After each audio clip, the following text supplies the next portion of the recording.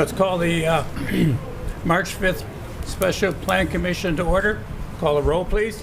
Mr. Cox. Here. Mr. Crumpton. Here. Mr. Ulitz. Here. Mr. Martin. Mr. Perez. Here. Ms. Radakovich. Here. Ms. Rohr. I'd like to make a statement. I would like the record to show that I've been offered and accepted a position here at the City of Joliet.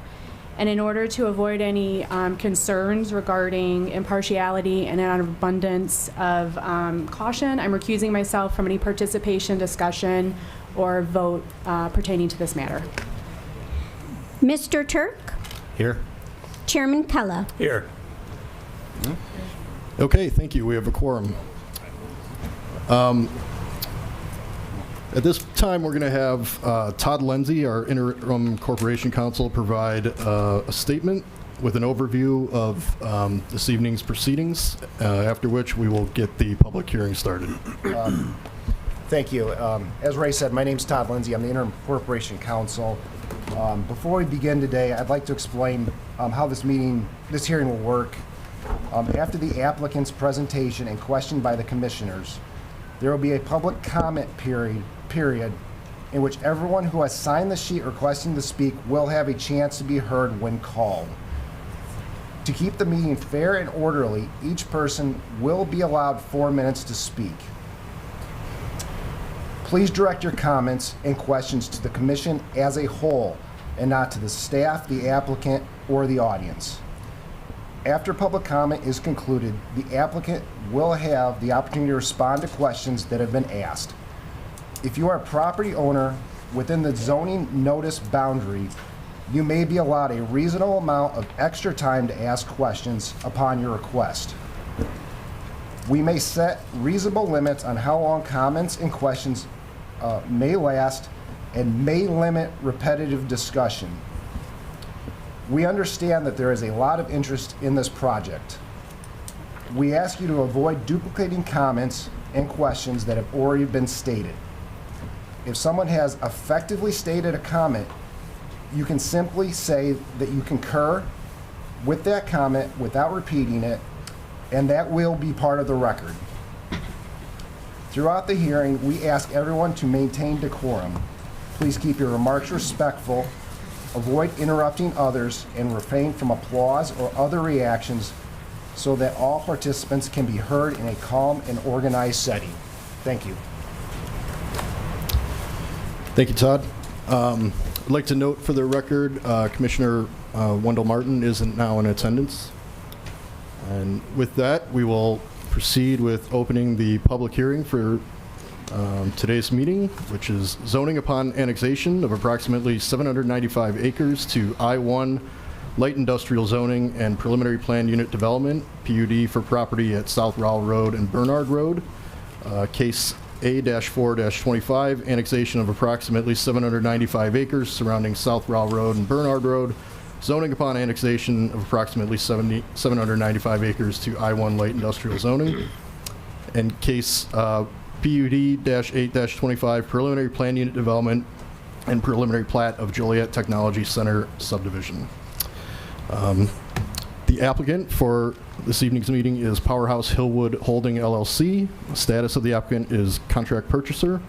The owner is Bernhard Farms, Inc., Bernhard Family Land Trust, Leo E. and Lois I. Bernhard, Leonard E. Bernhard, Gene R. Smith, Joan E. Long, Joyce C. and Ray M. Garza, and James E. Bernhard. The requested action is approval of zoning classification to I-1 light industrial zoning upon annexation and approval of a preliminary plan unit development. Purpose is to allow for development of a future data center campus. Existing zoning is County A1 agricultural. Location is approximately 795 acres surrounding South Rowell Road and Bernhard Road. Existing land use is farmland, undeveloped. Surrounding land use and zoning to the north, rural residences and farmland, County A1 and A2 agricultural rural residents. To the south, farmland, County A1 agricultural. To the east, farmland and a paving contractor, I-1 light industrial and County A1 agricultural. And to the west, Route 66 Raceway, farmland and warehouse, and I-1 light industrial. Under site history, the subject properties have been farmland throughout their history. The city's 2007 Southside Comprehensive Plan prescribed industrial land use for the majority of the land within the subject property, with the exception of 2 commercial hubs at the northwest and northeast corners of both the Rowell Road and Millsdale Road and Ridge Road and Millsdale Road intersections. The proposed I-1 light industrial zoning designation generally aligns with the land use direction from the Southside Comprehensive Plan. Under general site and proposal information, data center facilities are buildings that are used for the storage, management, processing, and transmission of digital data, which house computer network equipment, systems, servers, appliances, and other associated components related to digital data operations. These facilities often include air handlers, power generators, closed-loop cooling, storage facilities, utility substations, and other associated utility infrastructure to support sustained operations at the data center. The buildings that house data center infrastructure often resemble the size, design, and massing of other light industrial, warehouse, commercial, or office facilities. The petitioner, Powerhouse Hillwood Holding LLC, intends to annex the 795-acre assemblage and develop a data center campus in 4 future phases. Subject preliminary plan unit development covers the entire 795-acre assemblage. Future final plan unit development petitions and final plats would be required for each phase of development. The petitioner intends to include 1 6-building cluster in each future phase of development, resulting in a total of 24 principal data center buildings with an approximate total building square footage of 6,936,000 gross square feet. Stormwater management would be sized with each future phase of development as generally shown on the preliminary PUD plan set. Electrical substations of approximately 6 acres in size would accompany each future phase of development. A larger 25-acre switching station would be situated on the development's west side, west of South Rowell Road. Depicted on Lot 3 of the preliminary plat, this lot would eventually be conveyed to ownership by Commonwealth Edison, also known as ComEd. The switching station would be buffered by the existing Route 66 Raceway complex to the north and future planned phases of the data center campus to the east and south. The developer does not have plans to utilize the excess land located in the northeast portion of the annexation assemblage. Any future changes to the PUD that would result in development of this portion of the property assemblage would require an amended preliminary plan unit development approval. Future right-of-way dedications to South Rowell Road and South Ridge Road would be required to meet the city's roadway standards. The applicant is proposing a vacation of the existing Bernhard Road right-of-way between South Rowell Road and South Ridge Road. This would become a private road for internal circulation if the vacation is approved. Vacation of Bernhard Road will require a future right-of-way vacation approval process. A future extension of West Millsdale Road between the western property line and South Ridge Road would also be required as the lower 3 campus clusters are developed. Landscaping easements with grass berming at a 3-to-1 slope would be provided along all arterial roads that are improved. An additional landscaping buffer would be required between the northernmost campus cluster and the existing residential properties that front West Schweitzer Road. Landscaping plans would be verified when the final plan unit development plats are submitted for their respective phases. Individual sites would be required to meet the city's lighting and glare regulations. The developer would also be responsible for the cost of extending water and sewer infrastructure to the future campus sites. Under community benefits, data centers are rapidly growing throughout the country due in large part to a surge in meeting today's digital demand as artificial intelligence, also known as AI, technologies require an enormous amount of computing power and associated infrastructure. Several economic benefits have been associated with the development of data center campuses. The facilities result in the creation of high-paying, permanent jobs in addition to a large volume of temporary construction jobs associated with the build-out of data center campus. The developer is committed to a project labor agreement and has strong labor union support. Approximately 7,000 to 10,000 union jobs would be created for the construction of this development. At full build-out, the project would create approximately 700 permanent jobs operating within the site's 24 buildings with staff on site 24 hours per day. The developer is committed to partnerships with local educational institutions to expand technical training programs aligned with the construction and technology careers and will work closely with these educational institutions, community groups, and others to target local residents to fill these roles. Property tax revenues generated at the local level can also be substantial. Subject development is expected to generate approximately $310 million in property taxes over 30 years, plus about $40 million in utility taxes in addition to standard industrial water and sewer rate revenues. Developments of this scale provide stable, recurring revenue that support essential services such as police, fire protection, and infrastructure while strengthening the city's financial stability and expanding the commercial tax base, helping fund services without increasing the burden on homeowners. The City of Joliet will not be providing economic incentives or tax abatements for this project. Under community impacts, the city is aware that larger data center campuses have the potential to produce several negative quality of life impacts if not properly mitigated. The following sections outline how the applicant's proposal in the city's zoning ordinance addresses these impacts. Under noise and lighting, noise pollution that originates from cooling equipment and backup generators has been cited as a chief negative quality of life impact for adjacent property owners. Noise from data centers is often cited as most audible within 3,000 feet of the point source, with the potential to be audible for up to 2 miles from the point source. Surrounding land that is located within 1 mile of the subject property is largely vacant or under development for light industrial uses, though there are several pre-existing farmstead residences scattered throughout the area in addition to a lower density single-family residential neighborhood south of Spangler Road outside of the city limits. The Illinois Pollution Control Board's rules and regulations for noise pollution would cap a proposed Class C use between 40 and 75 decibels at property lines of adjoining residences depending on the octave band center frequency. Model data center ordinances typically call for a maximum decibel level between 60 and 70 at the property line. The applicant has stated that it believes that it can stay under a maximum decibel level of 65 decibels at the property line. Volume at this level is comparable to a loud conversation or a running dishwasher. The noise generated by data centers of the kind proposed in Joliet is produced largely by the exercising of the generators.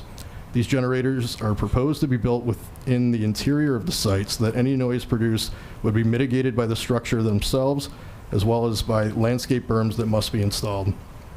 The preliminary plat shows the approximate projected distances between the future data center campus buildings and the closest property line.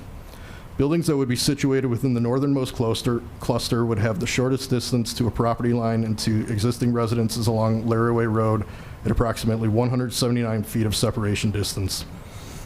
Other data center buildings would be at least 200 feet away from the nearest property line, with several buildings in excess of 300 feet from the property line.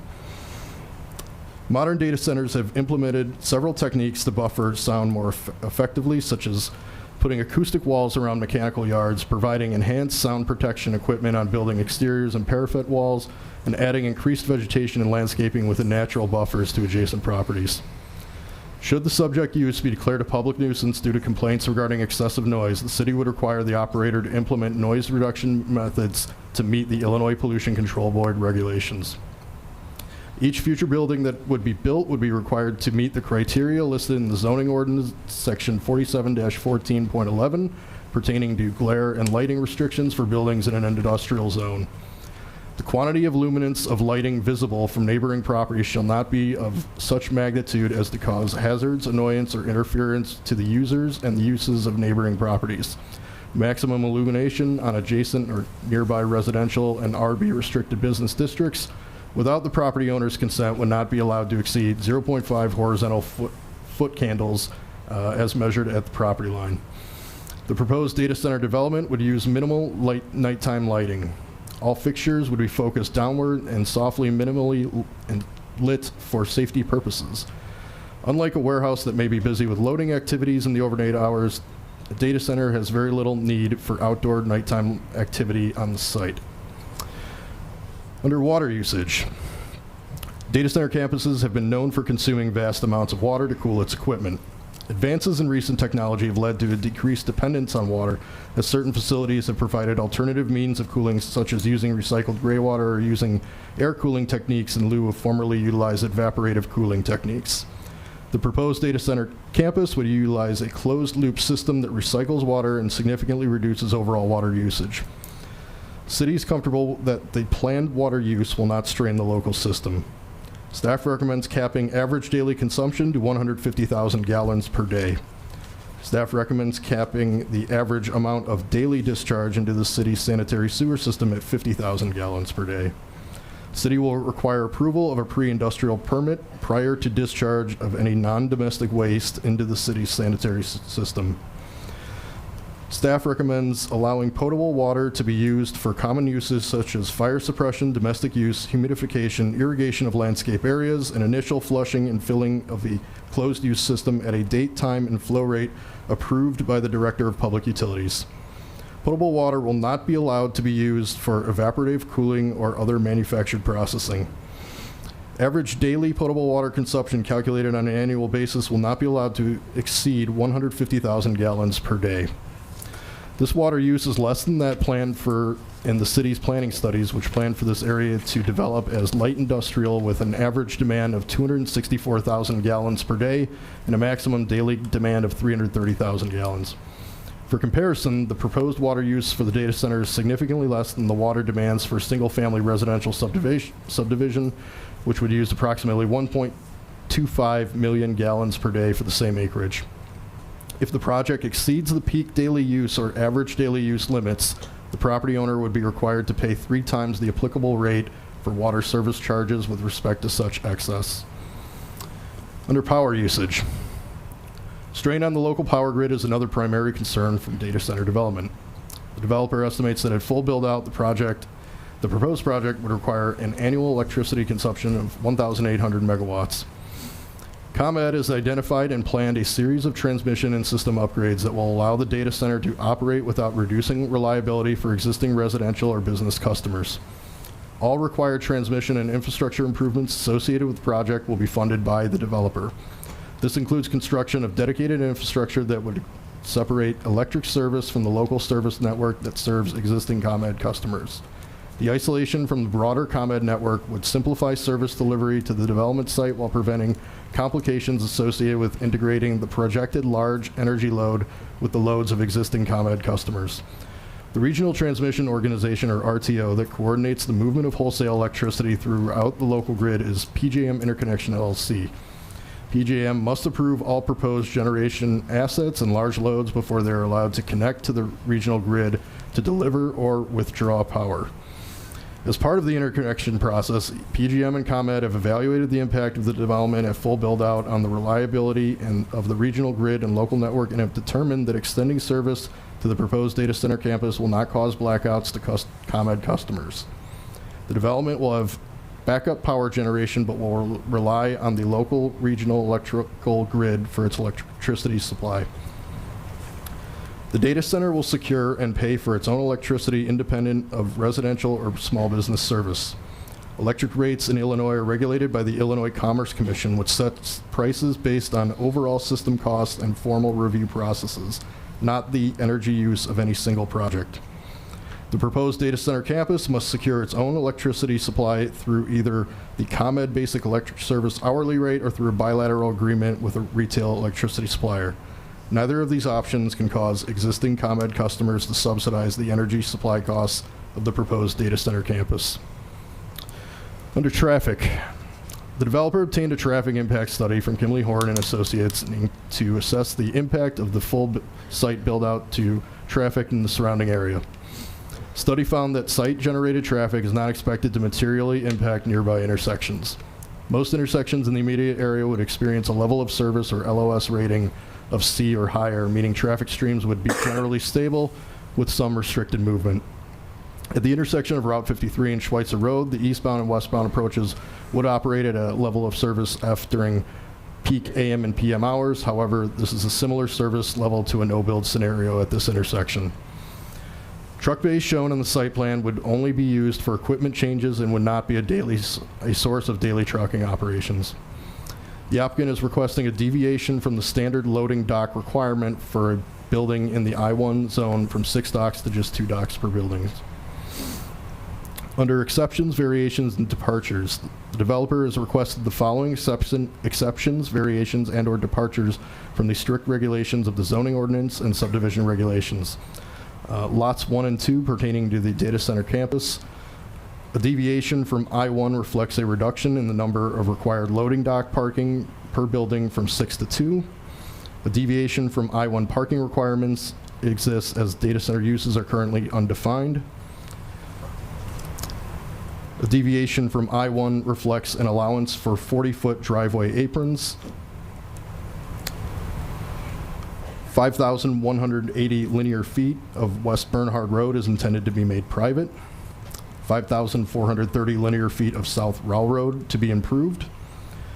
And multiple buildings are to be permitted on a single lot as shown in the preliminary PUD plan.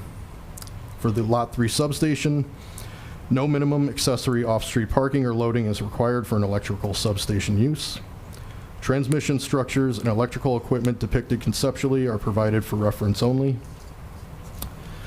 Conceptual depiction of a substation area enclosure subject to engineering refinement.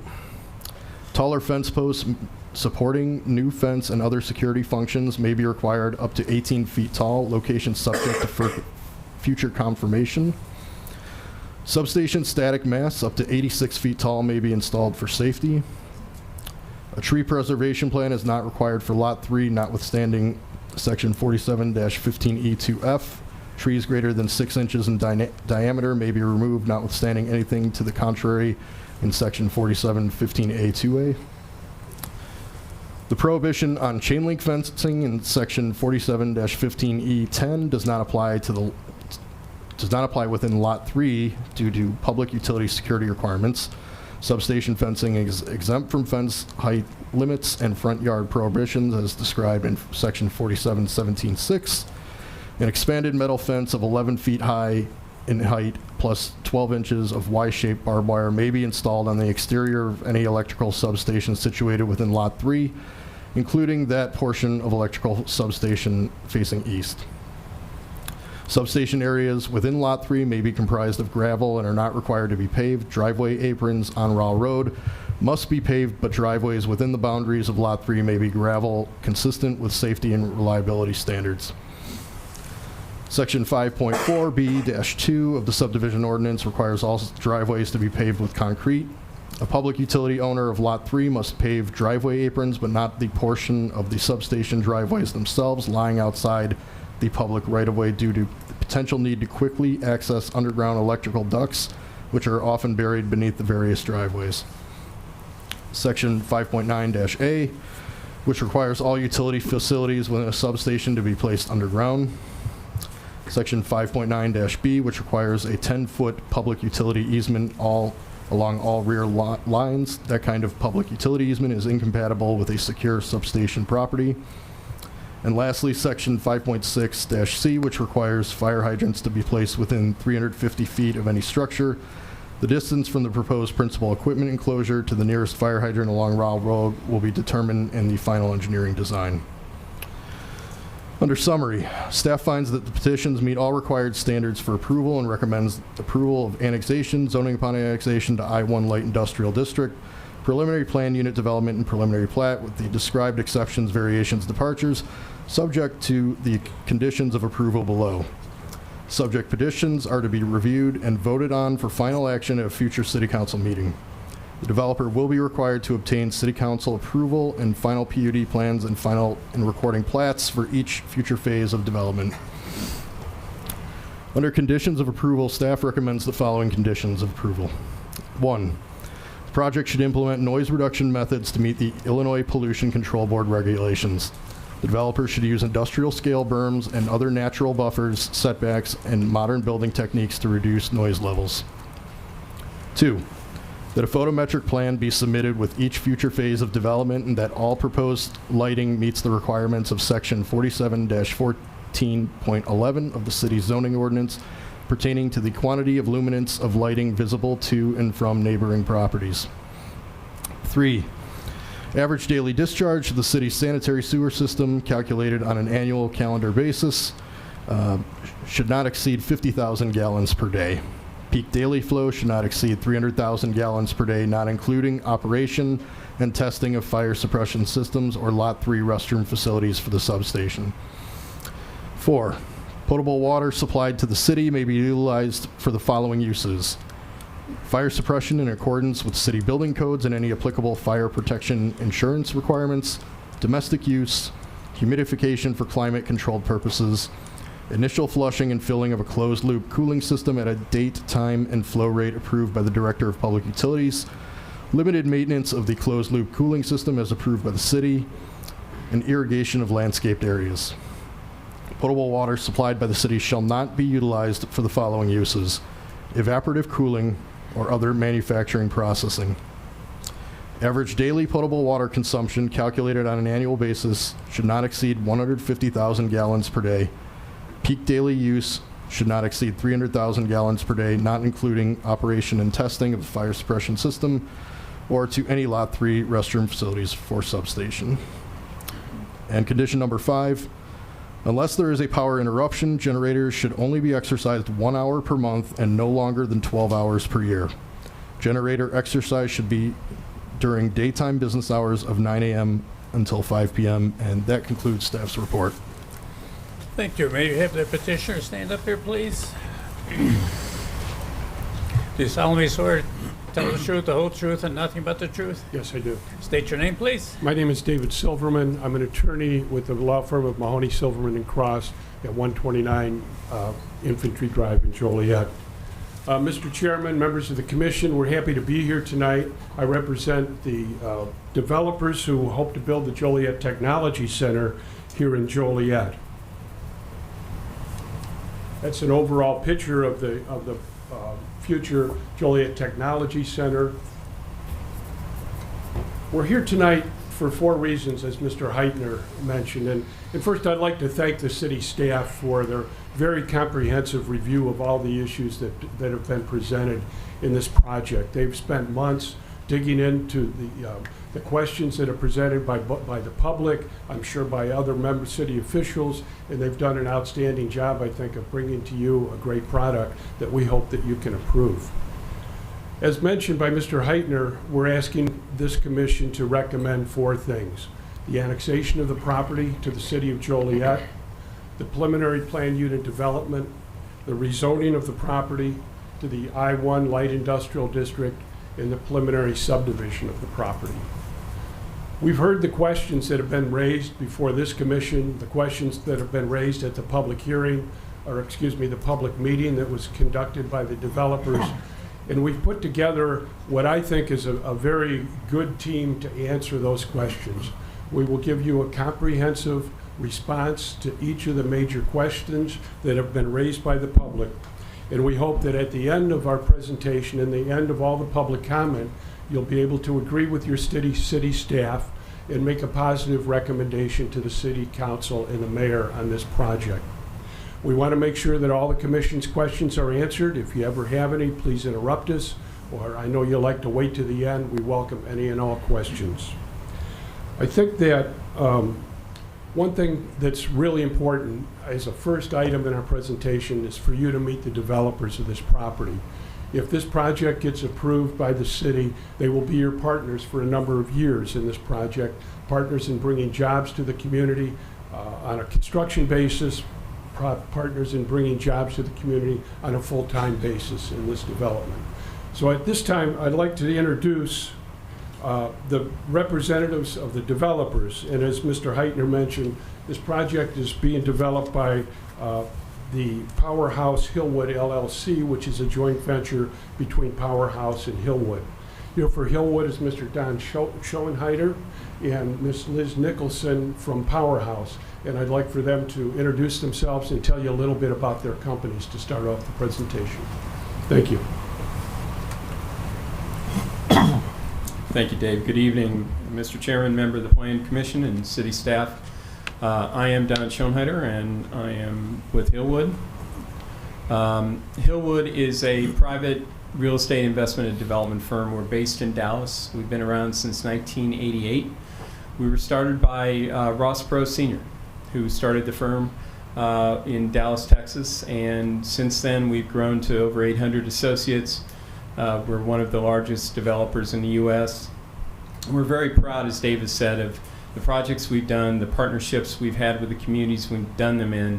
We like to think we're good partners, good collaborative partners with the communities we've worked with, and hopefully the city has seen that already. Give you a sense of Hillwood's scope. We're in 30 states. We actually develop in 5 foreign countries. We've developed over 300 million square feet of primarily logistics, industrial manufacturing real estate. We have 17 million feet under construction and the ability to build well over 100 million square feet more. As you can see, and as you probably are aware, our background and our history and our experience is really developing warehouse, manufacturing, logistics facilities. So therefore, we believed it was prudent to find and bring in as a partner one of the best data center developers in the country and perhaps around the world. So we've engaged as our partner, Powerhouse Data Centers, and I'll let Liz Nicholson talk a little bit about Powerhouse.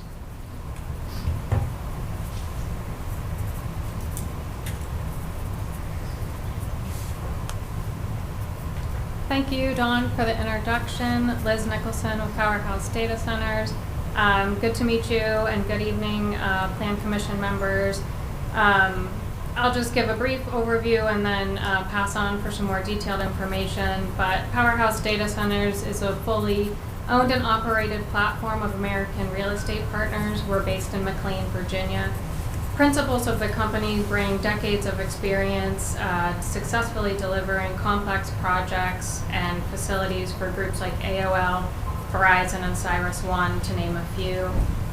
To describe how we operate, we're a fully vertically integrated data center developer with a team that's grown in recent years to about 180 professionals. Within our group, we have deep in-house expertise across investment, entitlement, power procurement, design and construction, leasing, and asset management. And I realize that's a long list of things, but we stay with it through the full life cycle of the project, and we feel that this continuity is very important. If a question comes up at a later time, it's the same people you can call back, talk to, get an answer to the question, and resolve anything. Let me switch to the next slide showing our work around the country. Since launching Powerhouse Data Centers with a focus initially in Northern Virginia, we've grown to 10 markets in the U.S., currently have about 140 data centers in various stages of planning and construction, and have reached a total of just under 40 million square feet of development. Our approach as a developer is that we're a long-term development partner. We have a disciplined and transparent process the way we work internally. We coordinate each phase of development directly with local utility, as well as having a tenant in place, so we are not a speculative builder of buildings. We do not build a building unless we have everything aligned to utilize that building. And I guess in closing, I just want to impress upon the fact that we have a long-term and holistic view of these projects. We focus on how the project is going to operate during construction and after construction in the community. We truly do want to be a good neighbor. I think our local work in the Northern Virginia area has established that reputation, and we hope to bring that here as well. I'll turn over to Pat Klein on our team, and he can speak briefly to what data centers are, as well as our process when we select a site for a data center project.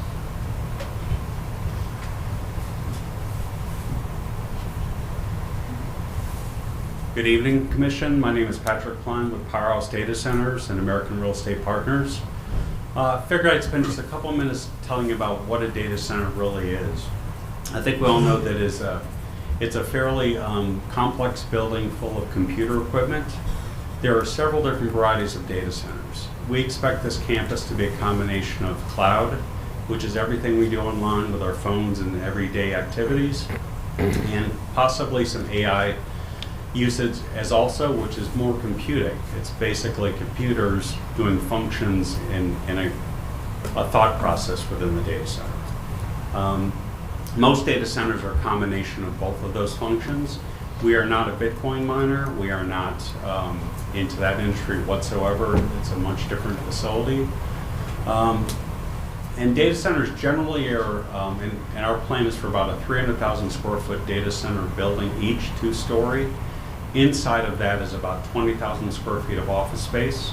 That's primarily the user of the water that we were asking the city to provide. It's your bathrooms, it's your landscaping, it's not related to the cooling systems.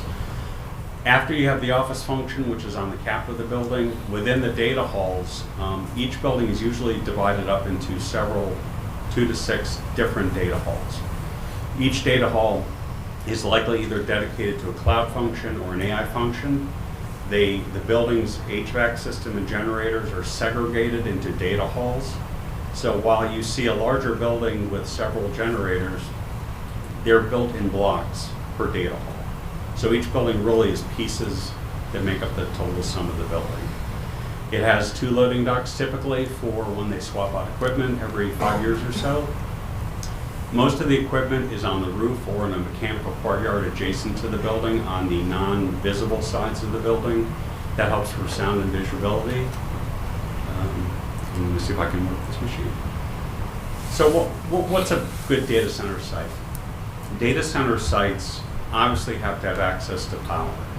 The better data center sites have power that actually crosses the property, so you're not extending transmission lines across other areas of the city. We also need great access to fiber networks because data centers have to communicate with the outside world. They have to be in the right neighborhood for a light industrial facility, and the property has to be large enough to be visually pleasing to the surrounding community. As you can see, this data center is a perfect data center site. It's a large property. It affords us a lot of land to segregate the campuses to break down the bulk. We have a lot of screening opportunities around the perimeter of the property. The data center actually transmission lines across the property. We do not have to extend transmission lines to get to the property. And this is in an area of the city, it's an overview where, as previously said by staff, we have the NASCAR facility to the north, we have industrial to the west, and we have light farm and agriculture on the south and east side. Mixed with a large property, this mixed with the fact that we have transmission on the property makes this a wonderful site for data centers.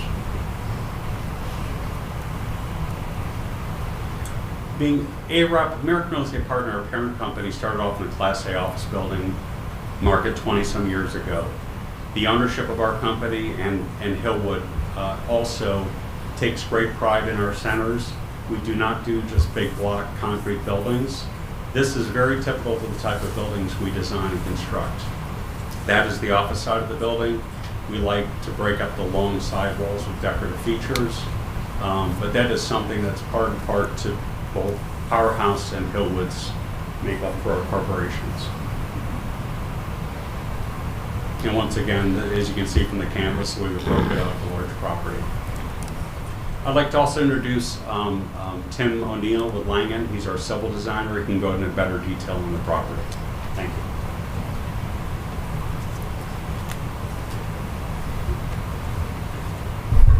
All right. Thank you for the introduction, Pat. My name is Tim O'Neill. I work with Langen Engineering for the applicant. We are responsible for site design and planning within the property lines here. And I'd like to discuss some of the existing and proposed characteristics of the site that we're seeing. So on this slide, you'll see the entire 795-acre site outlined by our exterior property line borders in the magenta and pink area. So the existing use, as mentioned previously, is an agricultural use. And generally speaking, agricultural uses do generate a high level of stormwater runoff and highly erodible soils on site. Due to the fertilizers and the limited species of crop plantings, they exhibit low biodiversity and poor wildlife habitats on the site itself. Under the proposed condition, you'll see the entire data center campus build out here. And up in the northwestern corner, you'll see that Lot 3 combat electrical delivery point. And moving over into the western side of the site and down into the south, you'll see the main data center campus build out. So as mentioned previously, the site does propose a total of 24 different data center buildings separated into 4 separate groups of 6 buildings each. Now each one of these building groupings is intended to operate independently. So you'll see it has a designated substation area, an enclosed secure perimeter, and its own stormwater management features independently cited for each one of those groups. Now our main focus of this site layout was to really help protect those sightline distances from both our right-of-way public abutting properties that we are offering right-of-way improvements along South Rowell Road, South Ridge Road, and the newly proposed roadway extension of Millsdale Road to the south. We're also providing screening from the abutters to the north, highlighted green above the northern building cluster, and then along the southern border, abutting the westernmost building grouping there. So each of these data centers do access the right-of-way improvements, and our focus being on screening. Landscaping will have street trees proposed along both sides of the right-of-way within the actual right-of-way limits, and then as you enter into the property along the frontages of each of the developed areas, you'll have that 30-foot landscape buffer. Now that buffer does include an earthen berm, as mentioned before, at a 3-to-1 slope that helps provide some elevation for those plantings to help obstruct view sheds from the right-of-way areas, and then as discussed, we'll also have those planted perimeters to the north and to the south where we do have those developed regions. The mixes for the landscape planting will be a mix of native plantings at different heights and growth, and the trees will be designed to have foliage year-round so that you're not looking at barren trees during the winter months or in fall months. There will be some sort of screening through the winter and fall seasons as well.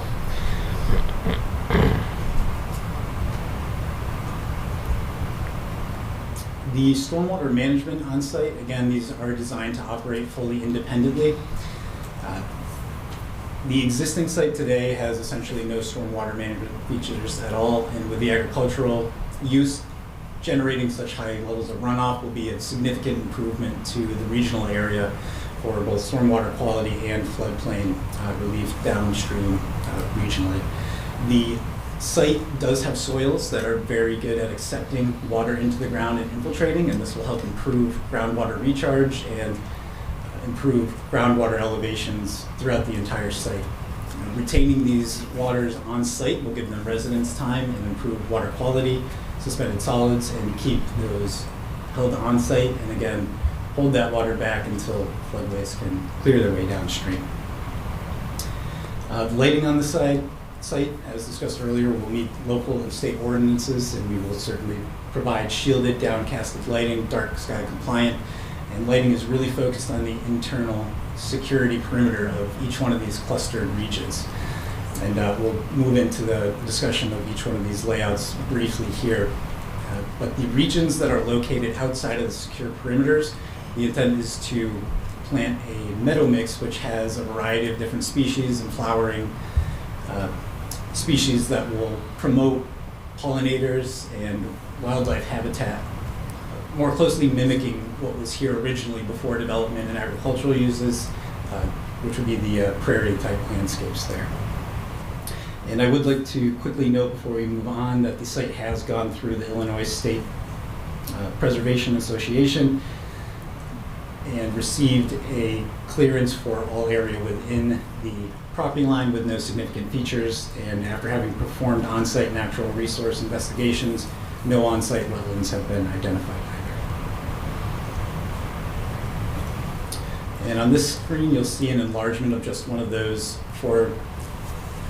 6 building cluster groups, and you'll notice that it does have its own designated substation location, its own stormwater management feature to the south, and is fully enclosed in a secure perimeter. There will be a singular main site access with a secure guardhouse entry, a secondary emergency access and maintenance, and a dedicated access directly to the substation. And you'll also notice the fence line that goes around the exterior of these 6 buildings here, and again, lighting will be more focused on the interior of that area and at the entryways. This will help us avoid light shed towards property lines. Of course, we'll be meeting the City of Joliet lighting ordinance with the 0.5 or less foot candles along our property lines, and lighting will be intentionally directed away from anywhere that may be a future sensitive area for wildlife habitats and environments. And for a quick discussion of the overall utilities, here you'll see proposed utility main extensions for both water and sanitary lines throughout the proposed right-of-ways that will be granted over to the City of Joliet.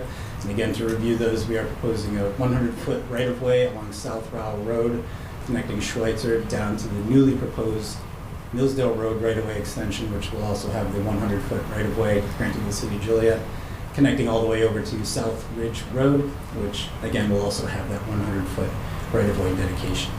This connection of extended mains for the city utilities will improve the overall regional network, and we are also proposing a new stormwater conveyance system within these right-of-ways. Currently, water sheet flows off of the existing agricultural site and is collected in roadside ditches along the road. The proposed system will be a traditional catch basin and closed pipe network below ground. And with that, I'd like to turn it over to Mark to discuss some of the power.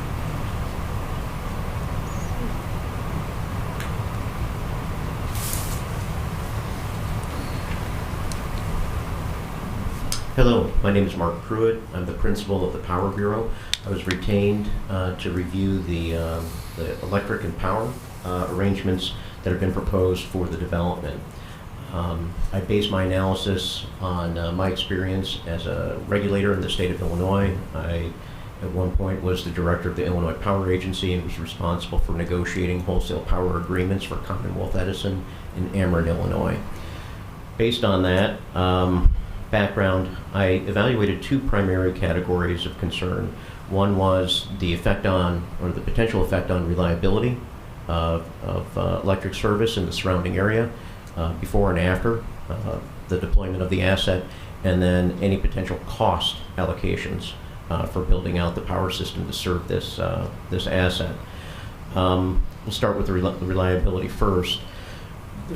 The structure and design, as has been presented, is to deliver electricity from high voltage transmission lines that are adjacent to the property, utilizing a dedicated switchyard and then dedicated substations. Based on this, the electric system, the distribution system that stands between the transmission lines and the data center electric use, is effectively isolated from the ComEd system, meaning that the electrons will flow from transmission directly into the data center and would not be commingled with the electric service that provides support for the remainder of the residents in Joliet. This engineering design was presented and approved by Commonwealth Edison, which is required to maintain reliability of their system. It is their study and their design that certifies that this is a reliable arrangement that will not jeopardize service in the greater Joliet region. Another layer as it relates to reliability is for power supply. Northern Illinois, the region served by Commonwealth Edison, is part of a regional grid called PJM. The regional grid connects over 1,400 separate generating stations across 13 states and the District of Columbia. That network is managed so that power can be delivered across the network from the least cost generating resources or the most viable generating resources at any given time.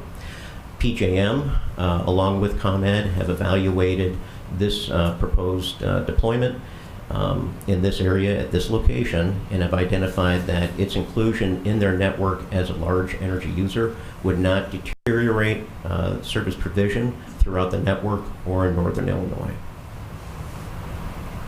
Lastly, in terms of availability of capacity, as I mentioned, the PJM system connects 1,400 power plants throughout the 13-state region. Additionally, every new power generator that wants to connect to the PJM system must be studied and approved by PJM, just as every other large data center must go through the same process. Currently, there are over 300,000 megawatts of capacity that's proposed for connection to the PJM system. That is above and beyond what is in the system today. As a reminder, this is an 1,800 megawatt facility. So sufficient capacity today in the evaluation of PJM, and then moving forward, there is the expectation that the majority of that capacity that is proposed for interconnection will interconnect and provide electric service to this and all other existing and future consumers in the PJM regions. Lastly, in terms of customer costs, we identified 3 areas of primary cost and then evaluated could those costs in any way be transferred or subsidized by other ComEd customers. The first is the capital cost for the interconnection, the second is the ongoing electricity delivery cost, and then thirdly is the energy supply for the facility. Speaking to the capital cost for interconnection, the capital cost for interconnection is governed by an agreement between the developer and Commonwealth Edison called a Transmission Security Agreement, or a TSA. TSA is actually a federal document under the Federal Energy Regulatory Commission, and it certifies that all costs associated with connecting this asset to the transmission system will be borne exclusively by this developer. There are substantial financial commitments that are made over the first 10 years of the asset to ensure that all those costs are covered. So there really is no way for that transmission cost to be foisted or moved over to other ComEd consumers. Secondly, in terms of the ongoing electricity delivery costs are governed by rates that are approved by the Illinois Commerce Commission under the authority of the Public Utility Act. Under the Public Utility Act, costs must be recovered from the cost causers. Based on that, and because of that, the ComEd rate structure allocates specific costs to large energy users such as data centers, and those costs are separate and apart from the costs that are associated with providing service to residential, small commercial, and medium-sized customers. So by public act and then intervention and judgment by the Illinois Commerce Commission, the costs associated with continuing to deliver electricity to this facility will be borne by this facility and this facility alone.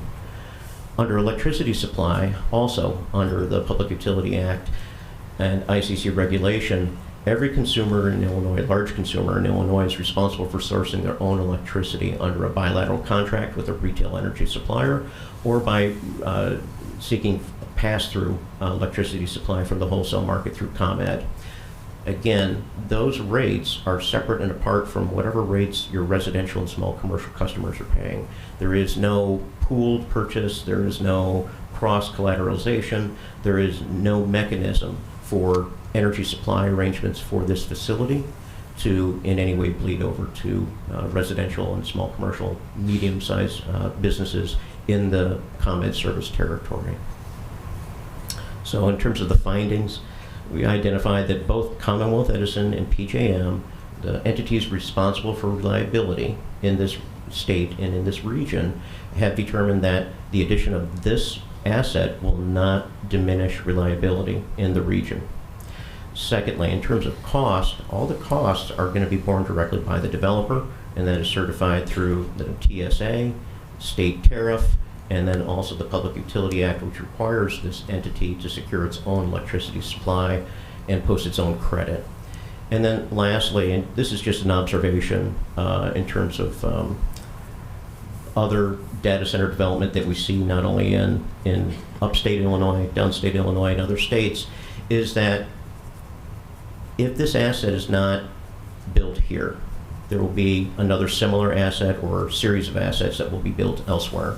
The data center industry, as was noted, is interested in locating where there is available capacity. Anywhere within PJM where capacity can be delivered will likely attract development. I think that the question that you may want to just consider is, if this asset is developed here, do you gain and garner any advantages as opposed to having this development occur elsewhere? So appreciate your time, and we're going to turn this over to the experts on water.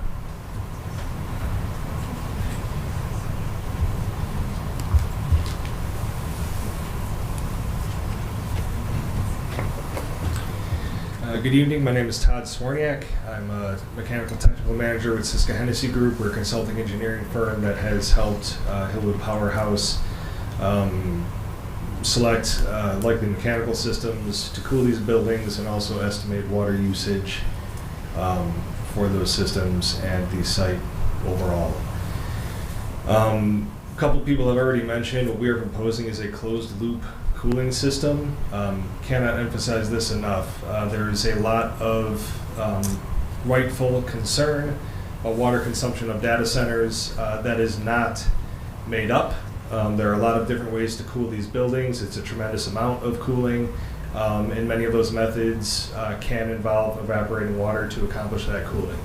As recently as 2 years ago, when this project was first sort of concepted, many of those methods were still more popular than they have become already today. Driven by a lot of things, not the least of which is just environmental awareness and concern of water use. But additionally, as server technology has evolved, liquid-cooled servers are here. It's inevitable, and many of those technologies that have been very predominant in the industry simply just don't work anymore. So put together a very simple diagram kind of showing the movement of heat and water within the system.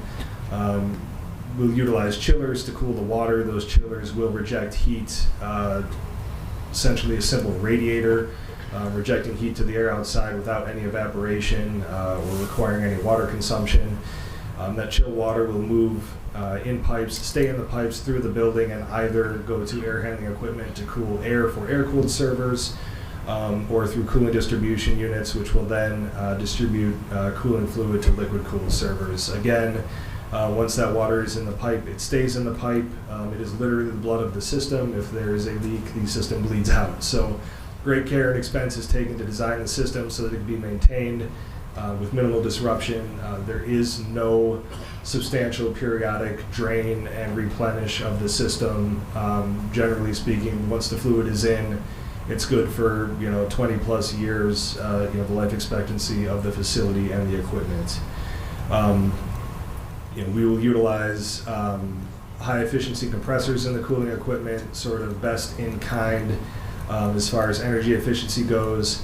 For the heat rejection equipment outdoors, we will also, as a matter of practice, target high efficiency, low noise fans that are variable speed for that heat rejection to minimize noise outside from any of the cooling equipment as well. So our water usage really is not governed at all by the mechanical systems. Questions were raised at, for all these projects, right, where does the water come from to fill the system? The systems will be filled off the city supply. That is the intent. As was stated in the staff letter, the rate and quantity of that flush and fill activity will be coordinated with the water utility so that it's not done during peak hours and not done at such a rate that it will be disruptive. For context, we expect each building, based on experience of buildings this size, not to contain more than 100,000 gallons of water in the system in total. That will likely be filled in phases, but for context, one Olympic swimming pool is about 660,000 gallons. So, over the course of a year, we will use less water than that to fill 6 buildings on one of these 4 plots, compared to topping off a pool once a spring, right, for public use. Also stated, just comparing us to single-family homes, we will be using substantially less water than a residential use case. Most of our water is domestic, toilets, hopefully sinks for hand washing associated with using those toilets. Irrigation just for the well-manicured plots in the site plan around the buildings within a fence line. As stated, everything outside of that is intended to be more natural vegetation that does not require irrigation. There will be some humidification in the winter and some maintenance activities, cleaning, etc. But generally, we tried to show some numbers here. At our initial pass at this in 2024, the systems we were contemplating at the time would have used roughly 5 million gallons per day at peak. Whittle that down, right? The site was planned for roughly 1.25 million gallons per day for residential. Backed off to light industrial, it was still planned for roughly 264,000 gallons per day, and what we're proposing is significantly less than that, at 150,000 gallons per day, averaged over the year. So between managing the flush and fill activities with the city water utility and the equipment types being selected for the site, we really don't see this as being impactful to the water supply, which is sensitive in the city of Joliet. We're doing everything we can to limit that to something less than a residential use. So with that, I think it's Sound up next.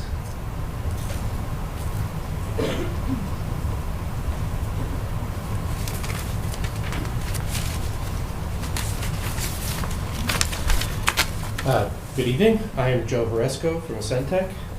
been hired to help look at the sound concerns with the site. To start off, there are limits that are required to be met. They're outlined in the Illinois Pollution Control Board. And basically, they're based on classification of property, Class A being generally residential, Class B being generally commercial, and Class C being generally industrial or agricultural. This site would be a Site C. Most of the sites around the property would also be Class C. So here we have generally identified areas that we think would be Class A versus the Class C property. So you can see it's mostly Class C. The Pollution Control Board provides limits for Class C to Class A limits, and they are for daytime and nighttime. So for a little bit of context, this slide shows a little bit of the overall sound levels, sort of common sound levels, and where those site limits would end up. For nighttime, we're about 50 decibels, dBA, A-rated specifically, and daytime is in the 60 range. So we're limited by those numbers, regardless of what happens. And speaking to the staff report, site sound level generation starts with the equipment, and so we start with selecting equipment to be on the quieter side. We just talked about the types of noise control that goes into equipment selections. Specifically, if we're talking about chillers, we would select quieter chillers. So that as we move forward, those selections would be balanced with what those requirements are. If you don't meet those requirements into the design phase, then there are processes for reducing those sounds. That would be barriers, burns, things like that. So the cooling equipment, that could run daytime or nighttime. So those are automatically limited to the nighttime levels. So during the daytime, these things are still going to be running at the quieter nighttime limits. For generator operations, they're only tested periodically. They limit those testing during the day, so those have a little bit of a higher limit that could be to the daytime limits. And again, if there are any issues with them not meeting those limits, there are noise control options that can be implemented at the site. And I think, honestly, that's about the extent of it. I think we have traffic up next. Good afternoon. My name is Rory Fansler-Split with Kimley Horn. Kimley Horn and Associates was retained by the development team to conduct a traffic impact study. That study was prepared pursuant to city, Will County, and IDOT standards. The purpose of a traffic impact study is to evaluate existing traffic conditions at key intersections in the site vicinity, and then project future conditions both with and without the development. The delta of that is a measure of impact, and where impacts are identified, the developer is responsible to mitigate any impacts. For purposes of evaluating existing conditions, traffic counts were conducted at key intersections facilitating access to the site on a typical weekday, again, consistent with industry standards. Per Will County standards, the counts were conducted from 6 to 9 a.m. and 3 to 6 p.m. to capture the peak periods on the area roadway network. And then for purposes of reviewing future traffic conditions, we did project what would happen on the roadway network if this development did not occur. And that includes background, kind of ambient traffic growth of changes over time, as well as other developments in the area. So using available data, both for several developments happening to the west of this, that traffic was captured in the future projections. And then for purposes of evaluating the trips estimated for this site, again, consistent with industry standards, the Institute of Transportation Engineers, ITE trip generation manual was referenced. That is a data set that collects trip data from existing data centers. It was recently updated, so it is a more robust data set, and that, again, was used to estimate site-generated traffic. This slide provides a summary of site-generated traffic and then compares that to alternative development concepts. In this case, warehouse or single family was referenced. The warehouse is assuming a similar square footage as what's proposed today, and then single family is just based on a low density calculation. The graph shows the difference. This type of use is a relatively low trip generator. It is more similar to a small office use than a warehouse like you see on the 53 corridor today. Also important to note, this is not a truck trip generator. When it's operational, this is employee traffic. So this is employees going to and from work. Now, will there be deliveries, so UPS, FedEx? Yes, it's just like an office. These types, as was noted earlier, there's an office component in these buildings. So there are trucks, but they're very limited to what you see at any office, UPS, FedEx, that type of. There is no transfer of goods to and from this property. Again, it is very different than what you currently see for the warehouses up and down 53 corridor.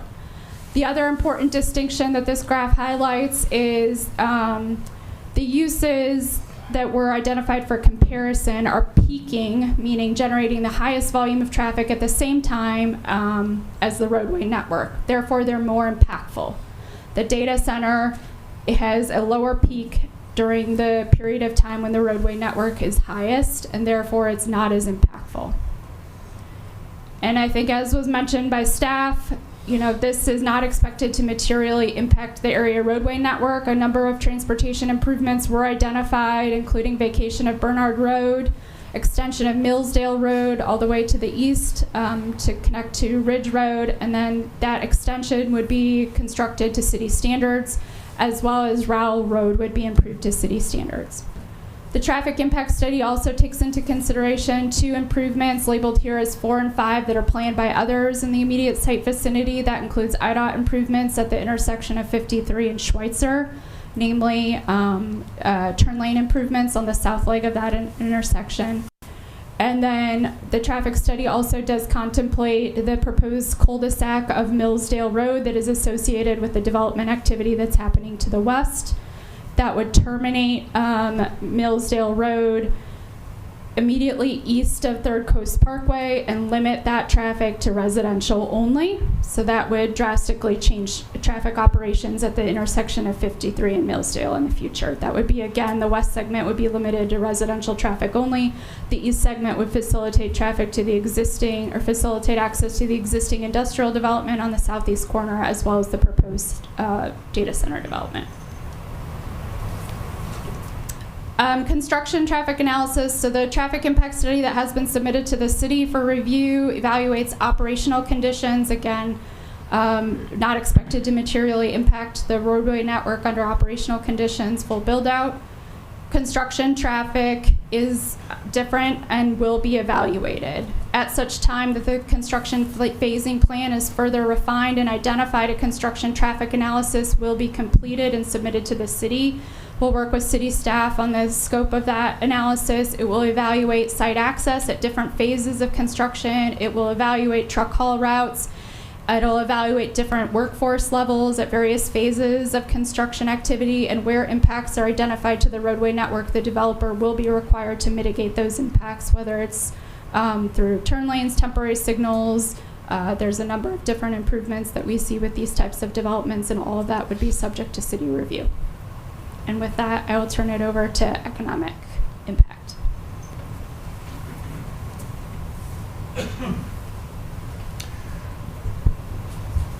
Hello, my name is David Loomis, and I am professor of economics at Illinois State University, retired 3 years ago, and president of Strategic Economic Research, my consulting firm that was retained to do the study of the economic impacts of this project. We've done over 800 such projects, in the majority of those being right here in Illinois. There's really 2 economic impacts that I want to focus on. The first being the property tax revenue, and the second being the jobs and the jobs impacts. So in terms of methodology, we look at Illinois property tax law assessment ratio. We assumed a 3% straight line depreciation. In all of these things, we took a very conservative approach to those assumptions and what would happen over a 30-year period. We assumed, for example, that the tax rates would remain constant over the life of the project and similar type assumptions. This is just a pie chart of the total property tax revenue. We use this assuming that the annexation agreement is signed. So you see those numbers there for the city park, city fire, library, and so forth. But obviously the biggest tax beneficiary in the state of Illinois is the schools, and so you see the big pie chart there. This is the total in the report. We go through year by year estimates of what that's going to be. So as you have phase development, that there's a ramp up of the property taxes on those early years as buildings get constructed, and then there's the 3% depreciation. So there's a slight decline on a year-by-year basis. The other economic impact is jobs, and it was mentioned in the staff report that these are going to be union jobs and high-paying jobs. In addition, we look at three impacts as economists. You have the direct jobs, which is those jobs that are working on construction on site. Those are the obvious jobs. Those are the ones that everybody looks to and can count. You can count the noses of people on a construction site. But the full economic impact is much broader than that. In addition to those direct jobs, you have indirect jobs, meaning those supply chain jobs. The money that is spent with vendors in the local area. And so we take care to look at what industries and what type of purchases could be done in the local area that would improve. So you see that second impact there on the right-hand side, the equipment production and supply chain. And then the third impact is the induced economic impact. Because people have jobs, they spend money in the local economy doing ordinary things that every household does. Buys groceries, goes to restaurants, entertainment, and the like. So really the impact is the combination of all three of those impacts. On the bottom chart, you see we start with the capital expenditures, initial CapExes, capital expenditures, and those ongoing operations expenditures. And really, we separate those out into local expenditures. So we say how much of those expenditures will be spent right here in Will County. Secondly, how much of those expenditures are going to be purchased elsewhere in the state of Illinois. And then the third is non-region expenditures, which means they're purchased, it's equipment and such that's purchased outside the state of Illinois. When you look at these, you see the stacked bar chart. The bottom one is the direct jobs. The indirect jobs is those supply chain jobs, and the induced jobs are those ordinary household purchases. And that's how we get to the very large numbers that you see there in terms of jobs impact. I will say as well, when we talk about a job during construction, that is one job lasting for 1 year, and this is going to be a phased approach and over time. The jobs during operations are what people refer to as permanent jobs. These are jobs that last the life of the data center. And those are smaller, but still quite considerable and impactful. The other thing that was mentioned was that these are good paying jobs. So we're looking not just at at people having a job, but these are well-paying jobs in large numbers there, but the average wage per job is sizable, especially for the direct and indirect ones. You can see the induced bars are smaller. Those tend to be, as oftentimes, are retail jobs, and retail jobs are not as high paying as the construction jobs and those supply chain jobs. So keep that in mind. And then finally, we have economic output. Economic output is a measure like gross domestic product. It's looking at the value of goods and services in the economy, and that gives you the full economic impact, including property taxes and those monies that are spent in the local community. So really, in conclusion, this project will generate a large number of construction jobs right here in Will County, a sizable number then from the surrounding community and for the state, significant tax revenue to the school district, as well as tax revenue for the city of Joliet. Thank you.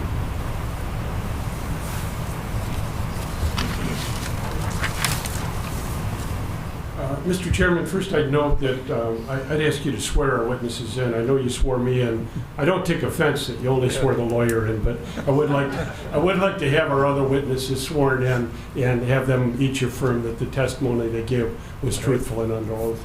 If everyone who testified would please take that oath from the chairman. They solemnly swear to tell the truth, the whole truth, and nothing but the truth? All right, thank you. Do each of you affirm that the testimony that you gave was, you considered it to be under oath and truthful? Thank you. Thank you. You betcha. Thank you. I don't know if Don has any more closing words, but we hope this presentation has been helpful. We think this is a tremendous project for the city of Joliet. It meets your comprehensive plan. It seems to be a great location with proper landscaping, lighting, and sound controls. It can be compatible with the neighbors that are around there. It brings you a great deal of revenue to both the city and other taxing districts, and it does that without the truck traffic that I know the city has had enough of. So we hope that you'll be able to recommend this matter to the city council in conformance with your staff report. Thank you. Thank you, David. Just one more comment. We also want to thank city staff. As many of you are aware, this project was planned to come to you as early as September. And in consort with discussion with the entire staff felt like we needed to step back and really gather much more detailed information about the project, the construction, the impact it was going to have. And so I would commend city staff for the comments that they've made, as well as the demands on us as a developer to make sure that we provided information that was correct and worthwhile, and as Dave said, hopefully allowed you to reach a positive conclusion. Thank you. Thank you. Is there any questions or comments from the commission? Yep, I do.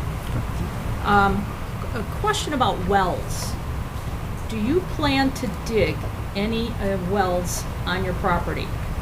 Is your microphone on? It's kind of hard to hear. Do you plan to dig any more any wells on your property, including dewatering wells?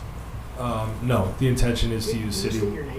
Sorry, Todd Swarniak, Siska Hennessy Group. No, the intention is to use the municipal water utility for all water needs. Okay. Currently, you're going to annex under I-1 zoning, as Joliet doesn't have any type of specific zoning classification for data centers. Will Joliet be creating a zoning classification for data centers? Right now, it's proposed under Todd Lindsay, Interim Corporation Counsel. Right now, it's going to be under the I-1, which is definitional. Mm-hmm. I can't speak to what's going to happen, but right now, the PUD is under I-1, as currently written in the zoning code.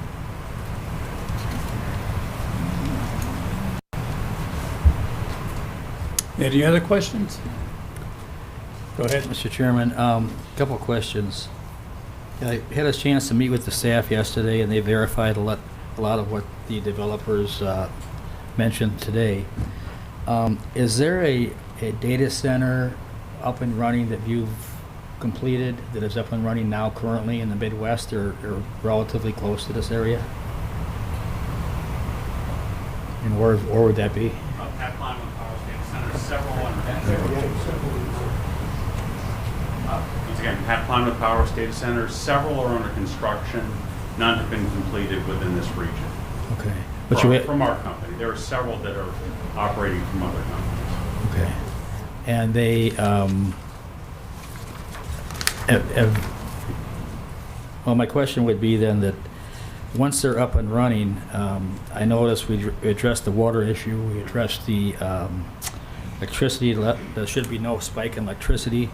You're going to be getting water from the city of Joliet, so no wells will be drilled.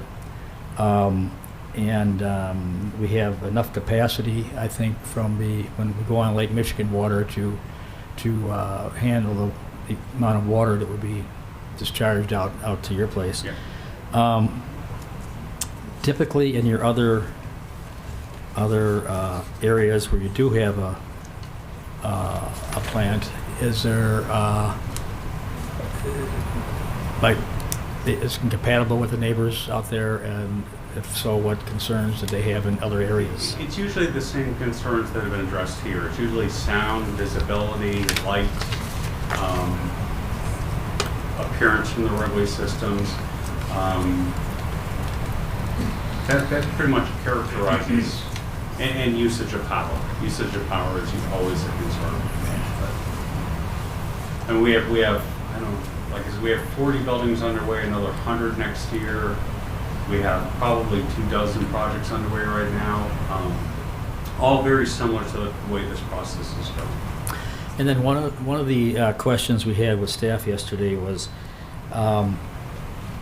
20, 25, 30 years from now, could come something along with technology that we don't even can comprehend right now. And that's the case. The existing buildings that you're proposing could be converted into other uses. Is that correct? Yeah, typically if it went to a different use, you could get rid of the generator yards to increase the parking for other uses. You could divide the buildings up for other functions. They would probably still all be the large warehouse type facilities. But since the leases on these buildings are 15 to 20 years and each building is probably valued at well over $1 billion, once you build these things, they're almost impossible to get rid of. Right. Yeah, that's not what I was getting at, but it could be repurposed. Oh, absolutely can be repurposed. Yeah. But I'm saying that some concerns are that in 5 years this won't be a data center, but that is not true. Yeah. I mean, there's so much investment in this property and these buildings. Thank you. Thank you. Can you share with us right now who's going to be the end user to these buildings?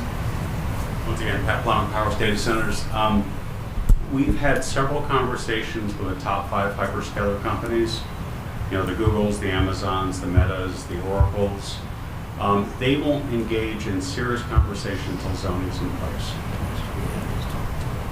So that's the way this industry works.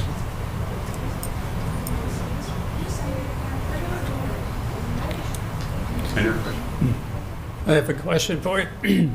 What's the timeline on building this out? To start, because we're talking about water getting from Lake Michigan, but we're not going to get that till 2030. So, what will be the water usage before then? Yeah, the first building, if everything goes to plan, should be late 28. Before the first building is up. So then you'll be using water from the aquifer. Wherever the city gets their potable water supply, yes. Okay, thank you. Mr. Chairman, I have one question. How often do they update once, if it gets built, how often do you update the, with technology changing and everything else, and speed, capacity, et cetera? How often do you plan on updating the interior of the building? It's up to the tenant and their use of the building, their technologies. Generally, from industry, of every 5 years or so, they do a technology change, which is basically the equipment inside the data halls. Thank you. I have one too. There was some concern about air quality issues. Could you address that if you think there are? Yeah, US EPA sets standards for air quality in every part of the country. When the tenant applies for their air permits for the emergency generators, they have to comply with the current air standards that affect this property. They issue generally one permit for the project. So this project will have a capped emissions level that they have to comply with. The tenant will select equipment that complies with the air quality standards and permit requirements. Once the permit's obtained, every single year they have to submit detailed analysis on every single generator on runtime, amount of diesel they use, and have to prove yearly that they're under their permit. So air permits are highly regulated, highly controlled and monitored. Thank you. Mr. Chair, I do have a question. Considering a project of this magnitude, what types of community benefits agreements do you all typically engage in that could potentially decrease the impact of the communities that are surrounding? We see the tax benefits for schools and things of that sort, but what do you all typically do with this scale of development in terms of community benefits agreements? Yeah, as far as the developer, we started engaging with the local educational institutions because this type of facility will create an opportunity for specialized workforce for this type of place. The tenant, you can go on all the hyperscalers' websites. They have very detailed analysis of what they do for communities because they will be the tenant in the building. And they do a significant amount of benefit. Commissioner, as well, we're in discussions with staff about a very meaningful community benefits agreement, which is a broad-ranging one that I think will have a very meaningful impact on the community as well.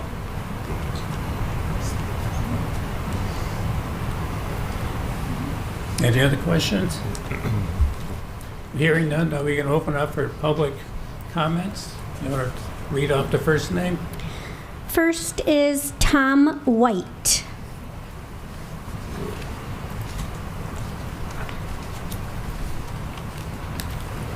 Do you solemnly swear to tell the truth, the whole truth, nothing but the truth? I do. State your name again. My name is Tom White with Three Rivers Construction Alliance. I'm the Executive Director, office at 233 Springfield Avenue in Joliet. I'm going to keep it real brief. That was a heck of a presentation. I got to stretch my legs and walk around now. But I'm represent union contractors and union trades. I was going to have our union guys stand up, but with so many folks standing in the back, that'd be kind of disingenuous because a bunch of them are holding signs that they don't like what we're here for. But we are here to urge you to vote yes on this. You'll see a lot of gentlemen in the room with us. Some are business agents, some of them are union members, some of them are here just to hear what's going on. Some of them are here because they're hoping to get a job at some point. So, it's going to be a good project for us. We've got an agreement with Hillwood. It'll be a union project. We're going to hopefully put a lot of local folks to work out here. So thanks for your what you do for the city, because I know it's going to get a lot rougher from here on. Next is Lydia Simraya.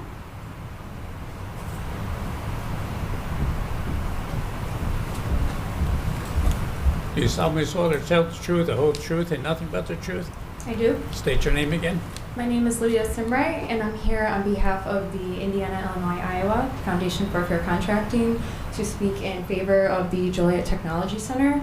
And as we've just heard here this evening, this project is going to generate 7,000 plus skilled construction jobs. That's going to bring an immense opportunity for your local workers, apprentices, and not just that, but to help boost local businesses and the overall regional economy. And not just that, but also the immense property tax revenue that you're going to be getting millions and millions of dollars that can be used to help improve public safety, public infrastructure, local schools, and much more without raising the residential tax in the community. So With that being said, we highly encourage you to vote yes here tonight. Thank you. Next is Doc Gregory.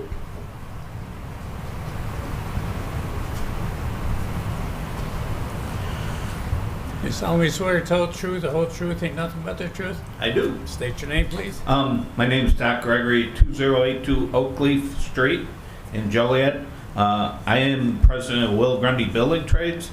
I'm also a business rep for Pipe Fitters 597, who does a lot of work in data centers. So I wanted to address a couple things. First off, the Hillwood Group, their team, is a great presentation of all concerns for what, from electric to water to the plan. I'll just say this, we have had some, me and Tom, the previous speaker, we have had some data centers that have come to Will County, not in Joliet, that we've lost. And we lost them to neighboring states. One in particular, Pleasant Prairie in Wisconsin. And my own members, I had about 300 have to leave the state to go work. They got a job. It was 2.5 hours away, but they're people that live here in Joliet and Will County, surrounding communities, and they got compensated, they got paid, but the ones who really only made the money were the divorce lawyers in this downtown area. So we need a project like this in our backyard. Commissioner Martin, I wanted to, when you asked about the community stuff, we have been working, myself and another business rep, Pat Young, with Hire 360 for underprivileged individuals that get taught and get pre-apprenticeship in introductions into our apprenticeship programs. And they did the first 2 classes in Will County at the courthouse right here in Joliet. And I actually got Anna Marie, her last name, I am not going to say it because I'll slaughter it, but I got her to call up Klein, my friend from Joliet Junior College. So a lot of the kids, and I call them kids, she yells at me, young adults, men and women are going to go to Joliet Junior College to get pre-apprenticeship training so we can get them jobs, hopefully, at the new data center down the road. I don't know, I have a whole list of things I can say. It's kind of ironic. About 30 years ago, my father, who's passed away, obviously, I'm not as old as him, but 30 years ago, we sat here in the same chambers annexing in the drag strip, the NHRA drag strip. I think some of the people around here were here for that annexation, and we're all a little older. I get people don't like data centers for whatever reason. I mean, we all got iPhones, and maybe we could have the city could put out a garbage can. We'll throw our iPhones out when we leave because that end up taking a lot of stuff away. But my point being is, our jobs are very important to our men and women. 8,600 jobs. There hasn't been a job like this since they built Braidwood Nuclear Station in the early 80s. And I compare it to that. I went out to the site the other day, and for the people, I'd hope you'd take a ride out there, because the site, there's 2 homes there, and they're both the sellers' homes, okay? To the northeast, and it's not the city of Joliet, the county, you have a solar farm there. So my point being is, this land is not gonna sit vacant, okay? You talk about noise. You want to talk about noise, let's go out there in May, let's listen to the drag strip. Now you're talking noise, okay? Or maybe 4th of July for the NASCAR race, let's talk about noise. I remember the Steffes family when they took it. So my point is, we have, a lot of guys and girls that need jobs. Please vote yes for Joliet Technology Center. Thank you. Next is David Kump.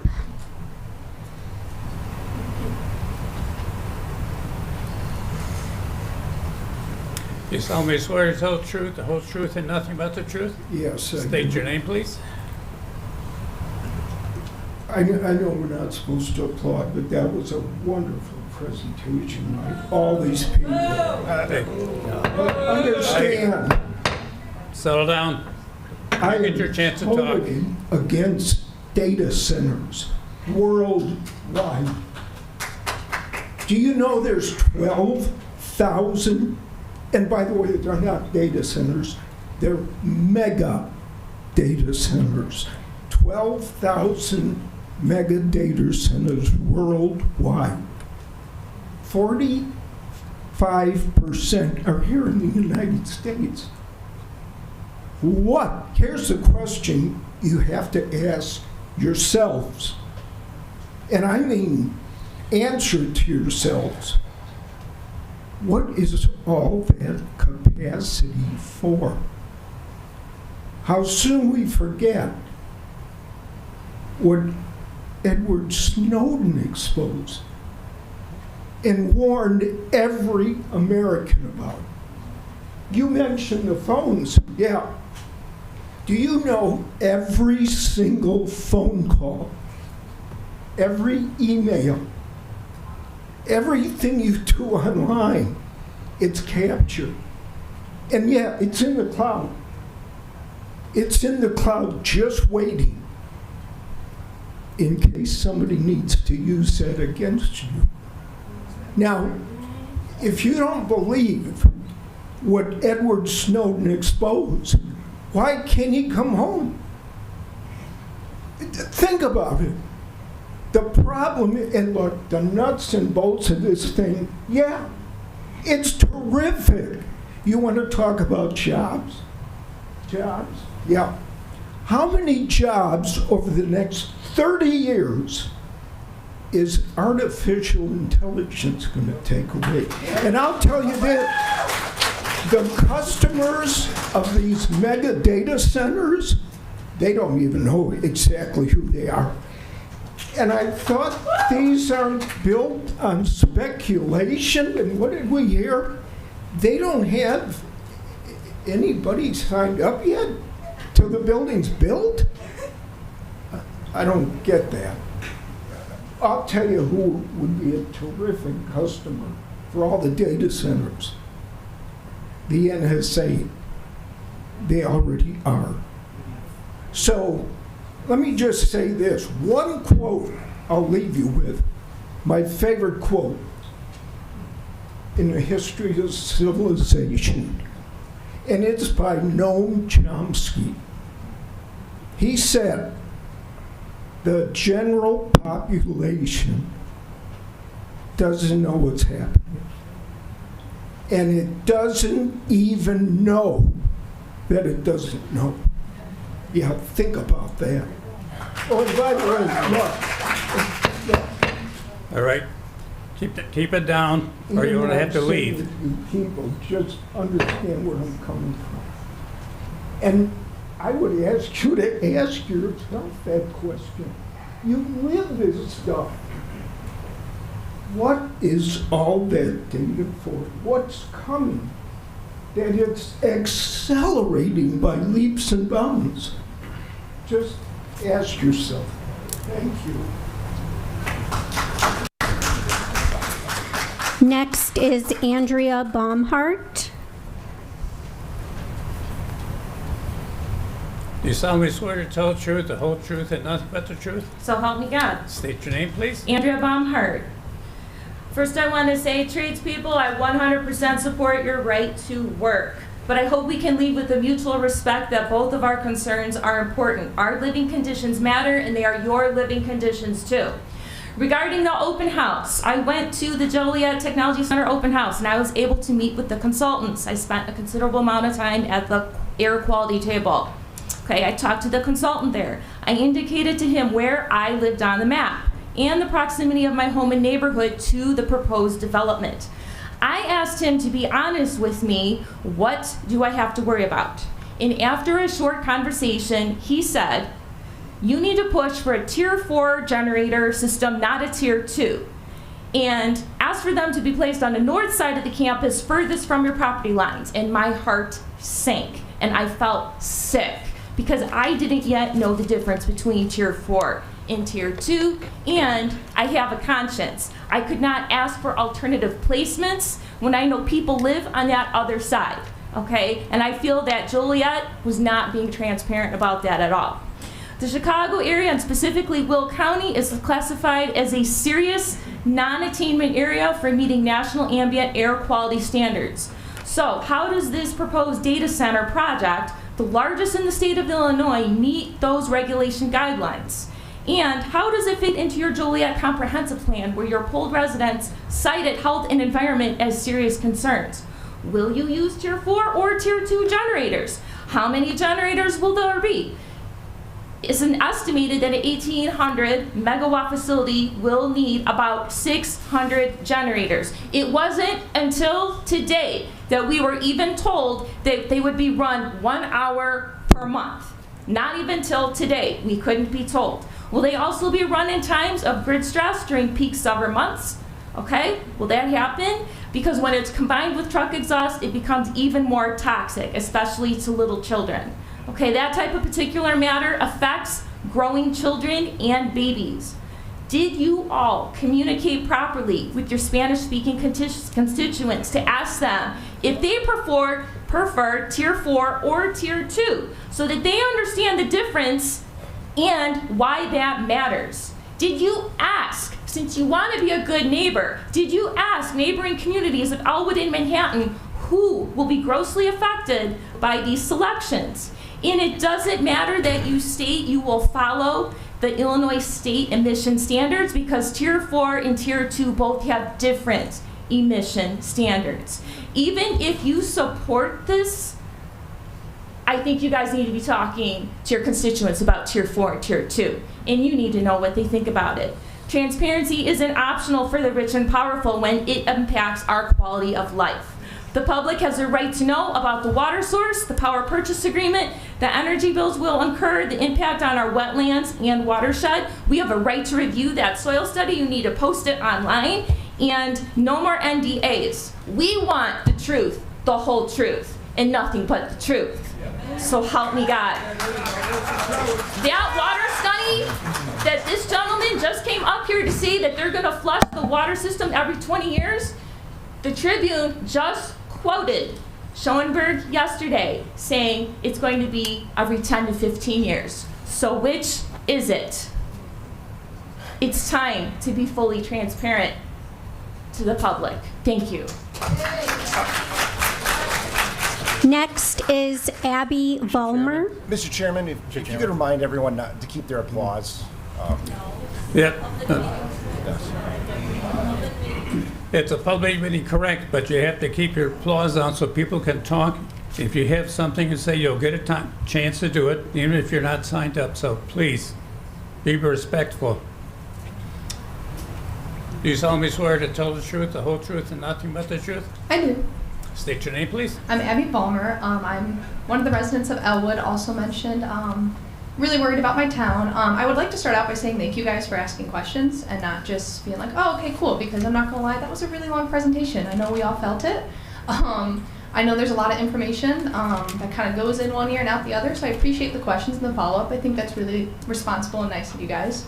I came in here with this whole speech I was gonna give, and I realized a lot of my peers will be mentioning points of it, so instead I just really wanted to talk about people.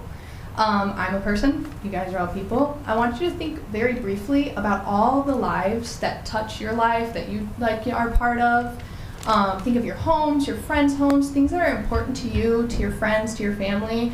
And then imagine a group of people who don't know you or your story proposing something that can be detrimental not only to you, but to your parents, your grandparents, your friends, your loved ones. It's really disheartening and scary. My parents worked their whole lives. I have a lot of respect for blue collar. My dad worked until both his knees gave out, till his shoulders gave out, and he just freshly retired. I want to see him live in the house he worked his whole life for. I think that's fair. My grandparents moved down here with nothing, went through multiple rounds of financial stress. They are my biggest idol. They worked so hard for everything. They never stopped working. They were in their 80s and still running a storage business and farming because they know what hard work means. And I don't want to see their home disappear. I don't want them to have to pay a ton of money. I don't want my parents to have to pay money when they're retired and they have a fixed income now. me and my boyfriend, we're looking at buying a house. Joliet's been completely crossed off because I have concerns for the aqueduct. And then we're pulling in from Lake Michigan, and then we're putting more strain with the data centers. I'm somebody who lives in the center of a really nice area that's now surrounded by horrible warehouses. And I know the effect that the noise does onto us. It's not nice. It's horrible to just want to step outside and have a moment's peace, and you just hear zzz and a bunch of white noise that you don't want to hear. It's not nice. And I just ask that you guys think about us, that each person that has come up to speak against this has concerns about health and safety and their families and the next generation. And a lot of the pro conversation is about money. And I know money makes the world go round, but I really believe that empathy is important, that people are important, that life is important more so than money, because, you know, the world ends tomorrow. You can't eat your money. You can't drink your money. We're screwed if we keep abusing things like water, if we keep hurting our neighbors. Who's going to want to live in Elwood and Joliet? I don't want to anymore, and I love Joliet. I've come here for schools. I have so many friends here. I spend most of my time in Joliet when I am not home. And it's anymore a place that I don't want to be because we're selling out to hurt our communities, hurt our neighbors. I have so many friends here who have great points and concerns because we all love Joliet and we want to see things be good for the residents of Joliet. So I just ask you guys to really think about us as people and not just dollar signs, to really think about us before you make your decision. Thank you so much. Have a great night. Next is Rita Renwick. You solemnly swear to tell the truth, the whole truth, and nothing but the truth? I do. State your name, please. Rita Renwick. I didn't really come here with very many prepared comments, but and a lot of this is, I won't say new. I did go to the open house, but I really felt, I left there feeling like there were a lot of unanswered questions. I am glad that some of you asked questions. I'm sitting there thinking, is this the first time that all of you are getting this detail? I mean, I'm not sure, but obviously it would be a lot of detail to get and then try to come up with questions. Some of them that I have is, at one point when staff talked, they talked about if flushing is done, the public, our system would be notified. And yet we're talking about flushing the system 10, 15 years. I've heard that caustic metals and things build up in this closed loop system and that shouldn't be put into a city's system to take care of. I talked to somebody and they said, oh, well, if it has to be trucked out, that would happen. But it sounds like it would happen more often than 10 to 20 years. I mean, I'm really curious about that. Also, we have no idea who's coming in here. And, sometimes we're made to feel guilty that we use our phones and our data, but from what I've read, it's AI that uses tons of energy and Bitcoin, and how do we know what people are going to use this for? The article in the paper about the technology center securing and paying for its own electricity, that just means they're going to buy it somewhere. But 1,800 megawatts is a lot of electricity, is as much as Dresden produces, and that powers 2 million homes. So to say that we're going to get it, now the two places that I did catch, Powerton and Elwood, Elwood uses gas, it's gas-fired. Powerton is coal-fired. So that is not helping our environment for sure. Powerton produces 1,700 megawatts, Elwood 1,300. But to think that we're going to use 1,800 megawatts and we're not going to end up paying for it, I don't think this development is going to produce a new power plant.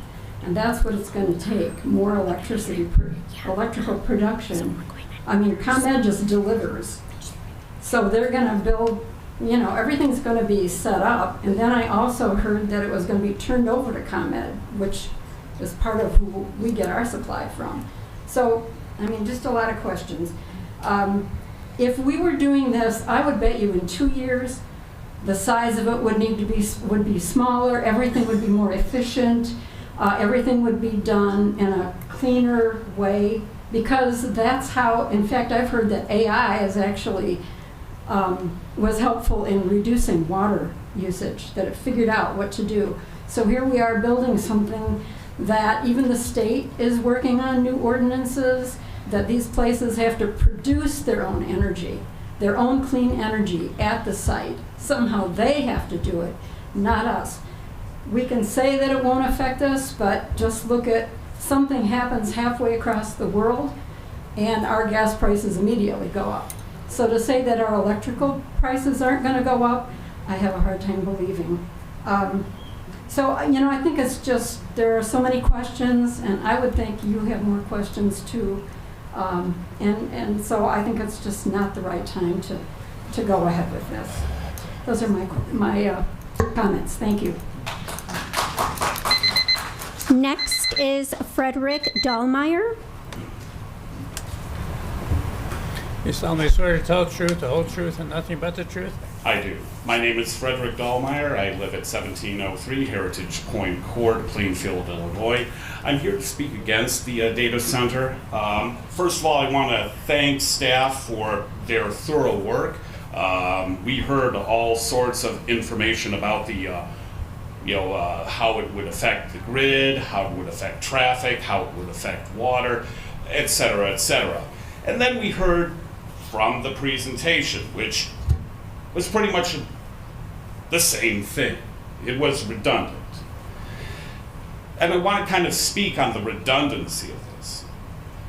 The data centers and the servers that are currently being employed are currently at between 12 to 18% capacity. We're not even using what we have to our full potential out there. So what is the necessity of these data centers? What is the necessity of building this? And if we are looking at the potential burden with what we've got now, what if demand increases? How will that affect when we get to 50% capacity? When we get to 60% capacity? I don't have that answer. I'm just some guy. And that wasn't addressed at all during any of the presentations. We heard about the impact on the economy, the impact on the water and the sound, but we didn't even look at where we are right now. And we didn't even address the demand. Frankly, if you look behind me, the demand isn't there. So why do we want to build this? Thank you. Next is Jeanne Howell.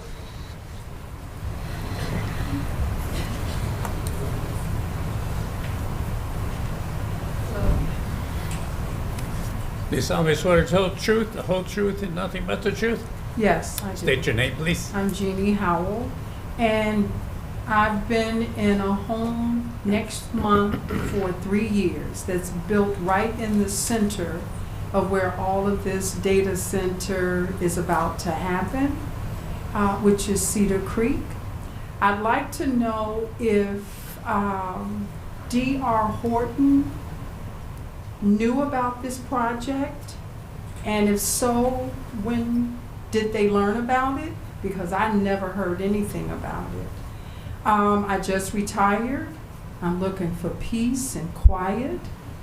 I don't want to hear the noise. I don't want to be affected by some of what could happen as a result of the data center. I just want peace. And I think a lot of us want peace and quiet. And so that's my reason for being here, because I am supposed to be in Zumba, and I never miss Zumba, but I'm here. Thank you very much. So my vote is no. Next is Tim Broderick.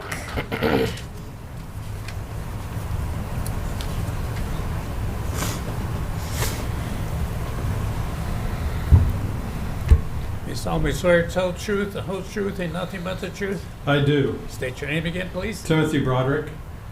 Good afternoon, Chair, Commissioners. Thank you for the opportunity to speak. My name is Timothy Broderick, a Joliet resident and a local taxpayer.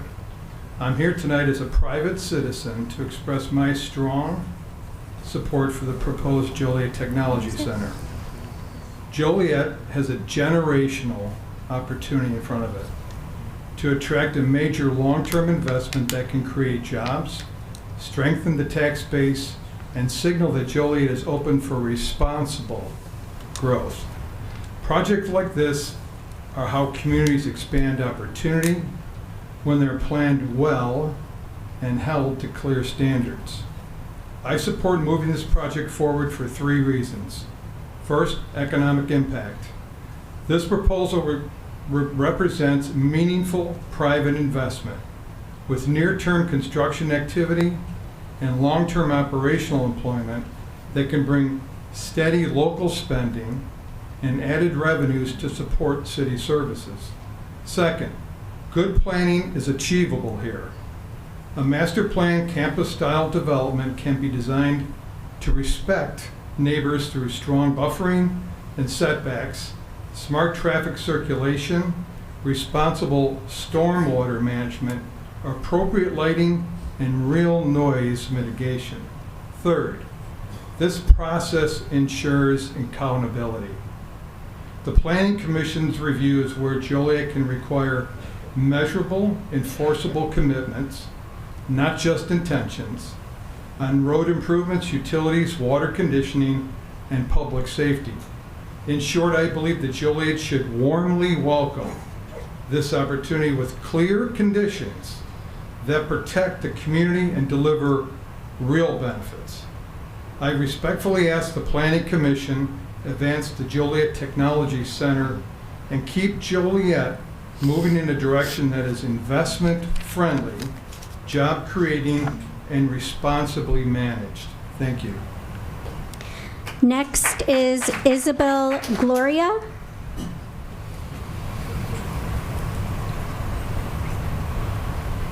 You solemnly swear to tell the truth, the whole truth, and nothing but the truth? Yes. State your name, please. My name is Isabel Gloria, and I'm a lifelong resident of Joliet, and I'm here to say that I'm against the data center. One of the main things that I'm concerned about is the impact on our utilities. One of the gentlemen here mentioned that they're going to follow the acts that Illinois has already passed so that they don't pass on the electric bills to us. But then why have our bills already gone up? The guardrails that are in place right now in the state of Illinois and in the country are not actually enough to protect us from our utilities going up. I wrote something here about regulations. We're often told that regulations will protect us, but if exceeding limits only results in fines, those fines become a cost of doing business. Remember who we're dealing with here. These are mega rich people. They're not here doing charitable acts for us. They're not coming from Virginia. They're not coming from Texas because they love Joliet. I'm here because I love Joliet, and I don't want our utility bills to go up. And so loopholes exist. Enforcement can be uneven. Regulations are lagging behind technology. So in terms of what's going on in the state, how many of you are familiar with the Power Act? How many are you familiar with the fact that our governor has a moratorium right now on building more data centers? They're wanting to implement more guardrails for data centers. And I want to speak about guardrails specifically because, again, we're not safe. They can promise us things, but things aren't going to necessarily go the way they're planned. We've all made plans before that change, even just planning a birthday party. Another thing that doesn't have guardrails besides protecting us from utility problems is AI itself. If you guys follow the current events about what's going with AI, how many are you familiar with what happened with Anthropic and the Pentagon? What happened was that the government wanted to use AI to mass surveil all of us American citizens, and they wanted to use AI so that they could do autonomous killings. Kill people not based off of a person's decision that that person deserves to die, because AI thinks that they deserve to die. Do you guys think that's how AI should be used? We don't have the regulations as a country. We don't have the regulations as a world.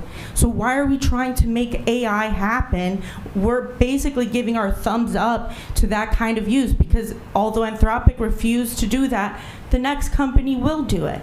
So AI right now doesn't have regulations in terms of how it'll impact our utilities, and it doesn't have regulations in terms of how it's going to be used ethically in our daily life in the United States and outside of the United States.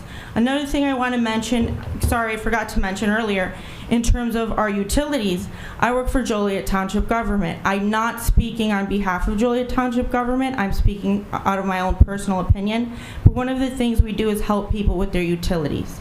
And so last year alone, we spent $23,120 for people who couldn't afford their water bill. And we can't even help everyone that can't afford their water bill. So are there guardrails in place that help the folks that all our water bills are gonna go up? What is gonna happen with them? In terms of the electric bill, we helped $11,687 for people who couldn't pay their electric bill. Now there's also the program LIHEAP, which again our federal government has been looking to do less with, to reduce the funding that gets. So I really want you guys to think about the utilities of our local people, the people that live in Joliet Township, the people that are going to be in the surrounding areas that aren't in township. But please think about the guardrails. Is now really the time to allow this to happen? Can we wait until there's better regulations in place? Can we do that? Or are we just gonna go for the money? Because at the end of the day, what it's gonna look like to most of us is that you guys sold out for the money. Is that worth lives? Is that worth people's ability to pay for their basic needs? Thank you. Next is Serena Guzman.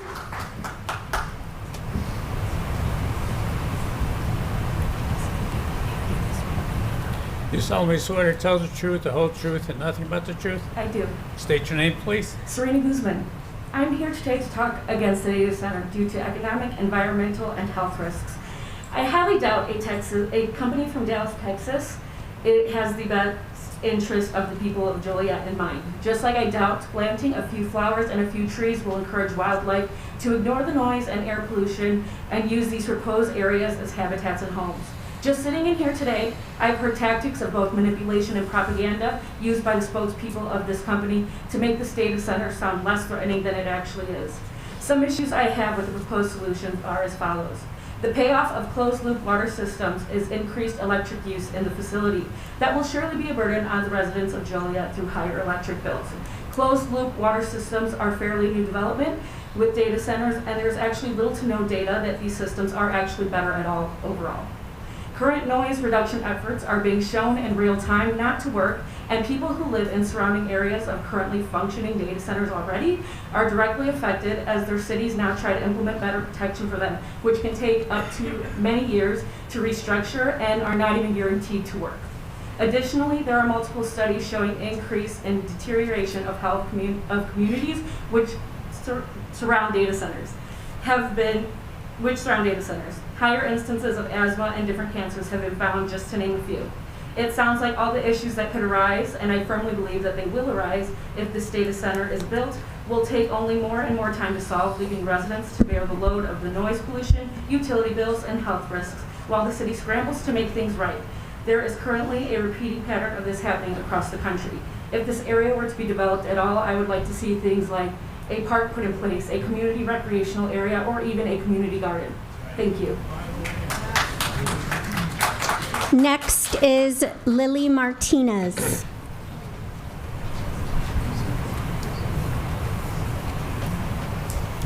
You solemnly swear to tell the truth, the whole truth, and nothing but the truth? So help me God. State your name, please. My name is Lily Martinez. I'm a lifelong resident of the east side of Joliet.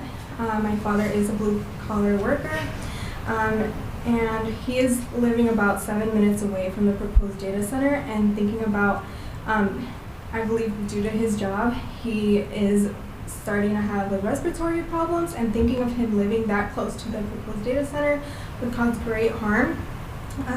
We know that data centers use millions of gallons of water per year. There's been conversations that this one will use less water compared to other data centers, so let's explore that. To my knowledge, there's different types of cooling technologies, and those that claim to be efficient either use excessive amounts of water or energy. Achieving both water and energy efficiency is impossible, as existing systems cannot optimize both simultaneously. I heard that staff recommends capping the water usage at 150,000 gallons per day. That's still about equivalent more than 54 million gallons per year. That is still a lot of water that we cannot afford to lose. Not to mention, that's what they recommend, but I would like to know more about how they're going to enforce that. I've heard of closed loop systems being efficient in terms of water, but remember, in order to use less water, it means using more electricity. But closed loop systems still, again, use a lot of water. They require chemical treatment to prevent corrosion, scaling, and microbial growth, which over time, chemicals and minerals build up. And in order to keep systems running, operators must discharge water through blowdown, which blowdown water contains biocides, corrosion inhibitors, and trace metals. At the scale of this large, almost about 800-acre data center, blowdown will become a continuous wastewater stream. And since it's claiming to be water efficient, that means it will use a lot of electricity, causing our utility bills to increase. So I urge you to vote no to this proposed data center. Next is Barry McHugh.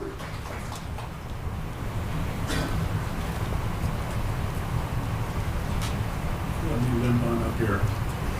Do you solemnly swear to tell the truth, the whole truth, and nothing but the truth? I do. State your Very name, please. cute. I live in Joliet. The proposed data center in Joliet brings both potential problems and potential benefits. One problem is the water usage. Been hearing about that. From reading your reports and listening to them, the potential problem can be mitigated. You've limited the amount. You've looked at the city can manage it. The water use is limited by contract, and according to the city analysis, is well within our means to meet. If more is needed, if they gauged wrong on how much water they need, that's not our problem. That's their problem. They got to figure out how to fix that, because we have commitments. You are writing commitments in contractual language that they will have to live to. So they will be there. The other problem that's out there is in the electric rates. The data center uses a whole lot of power, and by doing that, it requires PJM to provide the resources to provide that. That will increase the cost of wholesale power throughout the 13-state PJM territory. No matter where you put this data center, no matter where you put a load, PJM has to contract out to supply that and to supply the backup in case something goes down. And the wholesale power, which is where ComEd pays for their money, goes up. Whether you put it in Hammond, Indiana, whether you put it in Aurora, whether you put it downstate, the impact on the electric costs are virtually the same throughout the region. So that's not a consideration that we can deal with. It's something we're going to have to live with. And if they do put it in Hammond, Illinois, alongside the Bears, then we will have to pay for that without getting any of the benefits. The jobs that will be developed and the workers that will be paid to build this comes into our community. The taxes not only go to the city, they go to the schools, they go to the park districts, and we get that benefit. If data centers and AI become worthless because there's a new technology, that's their money down the tubes. We don't care. So I recommend you do this. You bring the benefits to the people who live in Joliet. You bring this here for us rather than give somebody else the benefits and stick us with the same costs. Thank you very much. Next is Patrick Young.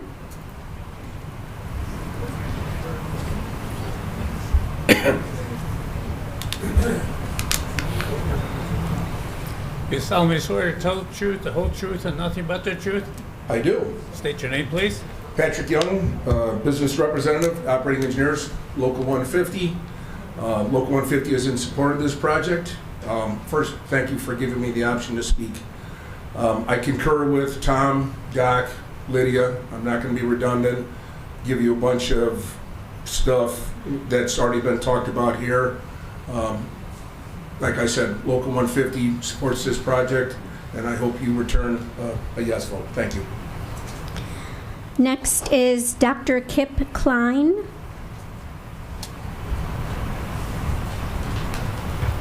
Do you solemnly swear to tell the truth, the whole truth, and nothing but the truth? I do. State your name.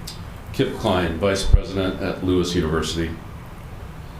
As someone who has worked in higher education for more than 20 years, much of that at Lewis University, I've spent my career thinking about how education prepares students for meaningful futures in their communities. The Joliet Technology Center represents more than a single development. It's the type of long-term investment that helps position a community as a hub for technology, innovation, and economic growth.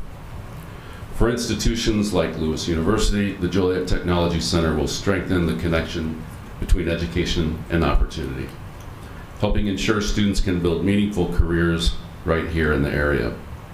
Investments of this scale help position Joliet as a place where innovative industries want to grow and invest. The project is expected to generate thousands of union construction jobs during development. That creates opportunities for students pursuing careers in the skilled trades, engineering, and construction management, all of which we offer degrees in at Lewis University. Once operational, the facility will support hundreds of permanent technical and operational jobs, many of which align with programs offered by local colleges and universities such as computer science, information technology, engineering, and other technical training programs connected to technology infrastructure. Developments like this can also create opportunities for partnerships between industry and higher education, including internships, workforce training programs, and pathways that help students move from the classroom into the workforce. Long-term tax revenue generated by the project will also support local schools and educational resources, strengthening the pipeline of talent across the region. Thank you for your time. Next is Felix Ortiz.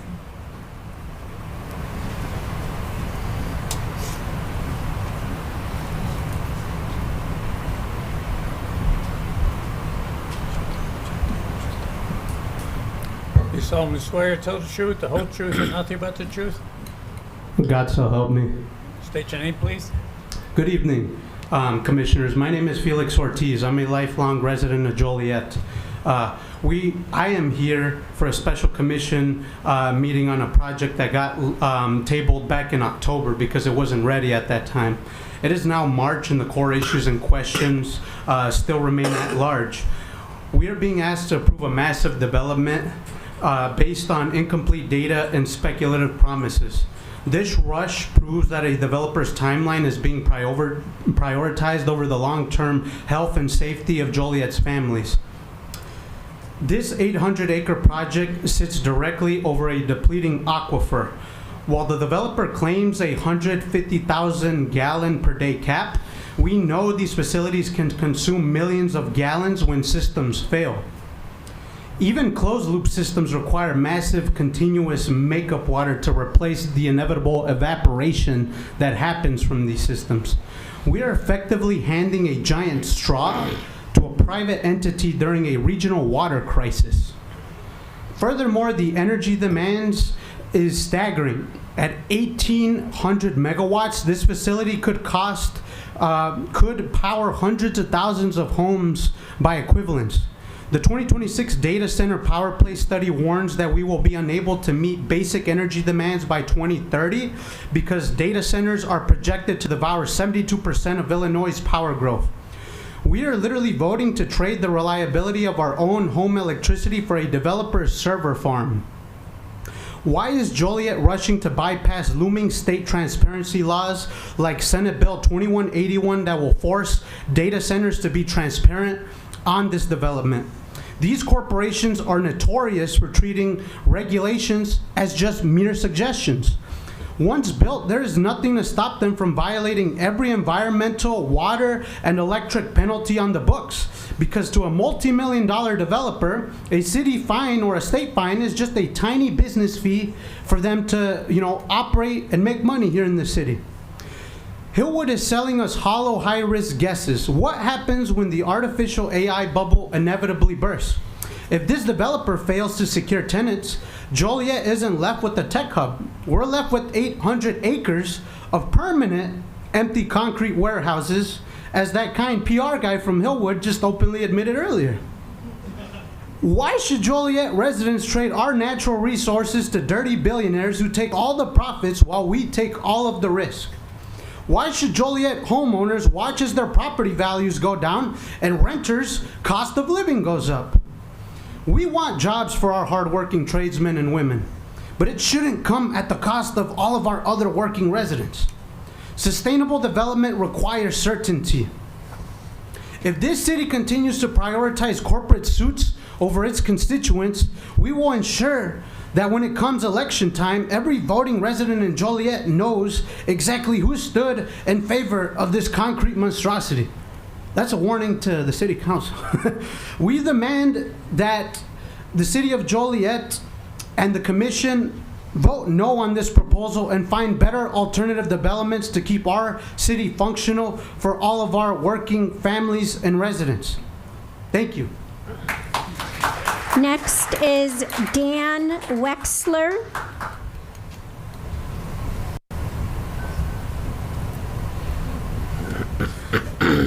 You solemnly swear to tell the truth, the whole truth, and nothing but the truth?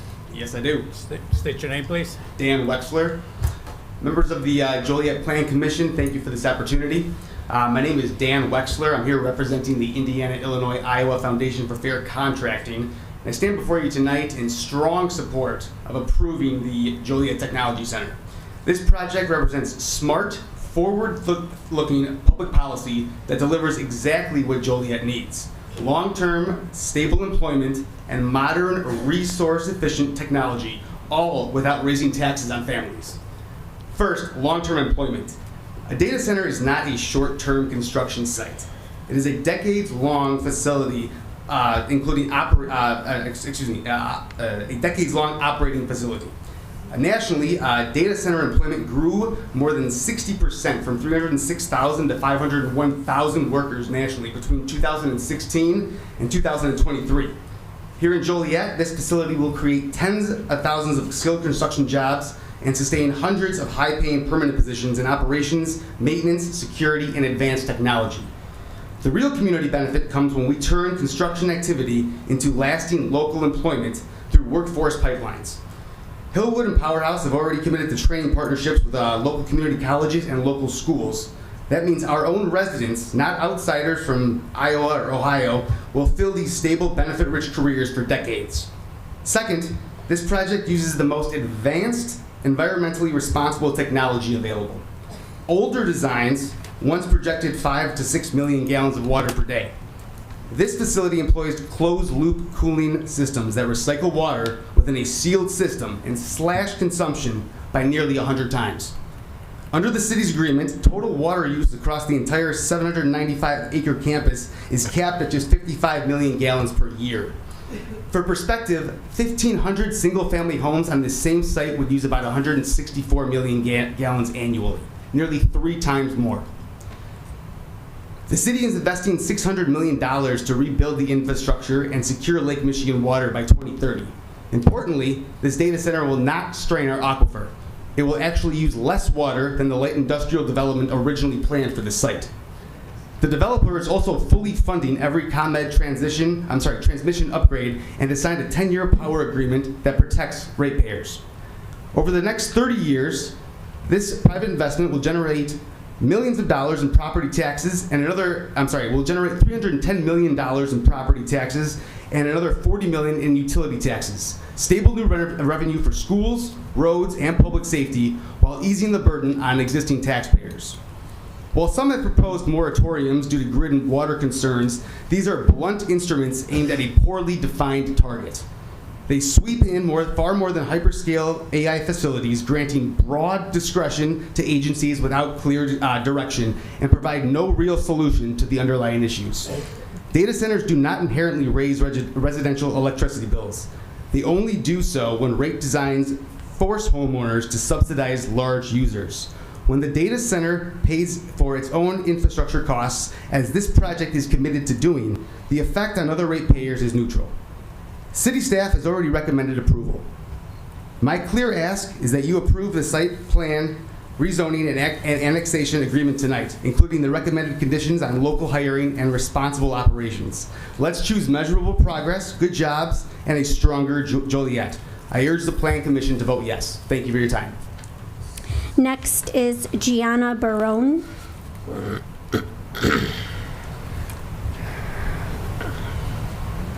You solemnly swear to tell the truth, the whole truth, and nothing but the truth? I do. State your name, please. Okay, Gianna Barone. Wow, my head is exploding with all this information. Nobody's going to be able to follow it all.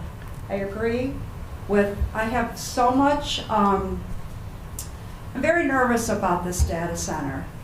And I agree with a lot of the points these brilliant people are bringing up that aren't even versed in what they are.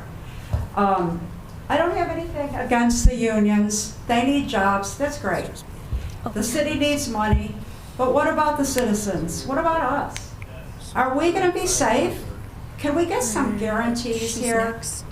Can we have something in writing that we aren't going to be, our electric bills aren't going to go up, that our water bills not going to go up, that this is not going to hurt our health? The constant humming. Can we have guarantees? Can you put it in writing?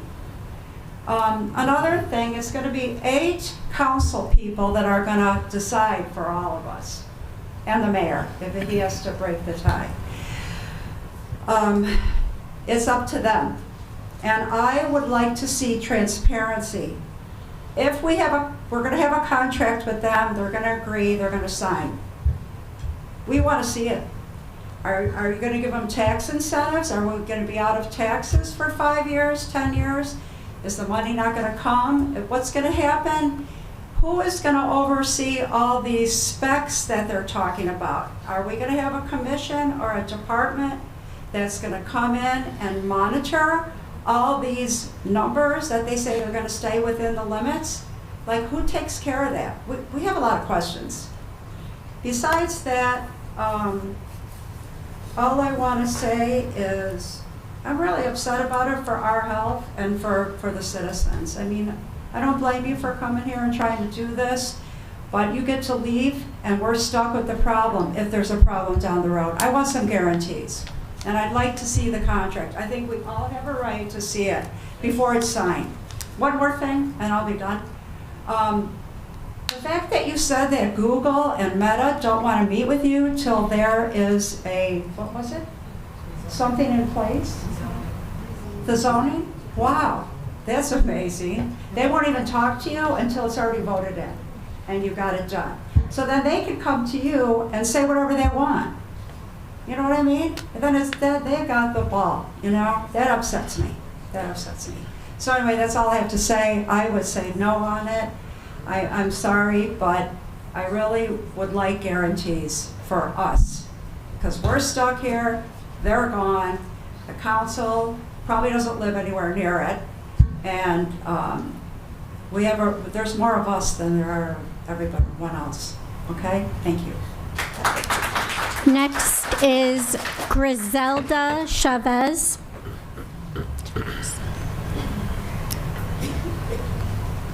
Solemnly swear to tell the truth, the whole truth, and nothing but the truth? I do. State your name, please. Griselda Chavez. Good afternoon, members of the Joliet Plan Commission.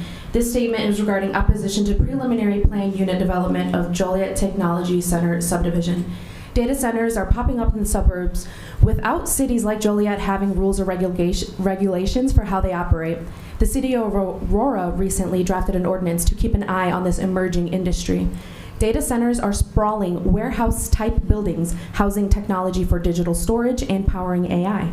The current use for the property proposed for annexation is farmland and residential, and the city cites examples like a typical single-family residential subdivision on the same amount of land using more water than the proposed data center. Put simply, this is missing the point that for the people, it is not just about how much the water system will be impacted, but who is doing the impacting. Comparing a data center to homes in a time when people have stressed time and time again about housing availability, people would without a doubt choose homes. hospitals, and commercial areas to consume any amount of water due to public interest, compared to data centers owned by big tech companies. This particular proposal asks for light industrial zoning, and Hillwood and Powerhouse have told people that this industry is quiet, it won't cause traffic issues because it's technically not a warehouse. And the companies in Aurora told their people the same thing. And in Aurora, which has 5 data centers and more on the way, neighbors have confirmed they can feel and hear power sources from 1,000 feet away. And utility costs are rising, and while the companies claim to pay property tax and provide construction jobs, there are still too many uncertainties for electricity and impacts of emerging AI technology that people are concerned and have too many questions for how it's affecting their daily lives, whether their personal data is being used properly, whether AI should be in Joliet at all, and the fact that AI is driving the increase of the data centers in general. This is also to mention, and we've heard also, how AI has and could potentially replace jobs, especially for warehouse workers, the workers we rely on for the supply chain in this country. And many are dealing with poor working conditions, exploitation here in Illinois, and these workers understand how the logistics model that boomed in Joliet and Will County benefits from more and more people having to rely on these temporary, lack of health benefit and physically demanding jobs because that's all that's available to them at times. Context matters, and for this data center, we need more time to create rules. And considering it is not sustainable, right, for the jobs. We want safe local jobs, and now those same workers from warehouses have to deal with uncertainty for their job security once again because of AI. So we do demand equitable transitions to different workforces in writing from the city of Joliet. We can't solely accept verbal pledges from corporations and institutions to rely on legislation or just their word.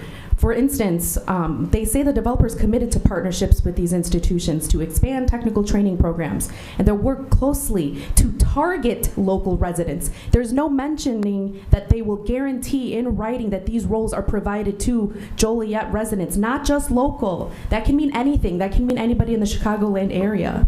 So the solution here is for the Joliet Plan Commission and the Joliet City Council to mirror Aurora's actions, place a moratorium on data centers until critical steps have been taken to ensure big tech pays their fair share so that working families do not have to foot the bill with skyrocketing electricity rates. With strong standards and accountability across energy efficiency and community benefits, using this moratorium or voting no is an opportunity to implement a Joliet ordinance around data centers. And it's a type of bold action that families and the workers in Joliet deserve. With rapid attempts for annexation, re-permitting, and proposals, Hillwood and the City of Joliet demonstrated processes that provided insufficient access to public participation and did not include information available in multiple languages, provided inequitable access to information about this data center because people who didn't have internet or access to news subscriptions could not see this. So for these reasons, I call on the Joliet Plan Commission to recommend a city of moratorium and to vote no on this annexation. Do not be threatened by Hillwood's ultimatums. And please think fairly and have an impartial decision for all parties. Thank you. Next is Kurt Byler.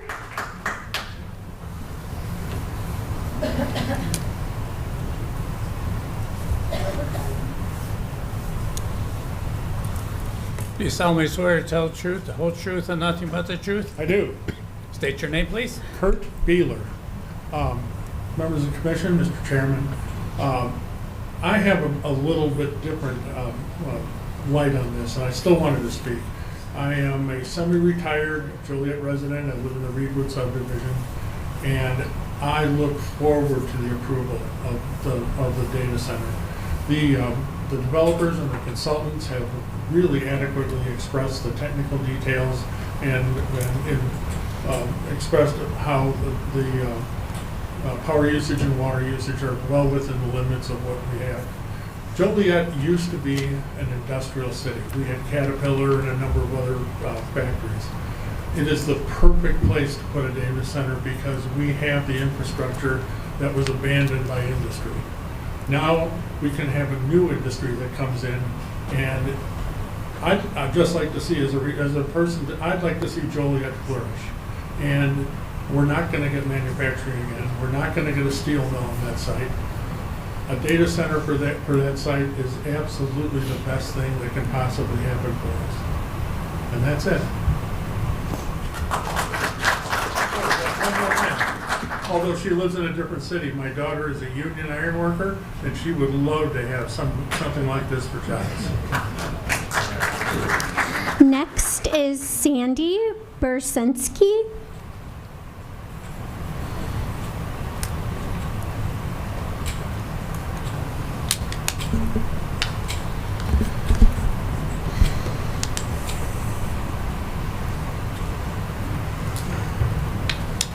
You solemnly swear to tell the truth, the whole truth, and nothing but the truth? I will. I always do, so help me God. State your name, please. I am here today representing Citizens Against Ruining the Environment, CARE. We've been in Will County now for going on 31 years. And the biggest thing, as so many people here have voiced their opinion, CARE is, of course, absolutely against this data center. So many people have eloquently told you many of the reasons why, so a lot of my comments will cut. But there's one comment that I have to say, and CARE has been working for years concerning this, and it's water. As most of you are aware, the Illinois State Water Survey concerning Joliet's water supply have determined that the current deep aquifer supply is unsustainable past 2030, even with conservation efforts. The gentleman who got up there and said the data center will not strain the aquifer. The aquifer is already being strained. The biggest part for me is, what I would like to ask this committee here is, how much water are you using now, today? And I know you guys are in, I believe it's with 5 other communities to tap into Lake Michigan water. I went to the open house at Joliet Junior College too. And I asked a gentleman there, where are you getting the water? And he told me from the water main. And I said, what water main? And he said, well, Joliet. Here's the thing, and plus, he also said Lake Michigan water. What I would like to know is how much water, because my research is showing that in 2030, Joliet is set to receive 55.3 million gallons of treated Lake Michigan water per day through an agreement with the city. The other communities also are signed up on this, which is Shanahan, Crest Hill, Romeoville, Shorewood, and Minooka. You want to bring this big, the largest data center here in Joliet, also Minooka is looking at bringing one. How much of that money are you guys, Joliet, going to receive? I think the biggest thing you have to look at, I don't think even with Lake Michigan water, you're going to be able to take care of this. A gentleman within the application, or within one of your people, stated that the city is comfortable that the planned water use will not strain the local system. Based on what? What are you basing this on? You've already got a situation where the aquifer is, you're not going to have water beyond 2030, so you have to do something. And now, because you're getting Lake Michigan water, throw out the red flags, let everybody come in, take the water. What about the residents? What happens if that goes dry? What are you people going to do? I mean, as far as I'm concerned, what you have to do is look at everything that's laid out, and you have to look at accountability and oversight. Everything they're promised, who's going to be looking over all of this? When somebody's up in the middle of the night and they're worried about the noise, you have to be there, and you have to have all this laid out, just like the one lady had said. Everything signed and sealed. And I'll tell you, water is the most water in the future, and even now, it's the most valuable resource. And even though you're getting Lake Michigan water, don't just throw it away. Throw it away on something like this. There's too many questions, there's too many uncertainties, and I know I only got 21 more seconds. The other thing I want to ask, how many variances are you giving these people? You mentioned variances, and there sounded like a lot. I couldn't keep track of all the variances you're giving. Are you just opening your zoning code to allow these people to just come in? Again, CARE's been around in Will County for going on 31 years and absolutely opposes this. Thank you. Next is Portia Galsos.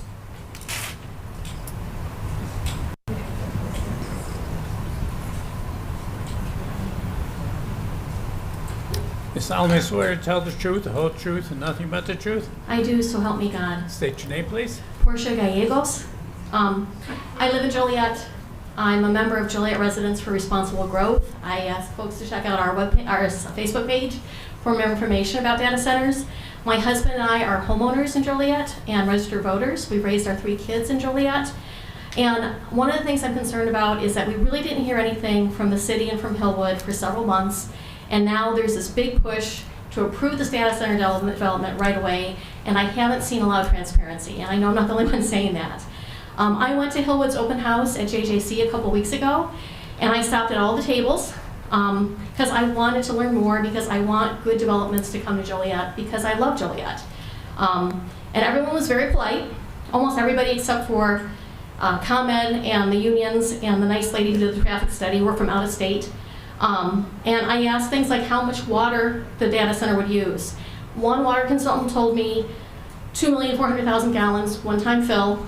Double checked with him, he told other people that too. Another water consultant told other people I knew that it would be 87,999,984 gallons a year, which is a really different number.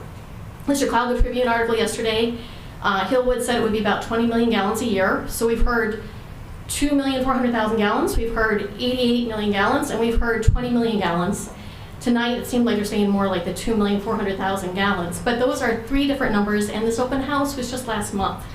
I asked where the water would go, how would they dispose of it, because there's issues with PFAS and with toxic chemicals being in the water when they discharge it. And just tonight, we heard that it would be going back into being treated into our sanitary sewers. I heard a lot of information today for the first time, and that's not enough time for everybody to make a good decision about this. And I want to say everything at the open house was like that. I talked to one of the noise consultants, and I asked how many generators would be needed for each building. And he said he didn't know. It depended on the plan. I asked him for a range, and he said he couldn't give it to me because it depends on the plans. And I told him when my customer asked me for a range, I can give my customer a range. I also asked the Hillwood representatives for information about what are best-in-class data centers, right? Because if they're going to come here, they should have a best-in-class data center. And they said that they would post that information and that they would text me with it. I gave them my phone number, and I haven't received anything. And the other thing is, I'm a little concerned about Powerhouse, because I went on their webpage, and what I can see is that they completed 1 data center in Virginia that they sold in 2024. This whole thing about they keep with it forever, the one that they've completed, they sold to Cyrus One, I believe, which is the company that's having problems in Aurora with noise complaints. They have a lot of projects that they're working on, or they're working on permitting, including one in Reno, but they have only done 1 data center. And they started as a company in 2021. This is their biggest project that they have on the books, 1.8 gigawatts. And 1.8 gigawatts, by the way, that's enough to power the city of Orlando, Florida, 2 times. It's adding 2 cities of Orlando to our power grid. That's a lot. I'm concerned about noise pollution. I'm concerned about air pollution. I'm concerned about how people's sleep and mental health is affected by these data centers. And a lot of the studies that you would expect for a huge project like this, 24 buildings on 800 acres, have not been done. There's no public health assessment. There's no soil study. Yorkville had its developer do a water study paid for by the developer and conducted by an independent company. Here we have the City of Joliet staff saying this is okay, and I think our staff is good, but there's no independent water study. Along with that, we have the issue of Jackson Creek, which Jackson Creek and the adjacent lands are protected waterways of the United States, and that wetland area has been unassessed at this time. So there's a lot of questions that still haven't been answered. When you get married, you have a prenup. Right now, the prenup's not good enough. I'm asking you to please table this until we have a better prenup, better information, and get a better deal. Get a better deal for Joliet. Table it until we can get a better deal and a better community benefits agreement. And thank you very much. Next is Liz Reiner.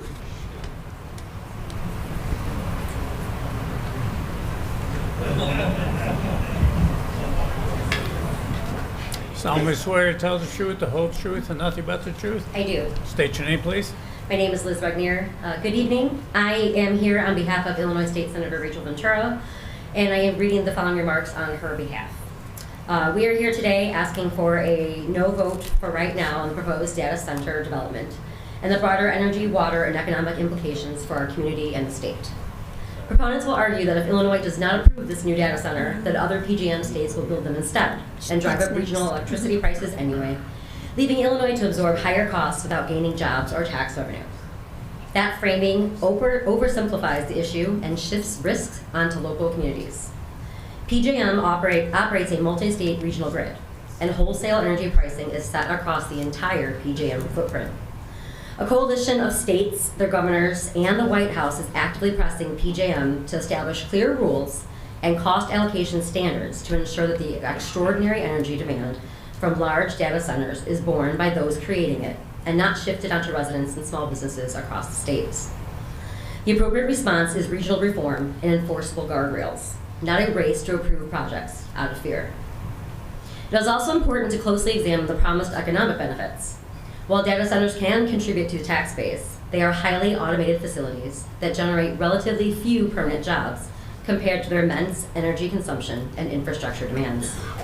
They often require major transmission upgrades with long-term grid commitments that can expose ratepayers to higher costs if protections are not in place. Without strong state-level standards, local governments may assume long-term infrastructure and financial risk, while private operators capture the majority of the benefit. As you've already heard, the water impact cannot be ignored. Joliet has one of the worst groundwater situations in the entire country. With the Joliet aquifer already running dry, approving facilities that could withdraw up to 55 million gallons of water places additional strain on a resource that hundreds of thousands of people depend on. At a time, municipalities are working diligently to secure sustainable water solutions, allowing the largest proposed data center in Illinois to be built here would be irresponsible and could compromise long-term water security for residents and businesses across our region.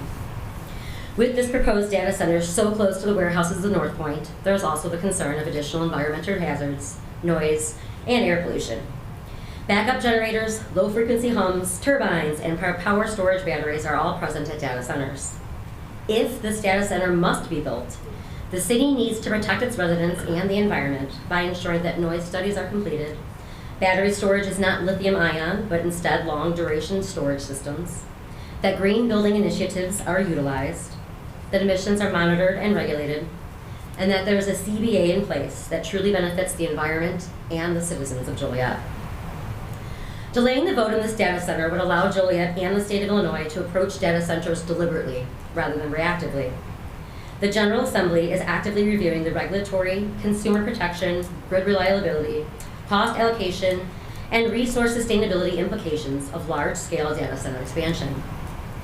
We respectfully urge the city to consider waiting until the state legislature has had the opportunity to establish clear guardrails for this industry.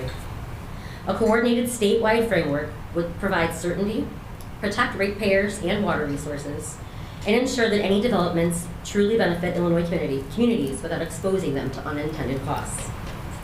Thoughtful planning now will prevent costly consequences later. We respectfully urge you to vote no and wait until a statewide framework is established. Thank you for your time. Next is Thomas Becker.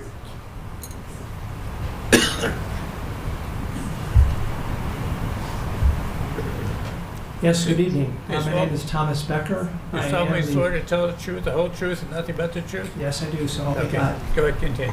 Sorry. Yes, my name is Thomas Becker. I'm the chairman of the Watershed Committee.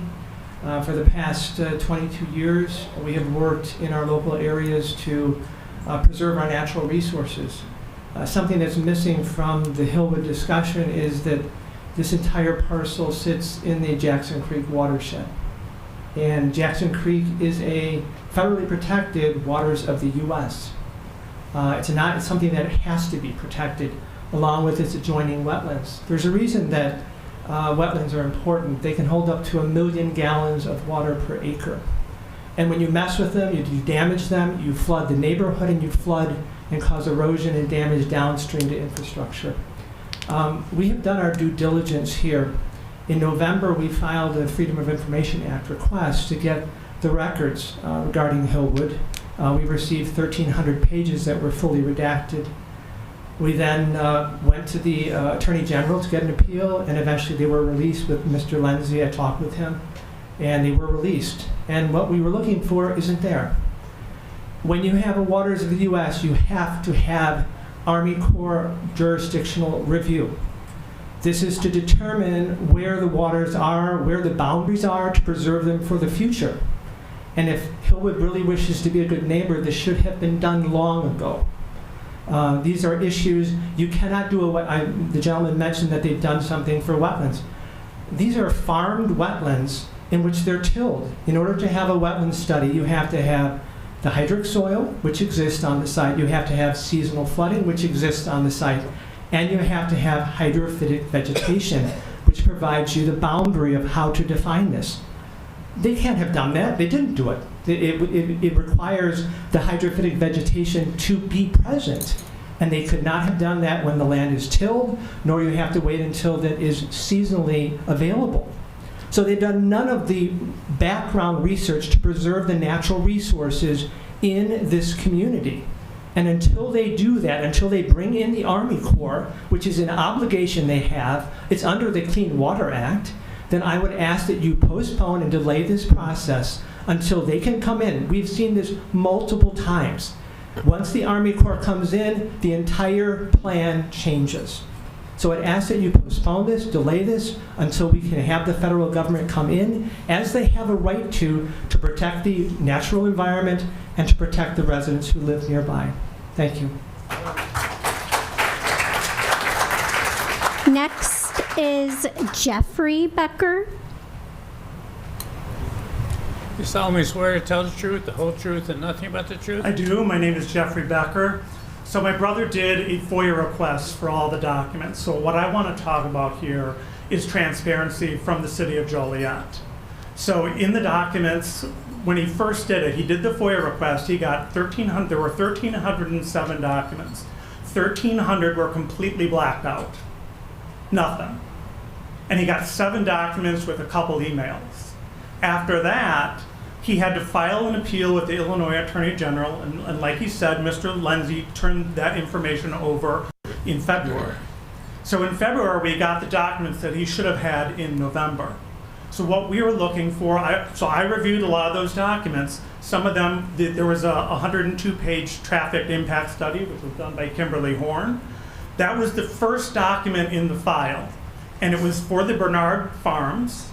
And here is a document that, this is the first document. How is the first document in the Joliet City file a traffic study for an 800-acre parcel? What happened? Where is anything else from the city of Joliet? There was absolutely nothing. So I began looking at the documents, and one of the residents here at an earlier meeting said, hey, wait a minute, Jane Bernard is the director of city planning for Joliet. And Bernard family, is that her family? What's going on? So this is from the Patch article. It was January 23rd, 2026. The city is aware that Joliet City Planner Jane Bernard's family owns farmland included among the properties under consideration for the Joliet Center Dad Park project. Jane brought this matter to the city's attention immediately upon learning that these properties were being considered and has not been involved in conversations regarding the project. So I looked, was that actually true?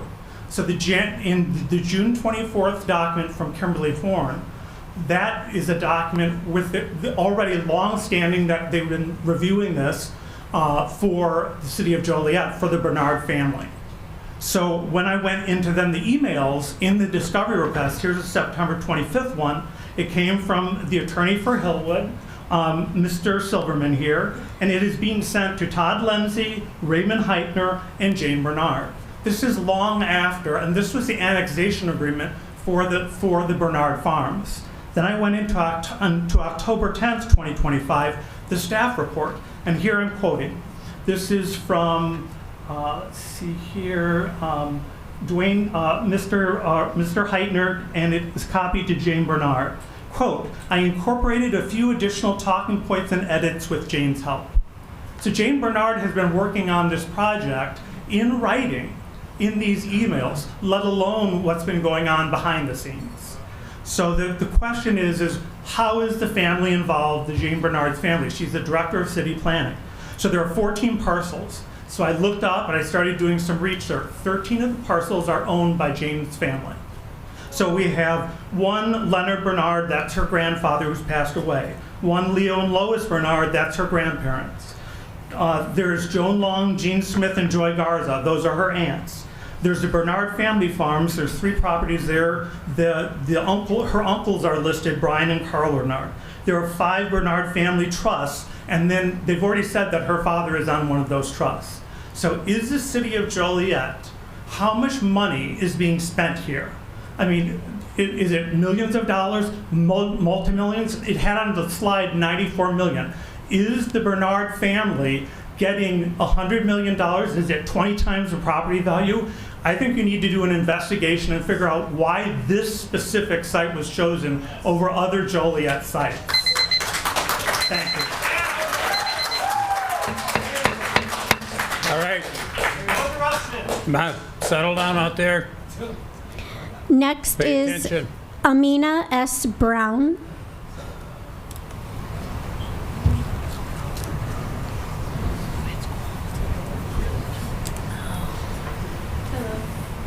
You solemnly swear to tell the truth, the whole truth, and nothing but the truth? Yes.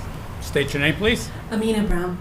As of June, Politico states that gas-powered super turbines used for AI emit around 2,000 tons of nitrous oxide in a year from a single power plant. But long-term, said by Dr. Kulkantratorn, a neurologist of Bangkok Hospital, it can cause prolonged exposure can lead to tingling in limbs, difficulty in balancing, altered cognitive functions, severe cases of brain damage, and death. Tell me, City of Joliet, how will you focus on guiding the city through its current financial crisis and return it to sound economic footing? As per your website, when your workers are bedridden from a gas choking on toxins when people open their windows. The people have expressed their concerns of water, but I'll add. Clean drinking water should be given to the people, not to line the pockets of an industry that only contributes to the decay of the mind. As of February 2025, the EWG states that Joliet and Illinois as a whole has 114 known contaminants in their water. Manganese, arsenic, and radium just are a few. And Joliet has had 412 administrative violations of their water. How can we trust you to filter out the water properly when you can't even do it now, when these guys dump their waste into our water? But why would you bother? If your masters of industry can liquidate consequences of money and false promises, then what's to stop you? Is Joliet more attractive to small businesses, as per your website, when you and your ilk roll out a carpet for these moguls? I need to remind this council, as of October of 2025, the UN officially states the Earth is entering a state of water bankruptcy in tandem by AI. Water given to help a tool of humanity, but not humanity itself. Water that we cannot live without for a matter of days, but is given to these people. This will be our reality if these industries are unchecked and unchallenged, if left to this council's decision. Do you seriously believe that these companies will obey these restrictions when the same false promises were made to the residents of Granbury, Texas and Memphis, Tennessee? Ask them. I can only ask now, City of Joliet, have you even included the aftermath in your budget? Will healthcare be made accessible to families who are choking on smog polluted by your greed? Terry Darcy, our mayor, ever known for his philanthropy, will he pay out of pocket for insurance, medications, cancer treatments? Will he pay for that? Do you have an answer? And to the blue-collar workers laughing in the back, my great-grandpa Bud Mallory was born of sharecroppers in Beckley, West Virginia, and he worked his whole life, day in and day out, as a coal miner and died of black lung before he could even meet his grandchildren. That was my mother and her 4 siblings. Do you think, honest to God, that these people right here, do you think that they would spare you from the incompetency of industry as they spared my family. Thank you. Next is Tina McGrath.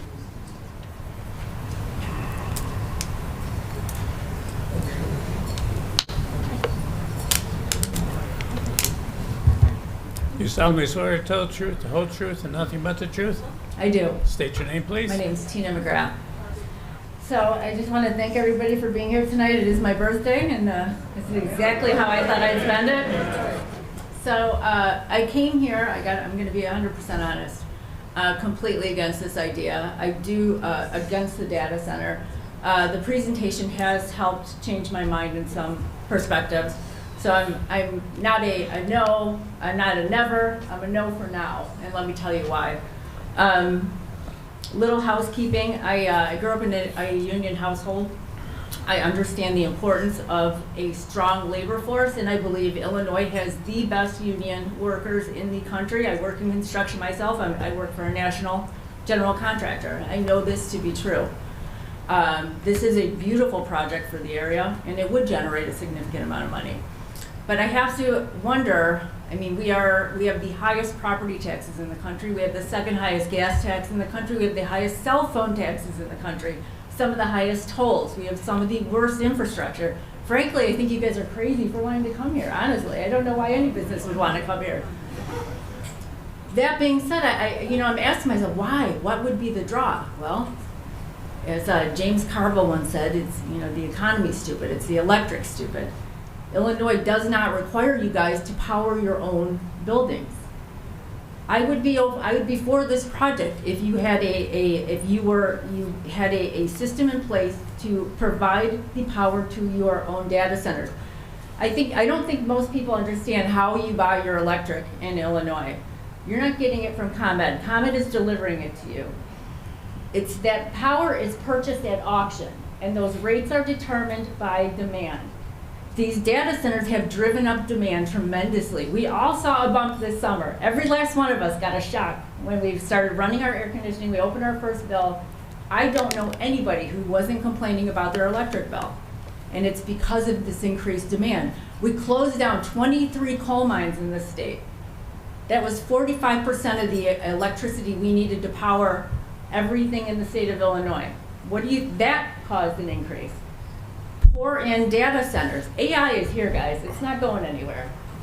If this, as somebody stated before, it doesn't matter if they build it here or in Indiana or in Ohio. We're going to be impacted by the rates. We have got to ask. I'm going to ask Joliet. Has there been any conversations about asking these fine folks to provide their own power, not buy it from the same place we're buying it from? That's a totally different thing. Provide your own power. Other states are starting to do that. And I think you would have more people on board, and union guys, that'd be more work for you. Build little mini reactors and let them power their own buildings. Or shrink the scale of the project, something. The folks who live nearby, their voices deserve to be heard. Nobody bought a home thinking, man, I hope a 24-building data center is built right over there one day. I can't wait to look out my window and see that. Nobody did that. We all purchased homes for a specific reason, and it was not to be surrounded by concrete buildings and buzzing and humming. So please consider, I'm not a no. I think it's a great project. I think the city needs it, frankly. But there needs to be some concessions and some tweaks to the project. I think we can do better. And I don't have a problem. I'm a free market capitalist. It's not often I find myself on the same side of an issue with Rachel Ventura, and here I am. So please, I'm just going to ask, maybe we go back to the drawing board and we work this out. But right now, I'm a no. Thank you. Next is Jennifer Guest.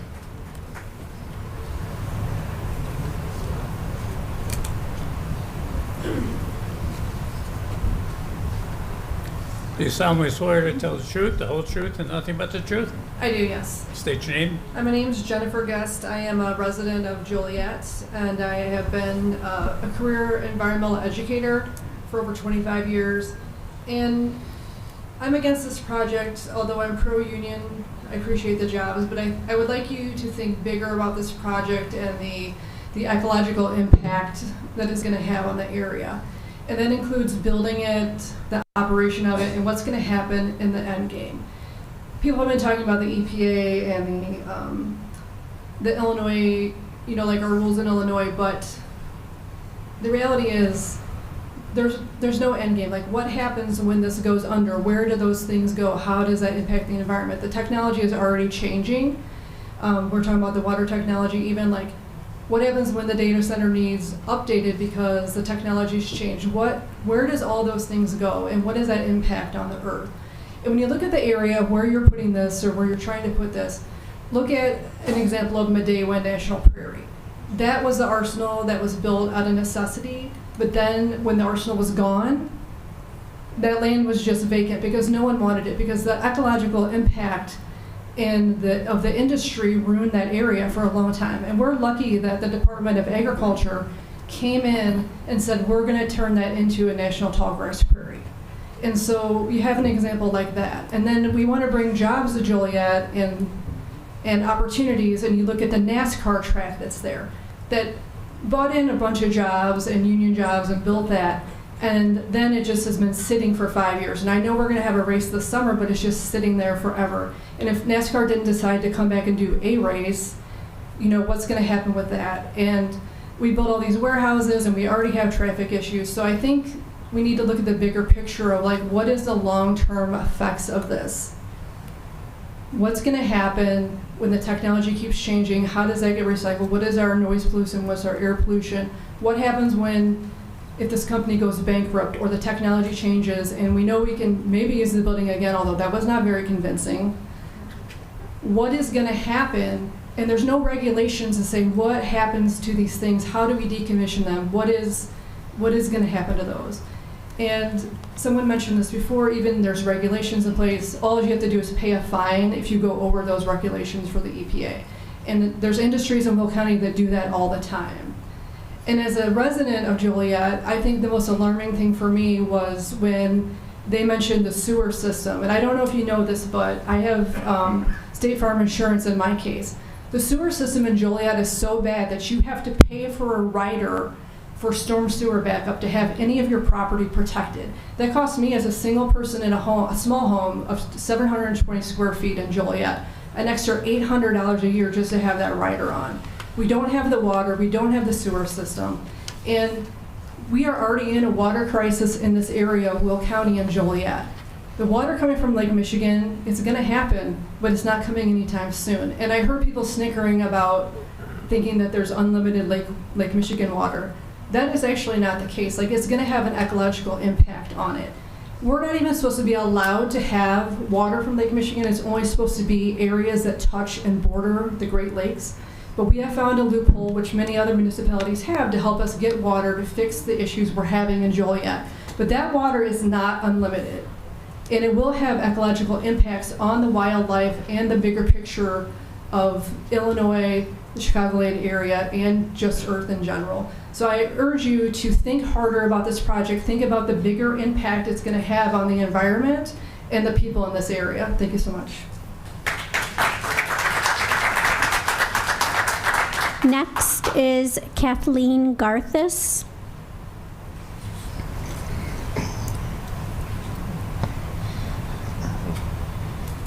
Good evening. It's been a long wait, but one of my questions also being here this long, are we going to get parking tickets being here so long? Kathleen? Are they going to, if we do get parking tickets, are you guys going to pay our parking tickets for us? Because we've been here long enough. Oh, I'm sorry. Sorry. I'm so used to city council. You solemnly swear to tell the truth, the whole truth, and nothing but the truth? I do. Okay. I do. Like I said, about the State your name, parking too. tickets. My name is Kathleen Garthis. I am here speaking because I have heard through the years, I'm a walking example of lies and stuff being done to the cities and everything, when industry comes in and they lie. I have been to more times being at city council meetings debating on all these lies that, like with Centerpoint Intermodal, when they came. Their noise, their air pollution, all this stuff that they promised, and all what happened is everybody's got more frustrated and everything, and everybody's paying higher costs and everything. Noise kills. You know, when Centerpoint somehow used Joliet to let them sneak in on Mars Candy Warehouse up the road from my mom's house, that noise, when that place opened, immediately affected us, and we could not sleep. And it led to my mom's health problems. My mom, you know, she was told she needs to get sleep, but she couldn't get sleep. And she ended up having a stroke because of lack of sleep, and ended up bringing her heart gave out and died. Which is why I emphasize that we can't stress enough about the dangers of noises and how it lacks our, deprives us of our sleep. Same with the air pollution. I have my boss, when Union Pacific opened their intermodal, built their intermodal right across the street from my boss's house. My boss had emphysema. His emphysema turned to COPD because all the diesel exhaust coming over. We couldn't have our window open, which I lived at my boss's house with him. We couldn't even have the windows open anymore because the diesel exhaust coming right into the house. And we couldn't even work outside because we'd be passing out. I passed out one time just walking from the house to the pump house, and luckily a neighbor saw me pass out on the lawn and came to my rescue. So it's all this pollution, that the higher utility costs, everybody keeps saying they ain't gonna go up. Well, they have gone up. And ComEd's excuses, we gotta upgrade our system, so we gotta increase your rate because we gotta update our systems for the extra utilities being used. And the higher property taxes. Centerpoint, promised us that our property taxes wouldn't go up, but Will County, the tax assessors have ways of getting around that. Well, they say, because some billion-dollar company came in and bought land next to your house and paid millions for it. Your property now you're getting taxed more on your property taxes because that that company came in and paid millions for the land right next to your house. So your property taxes go up because of it. And that's the little games that you all don't understand. We all do end up paying higher property taxes. Yet our quality of life went way down because now we got a noisy warehouse next to our house. We couldn't enjoy ourselves anymore, yet we're stuck paying higher property taxes. It's like a double-edged sword. Like Laraway School is another example. What happened to Laraway School? Where's it at now? Is it still on Laraway Road? No. It had to move because of the effects of the truck traffic from the warehouses, which is what I get at. I call EPA, I call Joliet Police about these things, about the noises, about the traffic, and how my mom's road was even made a super 4-lane highway for the warehouses for Centerpoint. We called Joliet Police about it. We called Joliet. I've been in more city council meetings debating all this stuff. What did they say to me? Oh, well, too bad. We ain't gonna accept that, and we shouldn't have to accept it anymore. We are here. We need to be able to live our lives and be a part of the American dream. It's taxation without representation. Next is Stephen J. Commence. Do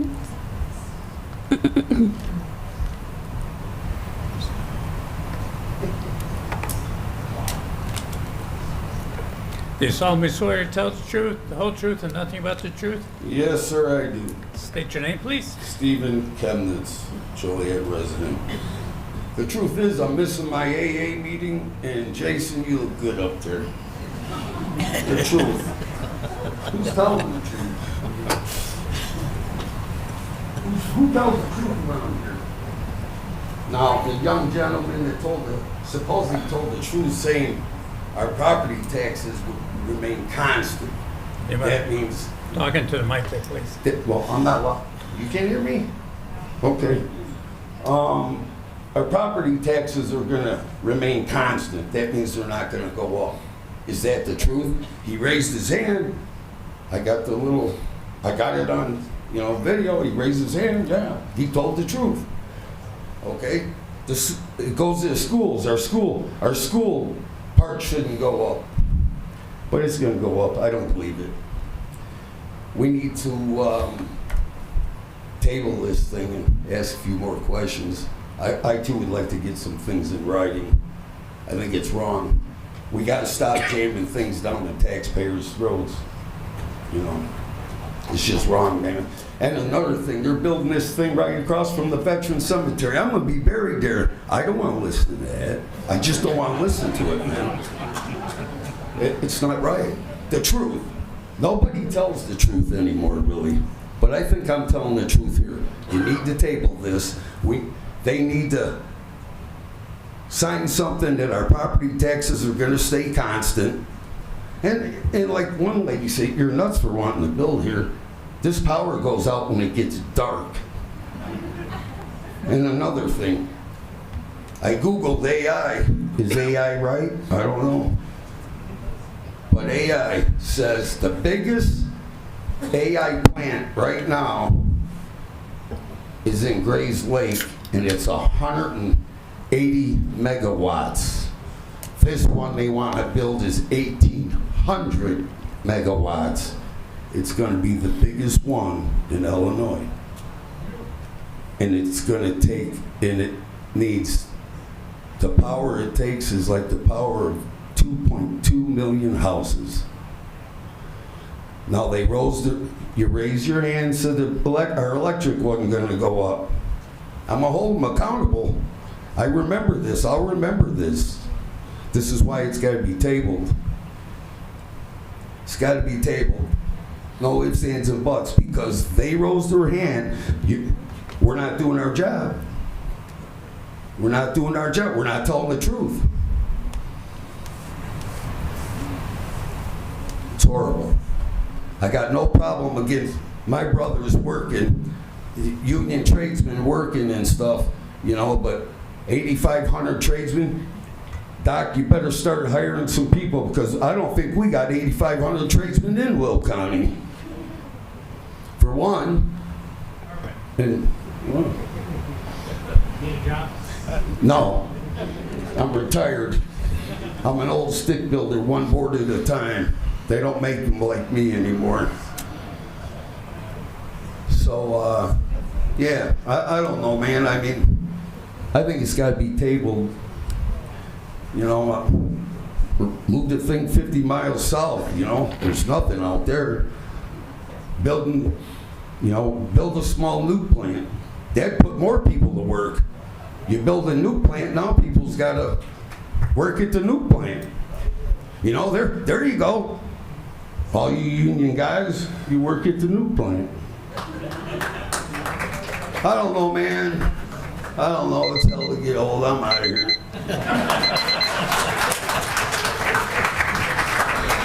Next, we have Jeremy Brzezinski.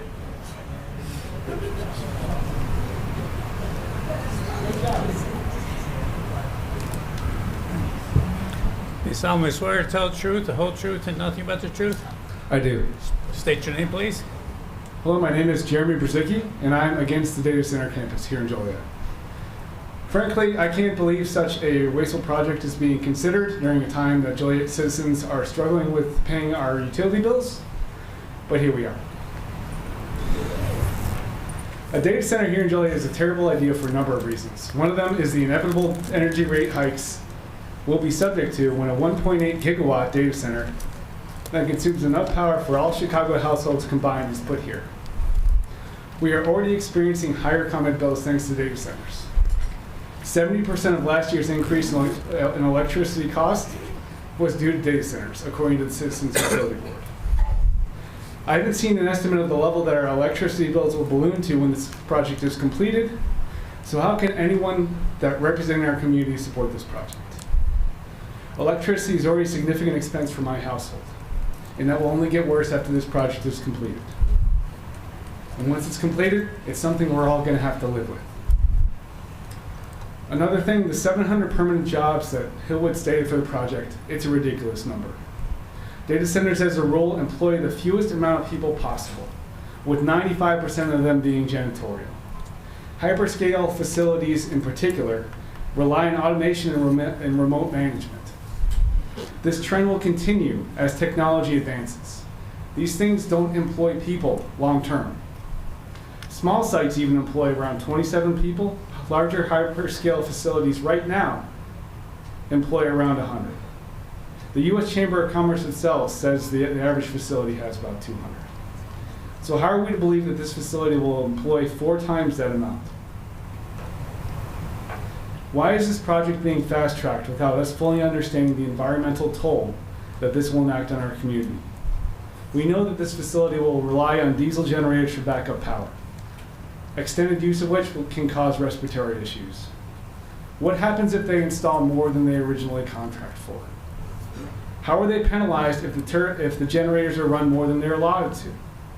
In Memphis, XAI installed 35 unpermitted gas turbine generators, which contributes right now to health issues among local residents. What's to stop them from doing that here?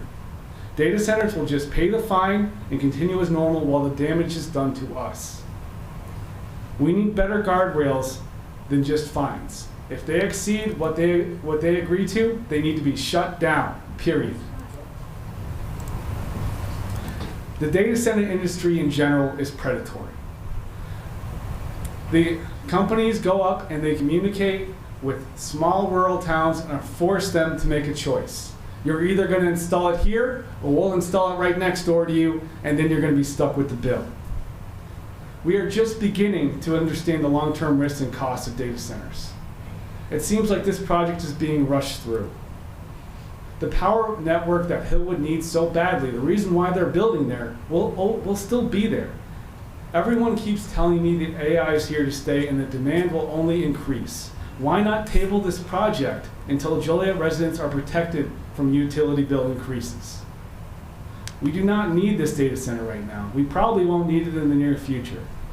I encourage you to vote no until we can better plan this out, until we can have guardrails to protect ourselves, and that we can actually realize the economic benefits that are being promised to us. Thank you. Next is Teresa Mullen.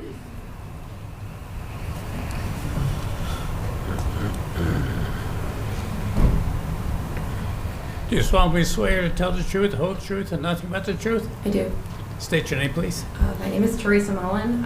Thank you for allowing us the time to speak today. It's been a lengthy one, I know that, and I've also never spoken at a public hearing before, so a little shaky and I'm starving, as we all probably are. I prepared a script to allow for efficiency and cohesiveness, but the genuinely well-structured presentation proposed more questions.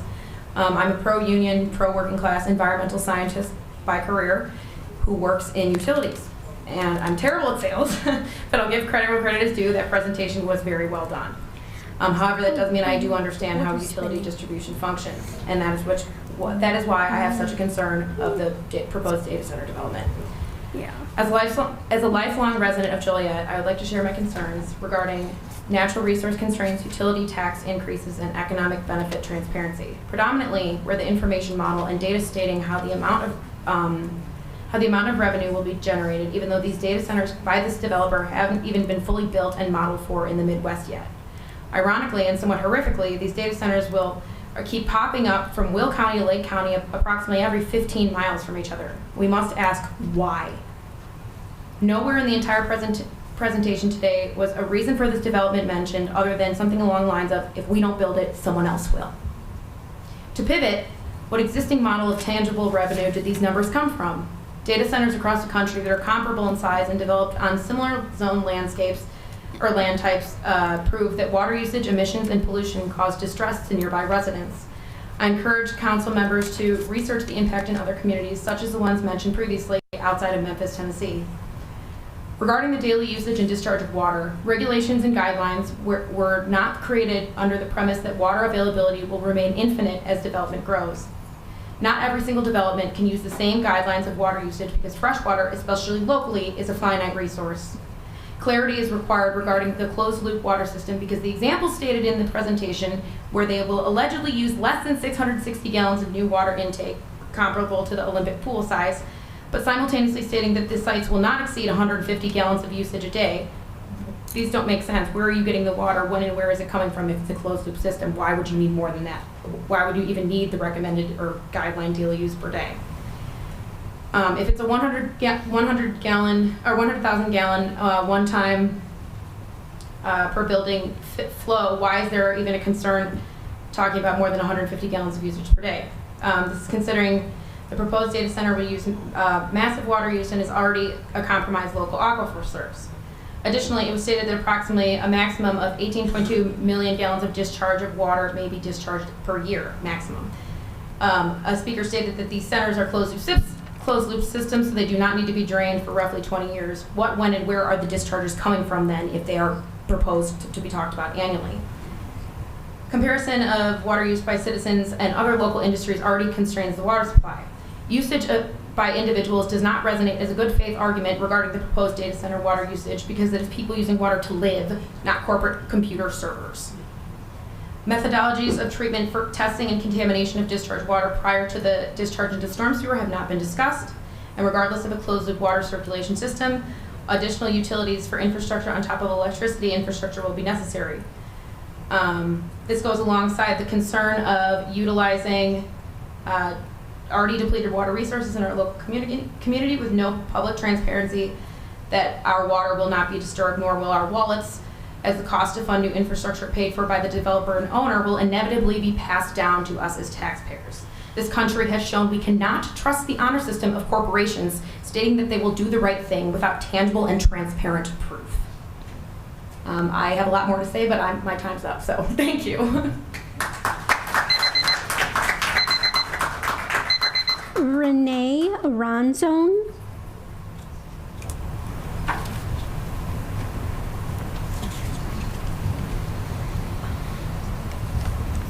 Do you solemnly swear to tell the truth, the whole truth, nothing but the truth? Yes, State your name, please. I'm Renee Ranzone, and I'm here to implore you to vote not yet. Centerpoint, I can't believe I'm about to put them on a pedestal, but Centerpoint worked with the City of Joliet to establish ordinances. Why is Hillwood an exception? Yeah, they established the Cedar Creek, Sugar Creek, Jackson Creek, and Jackson Branch watershed protection area, like somebody else mentioned. And I would like, am I able to Q&A, and does that count against my time? Yes. It does count against my time? Okay, then I'll save those for the end. But basically, there is a wetland designation in the Lot 1 western edge, and I would like an answer on that at the end. But because of that wetland designation, it would be in violation of this ordinance for them to not account for preservation plans for a natural vegetation strip. So that's a reason for you to vote not yet right now. Let me reorganize myself here. The section 47-15E, the landscape ordinances, where is the formal exemption for that? Because there's a whole bunch of ordinances and sections that they are not accounting for, like the screening of refuse disposal areas, the information about all of the plant material. They promise us native plant species, but I don't see anything about what native plant species that would be, and that would be in violation of this ordinance. And so you should not be able to vote yes, because the language specifically says no preliminary plat, preliminary planned unit development plan, building permit, conditional use permit, special use permit, or variation of use shall be issued or approved unless the applicant submits a landscape plan to the city manager which meets the requirements of this section. So there's also the tree preservation plan that should be included in the landscape plan. I saw that there is a tree survey, but they have not made any reasonable effort made to retain the trees identified in the tree survey. I saw that there's an exemption for the tree preservation plan for Lot 3, but there are no mentions of Lots 1 and 2. I'm also concerned about the Millsdale Road extension. It crosses into the historic landmark property of the cemetery there, and I heard that there was permission given by the Preservation Commission, but which commission was that? Is Tim still here? Okay. I don't think so. Well, I would like the City of Joliet to provide that evidence, or the developer to provide that evidence of that permission, because that's a historic landmark. I would also like the information about what and where was the determination by the city manager for the floodplain status of the site, because April 2nd, 2025, we got like an inch of rain within 24 hours, and I was living south of Rowell Road, and I drove along this development site, to get my child to our beloved Wiggle Worms program at the library, and everything was so obscenely flooded. It was not represented in the 100-year floodplain like map. I looked at the FEMA maps. It was flooded far beyond that, so I would implore that that be revisited by the development. Okay, and then talking about industrial design, you know what, no, skip that. Centerpoint promised 15,000 jobs when they came through. Does anybody know off the top of their head how many jobs actualized? Because it was about half of that. And so I want everybody who wants union jobs, I want everybody to have a job, right? But the actualization is going to be far less. There's no guarantee of full build out. I want ordinances about the sound. I want generator runtime emissions. I want water use efficiency. I want restrictions about what they do with our municipal water. I want ordinances that we will not be home to the uses of insidious AI technology. I want designations that protect the migratory bird route, because these large glass walls will be bird strike city. So please, please vote not yet. There's too many questions. We need ordinances. Thank you. Next, Marjorie McNichols.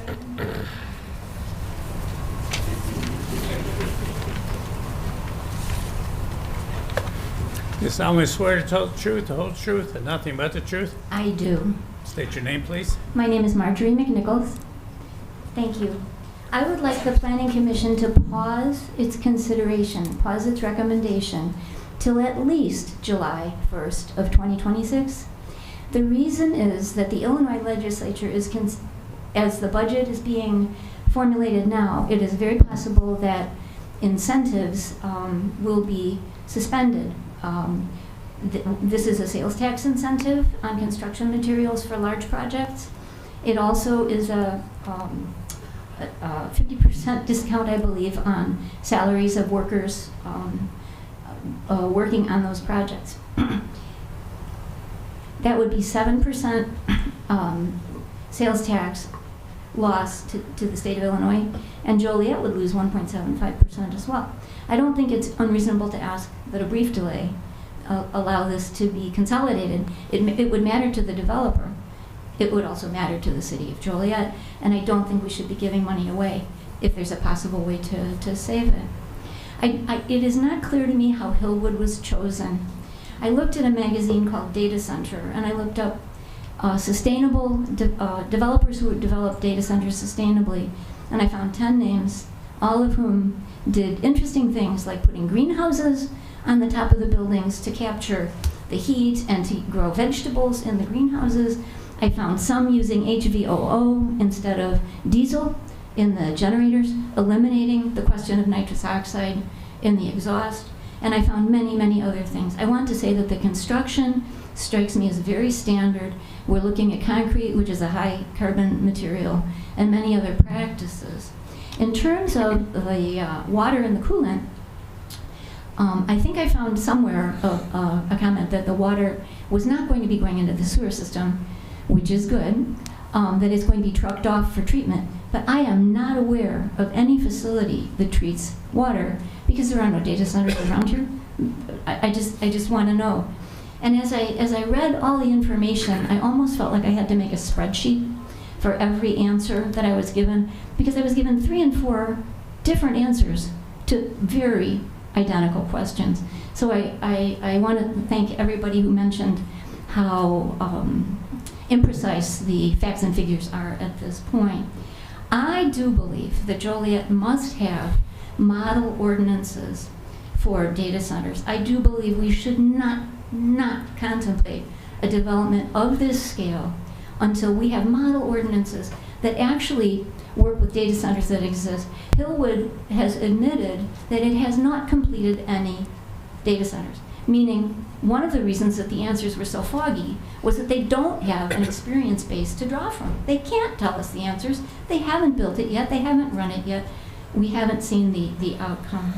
So I truly am curious how Hillwood came to be selected over any other developer with greater credibility. If anything, please, considering the environmental damage that all the warehouses do to the Joliet area, as well as the less than lovely visuals, I would say that the Planning Commission owes us a development that's extremely green. I think we should balance. Now, I am a union member myself, and I support my union brothers in their quest for meaningful work. But what I know is you can build anything. You can build something bad, you can build something wonderful. And I submit that Joliet really deserves the best. All right, let's see, some smaller considerations. Let's see here. Okay, would Hillwood chip in for the 30-mile pipeline to get the Lake Michigan water? Oops, all right. I thank you all. I thank you all so much. Next is Cassidy Brown.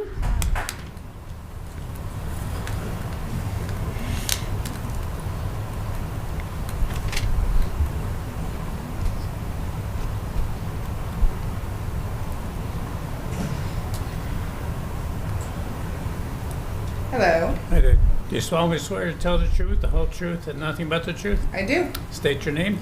My name is Cassidy Brown. I am a Joliet resident. I have lived in and around the Joliet area for most of my life.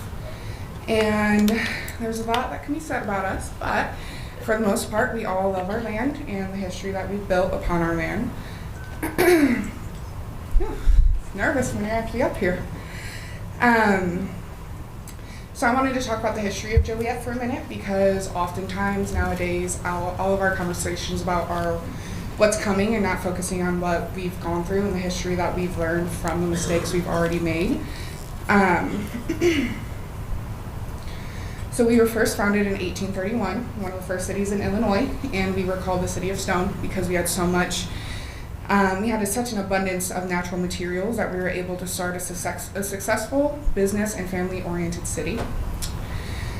On top of the land and the opportunities it provided, we also have beautiful, large bodies of water that made transporting our goods and establishing our city possible. Now, the resources that gave us that beginning are at risk of permanent destruction. Joliet politics have never been perfect, but I would like to have faith that the people who run our government would never sit by and let our resources get stolen while our utility costs rise, all while damaging our water, air quality, and health in the name of property taxes and promises of jobs that we'll never see here in our community. We've seen time and time again from a lot of the people here have already mentioned how many data centers have already been built, and we have very solid on-the-ground proof that once the job is complete, there's very little jobs left. Yeah, we'll have short periods of time for people in the unions here to work, but after that, it's mostly just janitors. And like I said, that's something we know from actual data centers that have been built already.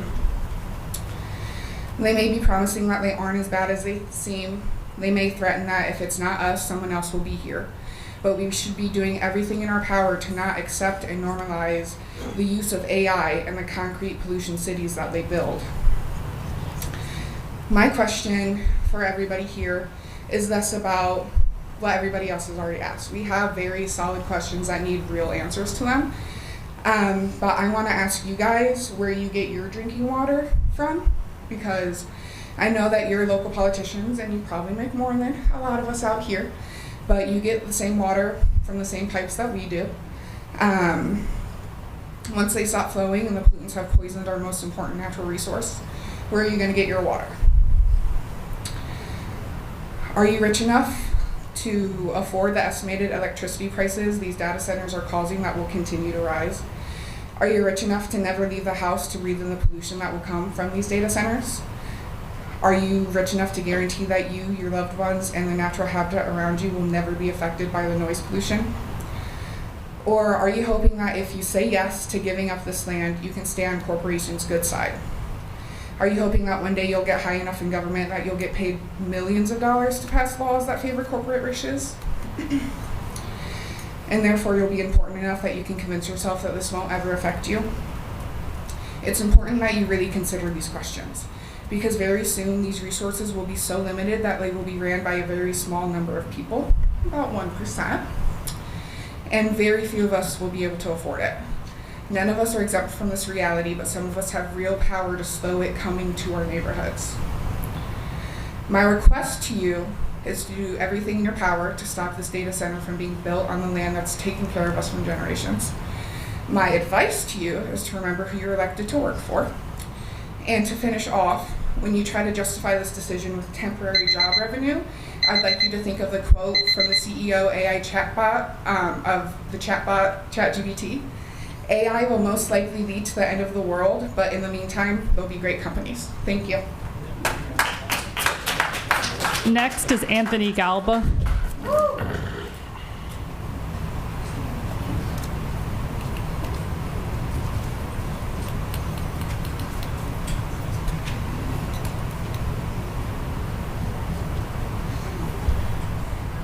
Do you solemnly swear to tell the truth, the whole truth, and nothing but the truth? Yes. State your name, please. My name is Anthony Gallo. I'm speaking against the AI data center being built here in Joliet because the men in these suits to my right don't live in these areas and they don't care about what happens to the constituents that live here. And I feel like each and every one of you understand that. They have no stake in the claim other than financial and will face no negative consequences, at least not immediately, at least not until their children develop cancer. I'm a bus driver and I'm an artist, and I teach kids music, and I'm seeing the effects of AI on children currently. It's making our kids stupid. It's making our kids genuinely dumb. Besides the obvious pollution and the gluttonous use of water and the corruption bound to take place once they don't actually pay for all the power they'll inevitably use, plus the risk of building in a place by a literal aquifer that's going dry, as we've now heard all night long, it'll continue to rot the brains of our children just through its basic use. The use of OpenAI and ChatGPT and other forms of AI will continue not only through social media, but now through the proximity of pollution to rot the brains of our young people. And to the doctors and the teachers in the room who are for the development of this AI, of all of these different AI systems, you are doing yourself and everything that you represent a disservice, allowing your students to use these kind of things that don't allow children to critically think or to create. We will witness in our lifetime, especially in mine, because the people next to me, they're older. A lot of them won't live to see the ramifications that I will as a young person. We will witness the death of critical thinking. We will witness the death of creativity. And that will lead to a generation of mindless, bootlicking dopamine addicts who will continue in many ways to spout the same nonsense that the gentleman to my right will. Not to mention everyone else who will be affected in many ways we so often forget because of eugenics and really broad and, now very nationally spread white supremacy, are people who are disabled. Are people, you're laughing and it's fucking hilarious. Go fuck yourself. Watch your language. Not to mention are people who have autoimmune diseases and the cancers that will absolutely be exacerbated by the amount of air and noise pollution these data centers will cause. With OpenAI selling out to the Pentagon, who will utilize AI in autonomous killing weapons and surveillance, I will never feel comfortable with a data center right here in the backyard. There may be 12,000 data centers here nationally or globally, but that doesn't mean we should have a 12,001st.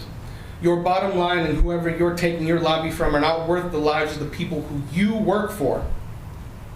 You have an obligation as representatives of the Joliet areas to represent us, not your shareholders or whatever nonsense jobs this will create, because inevitably these union guys will find work. It's not sustainable work. They will be there for a year and then they will leave, and then we as the constituents will have to deal with whatever comes from this. So just remember who you represent and please vote no on this. Next is Mary Simeone.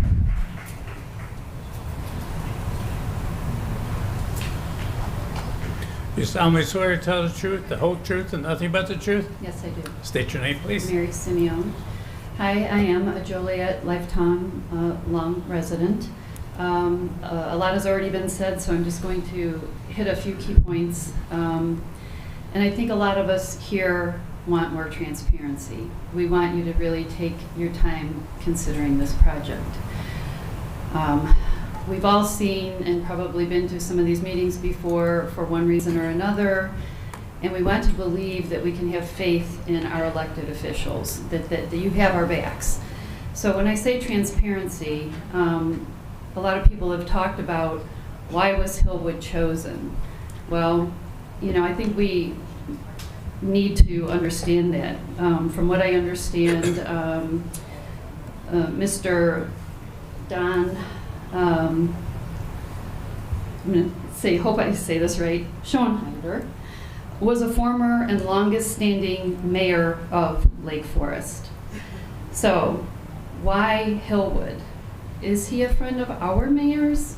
Would he like one of these data centers in Lake Forest? I think the only data center in Lake Forest is Granger, and that's been there a long time, and it is specifically for Granger, and it is not a massive data center like this. Furthermore, talking about tax incentives for us, this is really going to be a tax incentive for them. Right now, moving through the House is House Bill 2789, the new Illinois House Bill, which is described as awful for Illinoisans. It is a tax freeze for 20 years for developers of mega projects, which data centers fall into. So while we will pay higher taxes and higher utility bills, they will have a 20-year tax freeze on the base going in, not later. I don't think that's fair to us because we will live with the consequences. I think that we need to have more transparency for the developer identity of Powerhouse, because what we can see is they only have a handful of these data centers that are over 1 gigawatt, and I believe that one of them is in Texas. It's not even possible to see if the other 4 are operational yet. They're also new that it's really hard to know what are the downsides of this and what do the people have to say about having those in their backyards. I'm sure it's not pleasant. I don't think there's a lot of people out there that are saying, woohoo, we have a data center and it has really done us well. Again, they're going to have temporary jobs, and I want to see everyone have a job, but they will be temporary, and then we will be left with 800 acres of concrete and a few people to man it because they're all automated. Furthermore, as far as transparency goes, I'd like to also touch on the land that is owned by our city manager's family. I think this needs to be further discussed and disclosed because there was some pretty disturbing information that came forth tonight, and that is just not acceptable.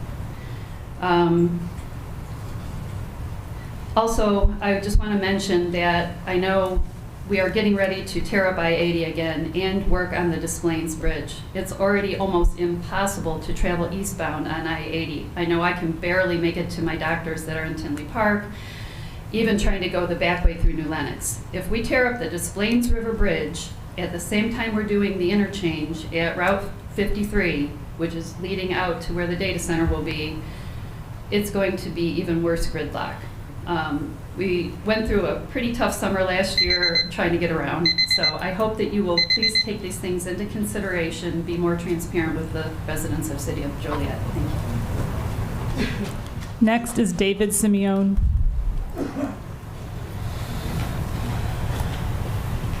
You solemnly swear to tell the truth, the whole truth, and nothing but the truth? I do. State your name.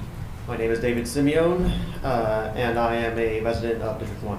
So, good evening, members of the Plan Commission. I'm a lifelong resident of Joliet, and while I may not live within the immediate footprint of this proposed development, I stand before you today on behalf of my relatives who do.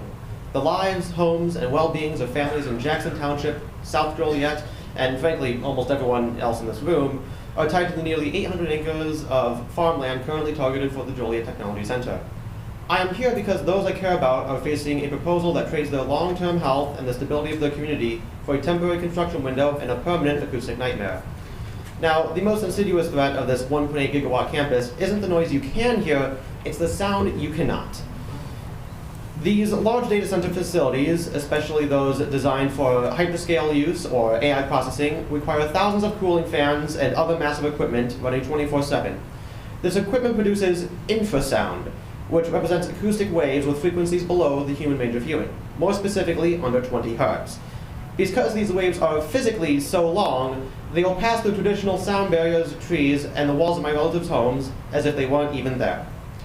Peer-reviewed studies, including the research from the Journal of Clinical Medicine, have shown that exposure to infrasound can interfere with the way the human heart muscle contracts after just 1 hour. And so, symptoms reported by residents near other similar hyperscale developments around the country include chronic sleep deprivation, migraines, and pulsatile sensations that lead to severe panic disorders and even seizures. We have seen this in the data center valley of Northern Virginia and near the Chandler data centers in Arizona, where a persistent low-frequency hum has turned quiet neighborhoods into zones of physical distress. For a rural community that relies on the natural environment, this is a public health crisis waiting to happen. Alarmingly, the project's own acoustics representative, who was at the recent open house hosted at JJC last month, could not fully answer for how they plan to survey and manage these inaudible yet still dangerous infrasound levels. Now, we're told that this project is a big win for jobs, but we must look at the reality. Data centers are among the most capital-intensive but labor-light industries in existence. Data shows that the investment required to create a single permanent data center job is nearly 100 times greater than in almost any other industry. While the developer promises several thousand construction jobs, their own filings suggest that only up to around 700 permanent roles will be created for a campus of 24 buildings. This number is orders of magnitude lower than when compared to jobs created by other large campus operations, such as manufacturing, assembly plants, or universities, research, and healthcare campuses. Furthermore, many of these new positions will not actually be filled by Joliet residents. High-performance data centers typically relocate existing specialized staff from other regions. As for the local workforce of the surrounding area, the long-term benefit is often little more than a handful of security and basic maintenance roles. Now, previously tonight, a vice president from Lewis University spoke here, and I'm not seeking to make a personal attack. However, I am a student of Lewis University myself, and I'm using this in order to point out a trend I've noticed, is that there's a severe lack of representation from the big names that are in support of this movement. As I was never contacted, nor any other student contacted, about Lewis being represented in favor of this movement. So anyway, commission members, the city staff has recommended a yes vote, but they do not have to live with the constant subaudible infrasound. They do not have to explain to their children or grandchildren why they can't sleep because of a vibration in their chest. On behalf of my relatives, the neighbors in Jackson Township, and all other residents of Joliet, I urge you to protect the health of our citizens and reject or at least table this annexation and rezoning until all parties that involved can be fully transparent and long-term impact evaluations can be completed by the state. Thank you for your time. Next is Walter Adamick.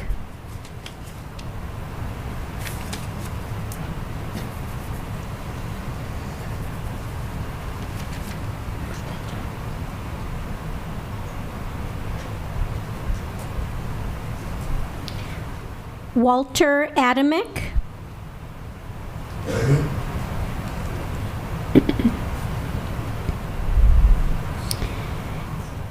Jess Gould.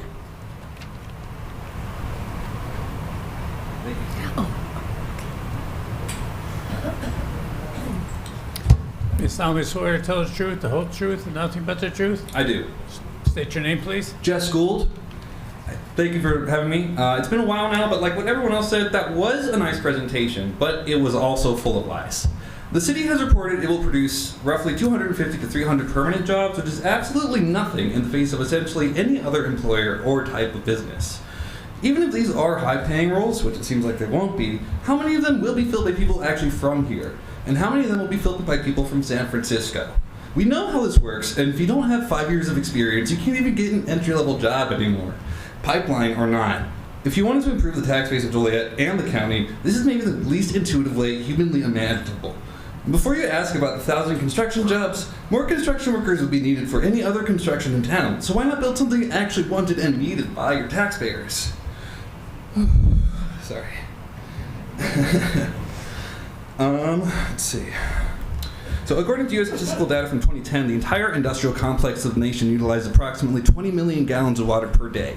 The initial estimates for this project were 5 million a day, but it seems like the number has now dropped to a mere 54 million a year, or perhaps 20, or maybe 87. We're not really seem to be sure. Now, should one complex consume twice, and maybe even 4 times as much water in 1 year that all industry combined in the country consumes in 1 day? It may seem like a relatively small number, but this is not only the only business in Joliet, or in fact, Illinois. Remember, construction will finish on some of the complex by 2028, so all of the water taken out between now and 2030 will come directly from the aquifer. In 2025, Joliet's Director of Community Development, Dustin Anderson, was quoted as saying, "There could be 15 to 20 people working in each building. There will be a heck of a lot less traffic than from North Point or Center Point." Does Dustin not want Joliet community members to have jobs? Why is he so gleeful over this massive and absurd waste of space? Not only space, but irreplaceable silicon for nonsensical AI I put a swear word here, but I'm not going to say it. I think Joliet deserves more than 15 to 20 jobs per 145,000 square foot industrial warehouse. Doug Pryor, president and CEO of the Will County Center for Economic Development, said of data centers, he didn't believe the noise would be distracting. Reporting from all over the world for the last 3 years has shown the exact opposite to be the case. Between loud machine noise, there is also infrasound in the decibel range of a jet engine within 3 miles of data centers. Infrasound is more dangerous than audible waveforms because we cannot perceive it outside of its silent effects on our brain. Infrasound causes myriad health risks and has caused data centers across the country to be shut down or not approved in the first place, saving millions of dollars. In December 2025, the development company responsible for the proposal launched a website that still now erroneously claims 7,000 to 10,000 construction jobs will be created. You, the city, has claimed 1,000 construction jobs will be created. Should we allow a company that lies to our neighbors in order to get approval to build in our city? If they have lied to the common citizen, why do you believe they have told you the truth? Okay, gotta skip some stuff. According to reporting from Joliet Patch in October 2025, quote, Joliet's large-scale data center will be contingent upon some modifications to the Biometric Information Protection Act. Additionally, quote, the sources also pointed out that Hillwood has not identified the companies that would use the site. Given the current political ecosystem and the fact that ICE habitually utilizes this type of construction, would you care to comment on the matter? Let's see.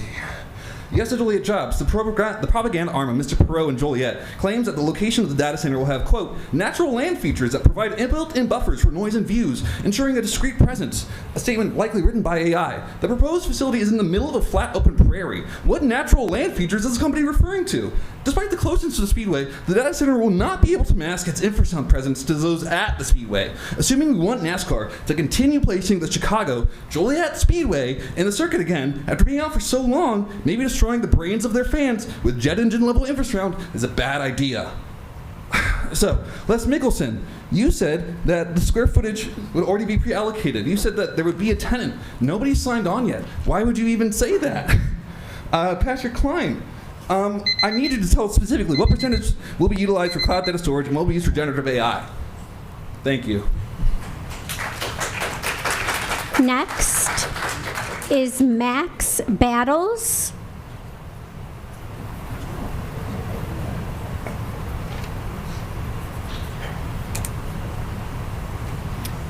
Do you solemnly swear to tell the truth, the whole truth, and nothing but the truth? Yes, sir. State your name, please. Max Battles. I used to live in Joliet. I went to Joliet Junior College. I also used to work there.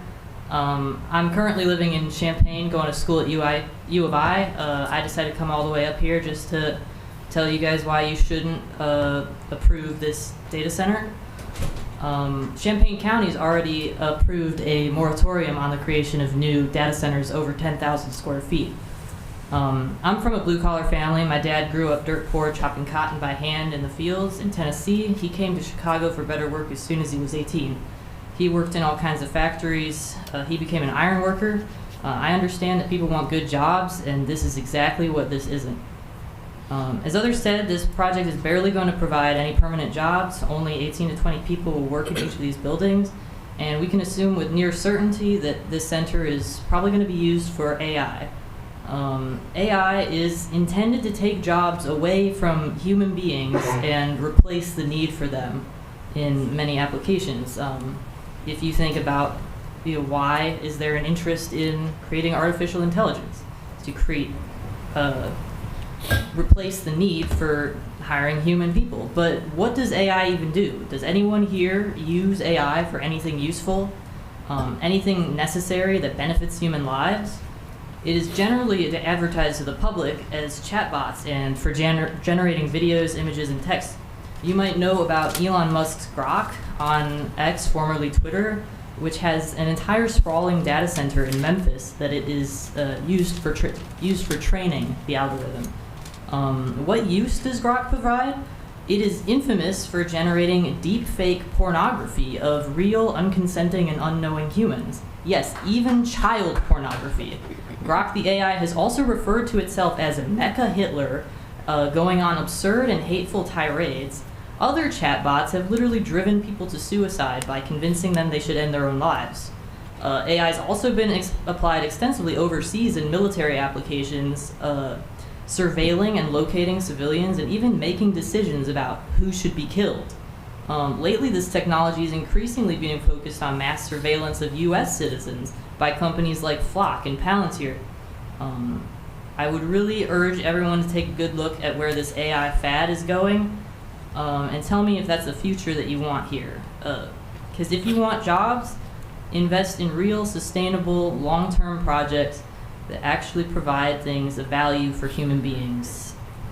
And don't pollute the air, produce infrasound pollution that essentially fries people's brains and causes a myriad of illnesses, and takes up our valuable drinking water and Chicago's drinking water, because we will be on Chicago's water in 2030, and it's not just our water to deal with, but it's Lake Michigan's water. So thank you for hearing me. Next, Christine Enright.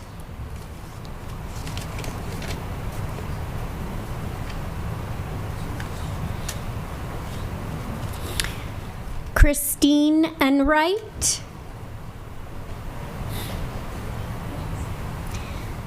Candace Quinnerly.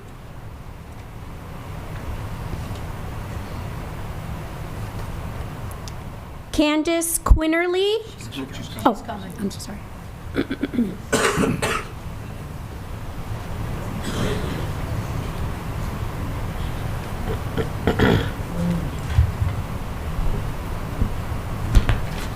Do you solemnly swear to tell the truth, the whole truth, and nothing but the truth? I do. State your name, please. My name is Candace Quinnerly, and I am a lifelong Joliet resident. I would like to state my opposition to the Joliet Technology Center.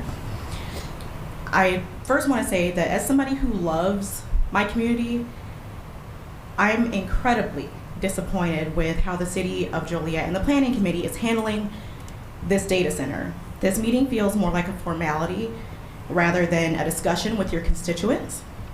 We can see that you all are trying to push this project through with minimal public input. Kind of like when you all signed a 100-year deal for a new water pipeline. Did you guys know it was 100 years? Did you guys get any input in it? The Herald News and the Chicago Tribune would have us believe that this is all but a done deal, with a full council vote scheduled in less than 2 weeks. Every single article about this is behind a paywall, and it reads like an advertorial. Thank goodness that some of us still read the newspaper. All the public information, like the website that has been stood up, is a disingenuous public relations campaign to highlight perceived perks to our community. One of the gentlemen earlier said something along the lines of, if this asset isn't developed here, it'll be developed elsewhere. And I think that's just a crazy thing to say. And I can't believe it's supposed to be a selling point. This data center will not be a net benefit to the overwhelming majority of Joliet and Joliet area residents. It is actually insulting how much this is being oversimplified.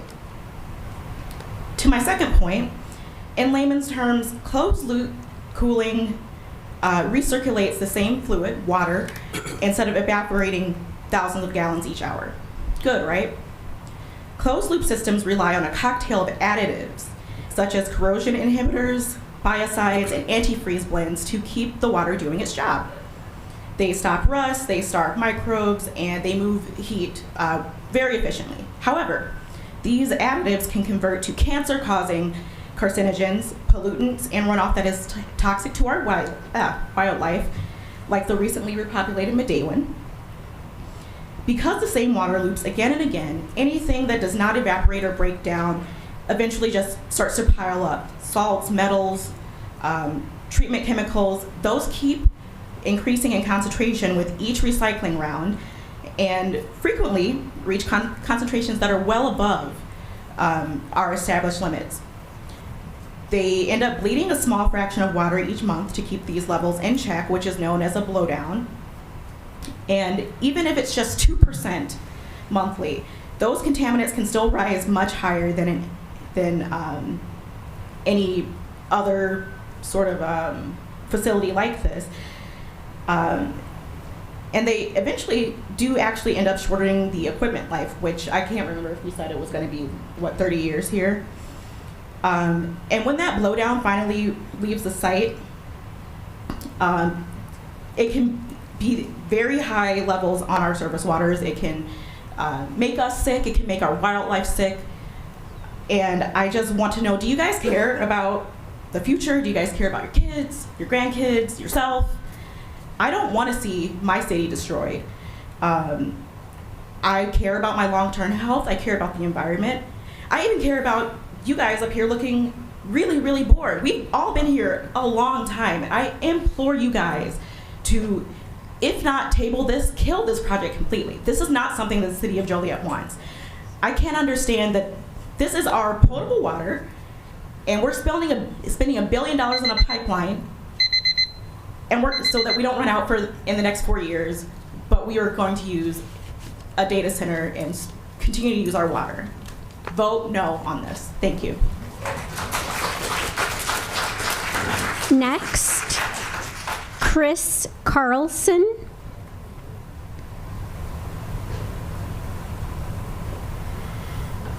Do you solemnly swear to tell the truth, the whole truth, and nothing but the truth? I do. State your name, please. My name is Chris Carlson. I'm a resident of Joliet. I live over by the junior college, fairly close to where this facility is going to be. But I'm an electrical engineer, and my concerns with this project mostly focus on the energy consumption. This is not a sustainable project. I don't mean just this data center, but the whole idea of building data centers wholesale across the country. It just isn't going to work out. The numbers don't add up. We don't have enough power to do it. No matter what the energy purveyors say they're telling you, this is a massive project, and the energy consumed is not to be trifled with. It's the same amount of electricity as the entire residential load from the city of Chicago. The city of Chicago, all the residences, it's huge, and it's foolish to think that much can be drawn from the grid without impacting the cost for everybody else. It's supply and demand. There's going to be a huge increase in demand, and there's virtually no increase in supply available for 10 years or so because it takes so long to build new power plants. There hasn't been a new nuclear plant in decades. I worry about the sustainability and mostly the cost impact for my neighbors here in Joliet. I think that we're going to see massive prices increase, and there won't be much you can do about it. It's a new energy crisis, and we're manufacturing the crisis ourselves by allowing these data centers to be built for what's a perceived need in the future. Well, who knows? Maybe they're right. I'm on the fence about whether AI is good or bad. It remains to be seen, but it's like so many other questions about this project that remain unanswered. I have concerns about the water consumption. I think that their idea for a closed-loop cooling system is fabulous, but I also think that it's probably not going to last because it degrades the profitability of the facility. It takes more energy to run, and it dissipates less heat for that amount of energy. If they convert to all AI compared to cloud storage, there's going to be a much bigger demand on electricity and a much bigger demand on cooling. And I suspect that they won't keep up the closed loop system, and they'll go to the evaporative cooling just to maximize profit. And they'll pay the penalties that go along with that. And I don't think that that's an unreasonable assumption based on what making profit is all about. I also have concerns about the watershed issue that was brought up by another speaker. I think it would be a terrible travesty if the watershed issue destroyed or damaged the Medewan Prairie. And I'm worried about, well, noise. I think that infrasound that they're talking about, the low frequency sound, it doesn't get measured by ordinary sound meters that give you the data that people present on these. Sound level meters roll off at low frequencies, and they don't include 50, 60 hertz noise. It's weighted down, and it doesn't get counted nearly as high as audio frequencies that are normally like spoken words. I think that infrasound penetrates a lot, and it won't be easy to mitigate. And I think it probably has a lot of impact that we don't really realize yet. It could be a potential big health concern down the road. We just don't know because this data center stuff is new, and the noise that they produce is really kind of unproven. I think that if the planned projects for data centers continue, Joliet is going to be the big fish in the pond because this is a whopper of a data facility. It's going to be huge, and I hate to see the possibility of the negative consequences outweighing the big carrot that they're holding in front of us with tax incentives, the revenue that it can bring into the city. I think it's going to be a tough decision on the part of the council here to do the right thing because there are so many unanswered questions. Thank you for your time. Next, James Scarpelli.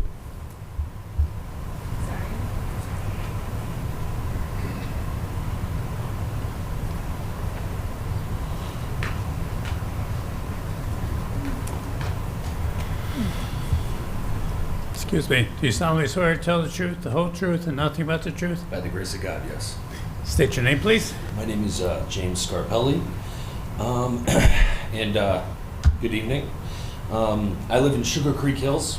It's only about 3 miles away from the proposed data center. I work as a network operations L2 analyst and a junior systems engineer, so I kind of have a good idea of how data centers operate. You know, I understand the data center infrastructure power demands and cooling systems pretty well. Let's see, conspiracy theories and made up data aside. The information that is on Joliet.com looks solid. It looks really good on paper. $310 million coming in for taxes. That whole 20 years of tax exemption is off the table because Pritzker paused that. It all looks good, but the biggest problem I think that we're going to have here is we need actual enforceable infrastructure here. We need you guys, we need real oversight, okay? Everything sounds good. Everything can continue to sound good, but we need accountability, all right? I really think that this would be a net positive for Joliet. It needs it. There's nothing here. We have a raceway that barely gets used, you know? You know how many companies are going to want to connect to that fiber? A lot. And a lot of people say, oh, it's going to be a big AI. Portions might be sectional parts of AI. Others are going to be cloud. There's going to be a lot of things going there. And we need cloud. Our infrastructure keeps growing. We need it. It's just the future. Bottom line. So yeah, that's really all I got. I say yes. I urge you to say yes, just with a very strong enforceable oversight. Thank you. Next, Louis Jaime.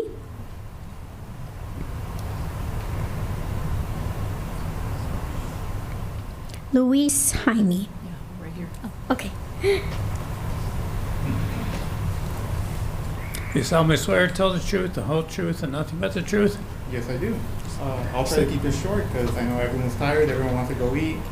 Last guy said a Whopper. I kind of want a Whopper right now, so let's get going. Just to keep everything short, like I said, I'm opposed to the data center, and I believe, speaking to you, the Planning Commission, I understand where you're coming from, where you want to find jobs, you want to make sure Joliet is always on top of what we're doing. We want to attract people, we want to keep people employed. There's dignity in work. We want people to work. However, I don't believe this is the way to go. And in the end, I believe it is a lack of creativity in coming up with new ways of creating jobs here in the area. Because right now, because of this, we have people who also work to pay their bills, to pay mortgages, to pay everything, going against union members who do the exact same thing. And at the end of it, we're all neighbors. We all live here in Joliet, we're in the surrounding area. We are gonna be here, they are not. We are gonna live with the consequences, they are not. So, I urge you guys to say no to this and to remember that right now, it's the corporations versus us, the working people. And that united we bargain, divided we beg, and right now, they have us begging for jobs, not finding new ways to have jobs. That's all. Next, Guillermo Rodriguez.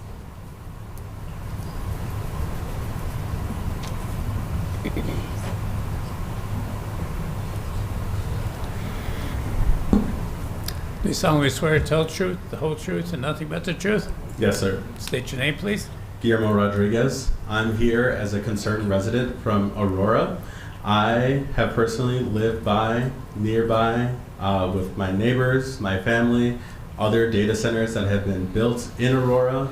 As others have already stated, the Cyrus 1 data center that is there has been emitting low frequency decibels that has made it impossible for the people that live nearby to live there, to the point that Cyrus 1 have personally gone to those residents and given them money so they can live in a hotel until something can be done about it, that to the point that Aurora has put a moratorium on that data center.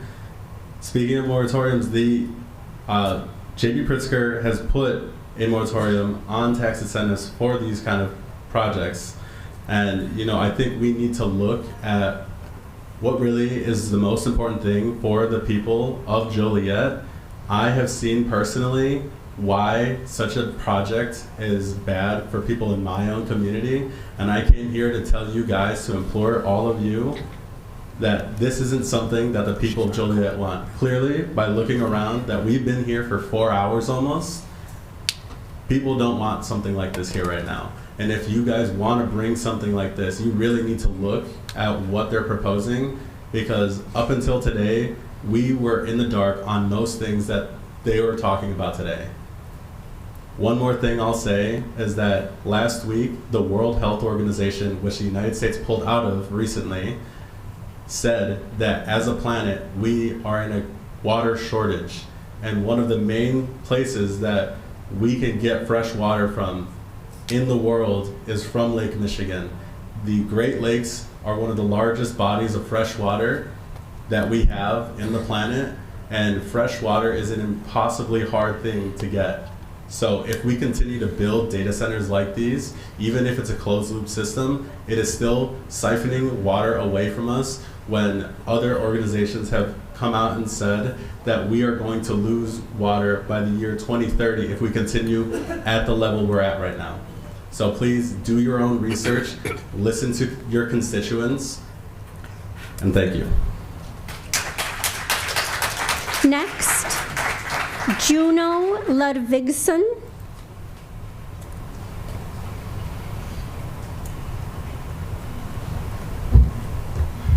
Do you solemnly swear to tell the truth, the whole truth, and nothing but the truth? Absolutely. State your name, please. My name is Juno Ludvigsen. I come from a union family of 40 years. I am a union member of 5, and I am coming to this meeting as a concerned neighbor to say that this is an unacceptable proposal. OpenAI has been bleeding money, projected to lose up to $14 billion this year alone. Why are we, and with the 2-year moratorium, that was mentioned previously, why are we putting investments into this at all? Especially when we could be investing money into our schools, into our roads. OpenAI alone has to make over $200 billion in revenue in order to stay afloat by 2030. And what happens if they can't do that and we have this structure that we cannot take down, as previously said? And especially when the people here couldn't even name where we get our water from in Joliet.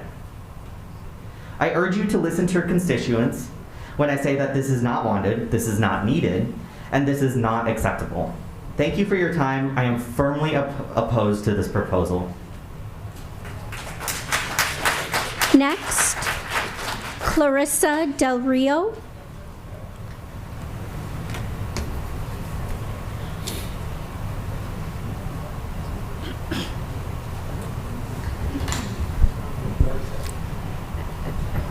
Do you solemnly swear to tell the truth, the whole truth, and nothing but the truth? I do. State your name, please. My name is Clarissa Del Rio.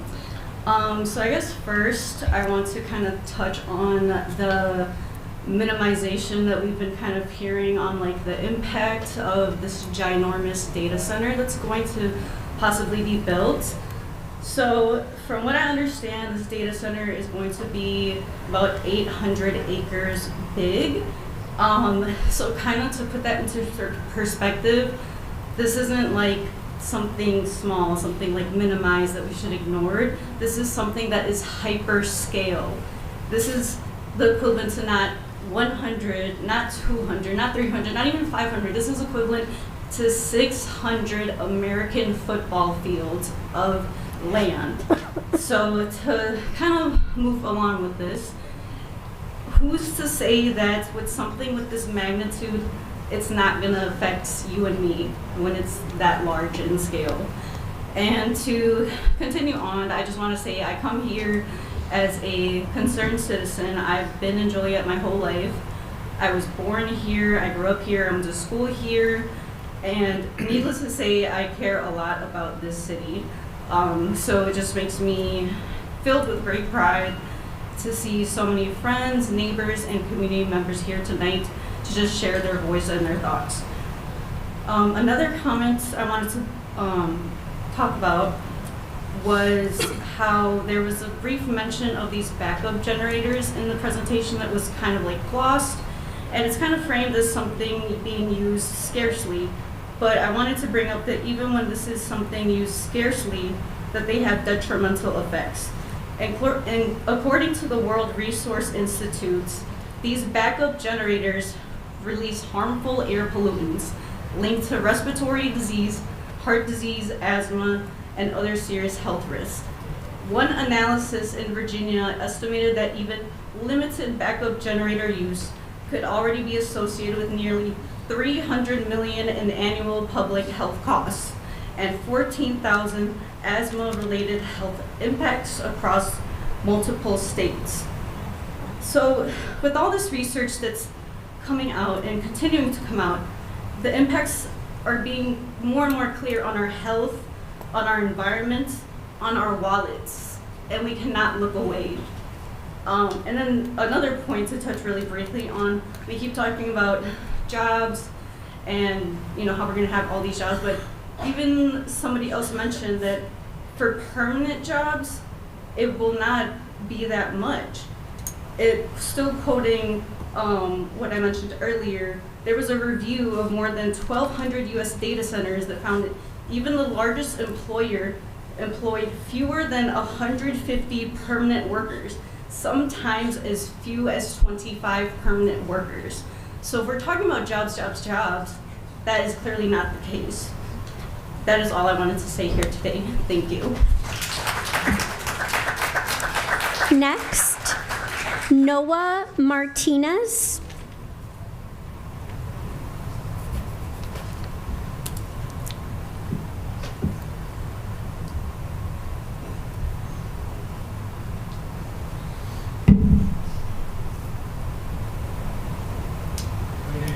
Noah, you solemnly swear to tell the truth, the whole truth, and nothing but the truth? Yes, I do. State your name, please. My name is Noah Martinez. Good afternoon, Plan Commission. I'm here in the shared interest of the residents of Joliet and in opposition to the annexation agreement and the planned unit development for this Joliet Technology Center. Rezoning this undeveloped farmland to L1 light industrial runs completely contrary to the residential and agricultural character of Joliet. Is the Plan Commission really looking to annex the land for a 1.8 gigawatt, 795 acre data center in the backyard of one of the most densely populated cities in Illinois? There's nothing close to that exists in the state, let alone anywhere in southern Joliet, which makes this proposed rezoning entirely improper.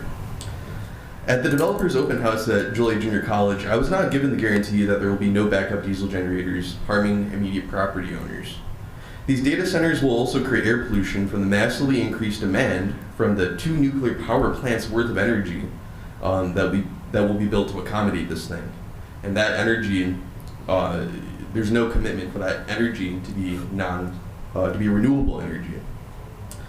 The city staff report from October claims that the developer said that the project will not exceed 65 decibels at the property line, which study shows more than enough to cause cognitive impairment when operating 24/7, to say nothing of the dangerous frequency of the sound produced.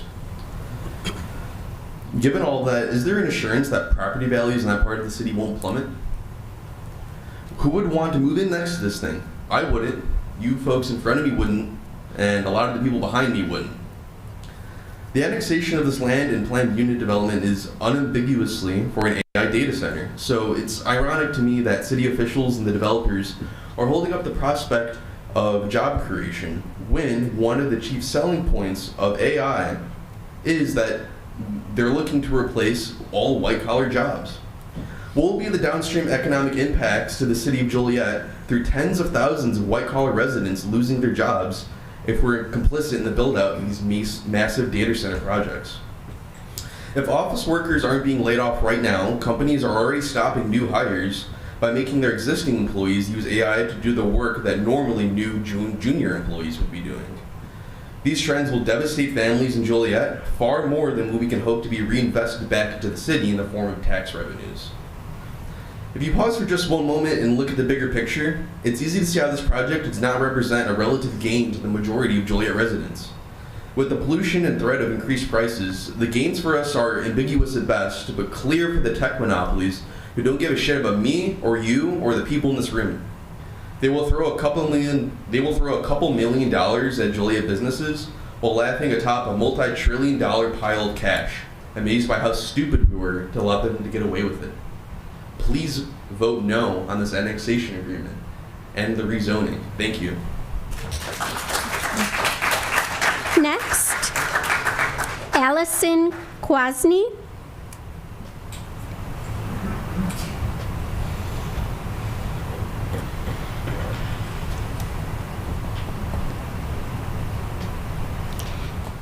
Allison Kwasny.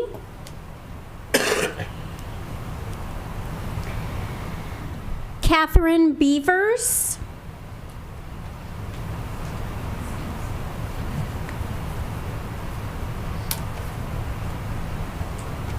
Do you solemnly swear to tell the truth, the whole truth, and nothing but the truth? Yes, I do. State your name, please. My name is Catherine Beavers, and I didn't plan to come here to talk tonight, but this is going to be right in my backyard if you guys vote yes to it. I'm very concerned the effect it's going to have on my home. When we bought the home, we lived out by the mall for the last 27 years. My husband retired. We bought the home there. Right after we moved, we got the race car. Then we got all the warehouses with all the trucks. And now a data center? It's just unbelievable.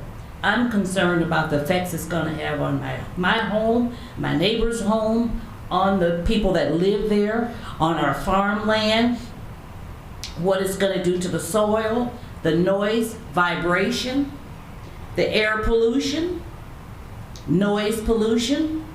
And we already know from my sister lives in a town where there's a data center. So there are limited local job creations compared to the land and resources that are being used.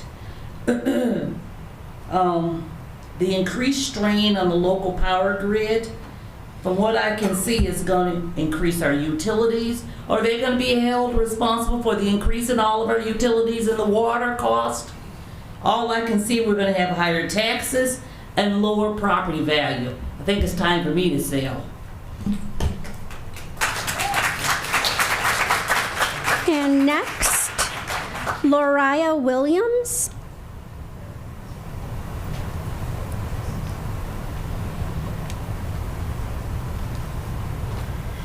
You solemnly swear to tell the truth, the whole truth, and nothing but the truth? So help me God. State your name, please. Loriah Williams.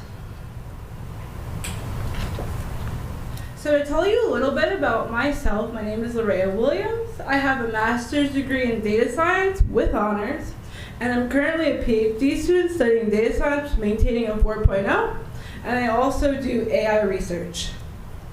And so I really am passionate about AI as I spend most of my days working with AI, learning more about AI, and how it affects our communities. And it's for that reason why I cannot support it.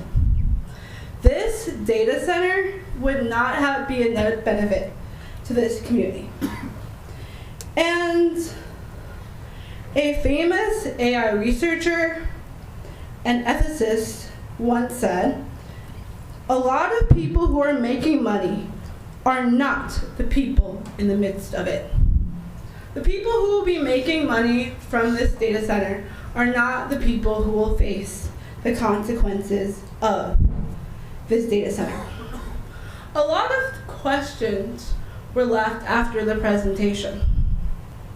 Questions of whether or not CPUs or GPUs would be placed in the data center, both needing different amounts of energy. GPUs needing significantly larger amounts of energy, which are primarily used for AI. So I'm wondering how they're able to estimate the necessary power usage when they don't even know what sort of equipment will be there. And the power usage differs greatly. Another question that I have is why the representation of data in the way they chose. We can even think about the employee graphs, how many people would be employed. The way they presented the data did not show the true story. They present it in a way so you think that all the types of jobs, you look at the total count, and you're not looking at the count of each. That's misleading. The way they showed the traffic laws were also misleading, and they were trying to present it that way to mislead people who lack data literacy and who don't spend their time looking at data all day the way I do. Another question that has yet to be answered is what happens if the capacity that they build for is not the capacity they need. Did they build for the possibility of a data center full of GPUs? Will they be building a transformer that can support that? Those are questions we don't have the answers to.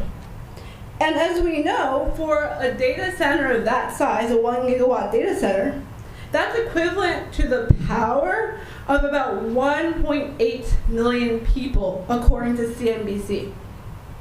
That is a lot of power. Will County has about 700,000 people. So that would be over double the amount of power residents of Will County require, needing to be used by this one singular entity, a data center. These are questions that must be answered before a resolution can be passed. And at the very least, I would ask you to table it. At the most, I would ask a moratorium until we figure out ways that are more environmentally friendly and have more transparency to build data centers. I work with AI every single day, and I believe that it's important to have data centers that are ethical and that benefit the communities of the people that live in them. Thank you. Next, Andres Alva.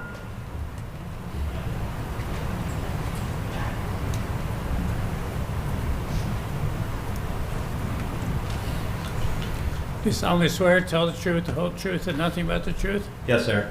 State your name, please. My name is Andres Grijalva, Joliet resident, Joliet Central alum. I know it's been a long one. I hope we don't fall asleep here. But, I mean, everyone's brought up many good points regarding AI. And for the record, I'm against the data center. A big thing for me coming into this specifically was the lack of transparency. Why is such an important meeting that affects everyone in the city taking place at 4 p.m. on a Thursday? I had to come here straight from work. I work a 9 to 5. I clocked out at 5 o'clock, drove straight here, and I know for a fact I'm not the only one. Such an important project, something that's supposedly good for us, but for whatever reason, we're discussing it in on a weekday. On top of that, I noticed there's not many minorities here. The ones that are here, great that you're here, but being Latino, I do talk to a lot of people, a lot of Hispanics and stuff like that. Many of them are not aware of what's being planned. They don't speak the language that well. They don't really understand what data centers mean. And these are the people that are going to be the most affected by this data center. And yet, they're the ones that are the least informed. So at the very least, I hope that all the people who are voicing their concerns can show you guys that we should at least, at the very minimum, consider it longer and not just rush through a decision just because of some monetary gain that we're afraid of losing. That's all I had to say. Thank you very much. Next, Timothy Antel.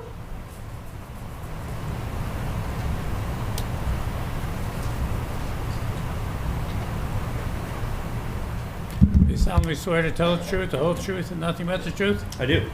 State your name, please. My name is Timothy Antel. I'm a Joliet resident. I'm here tonight to speak against the proposed data center.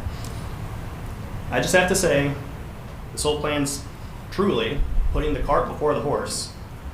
We have no ordinances for zoning in place to properly regulate this type of land usage, and they have no clients on board for their project. Why are we building a massive, power-hungry, water-draining nothing factory here in Joliet? Instead of rushing headlong into the unknown and making Joliet into a regional guinea pig, vote no tonight, then go back and put this legal infrastructure in place to handle the issue properly. Speaking of legalities, before tonight I had no idea that the Jackson watershed was an issue, and it sounds like Hillwood Powerhouse did not do any of the required legal work to ensure compliance and protect the environment. They definitely didn't include anything about it in their presentation.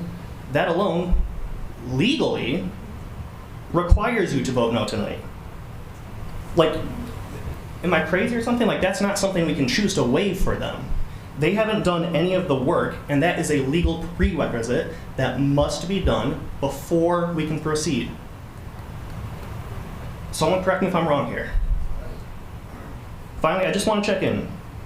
Who was it from the build team here that said, once the place is built, it's going to be nearly impossible to get rid of? Don't be shy. Raise your hand. Yeah. Members of the commission, when you vote tonight, I want you to think about bed bugs. Blood-sucking parasites that once they get in your house, they're nearly impossible to get rid of. Don't let these bed bugs into our collective house. Thank you for your time. Next, Persephone Cass.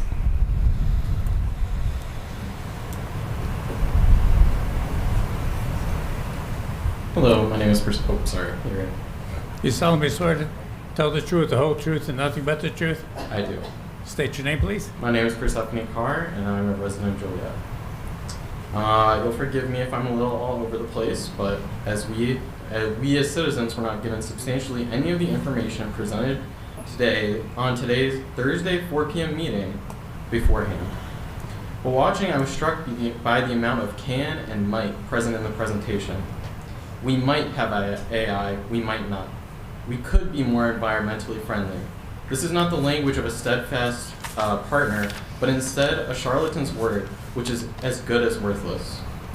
Especially because they were not sworn in until after they spoke.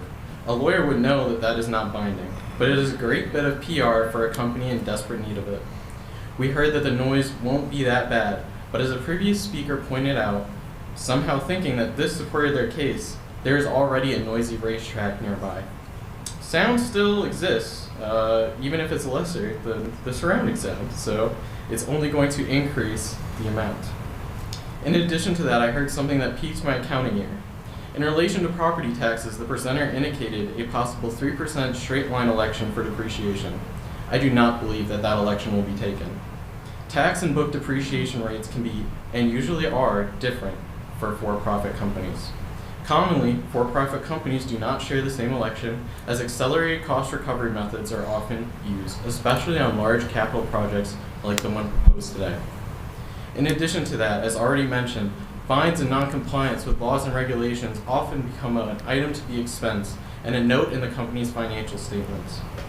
Even if you choose to go against the majority of your constituents' will today, we will not stop fighting. We will be here. As many pointed out, these people that are presenting it to you, most of them will not. And we will not stop beating this dead horse until you stop trying to plant one in our backyard. Thank you very much.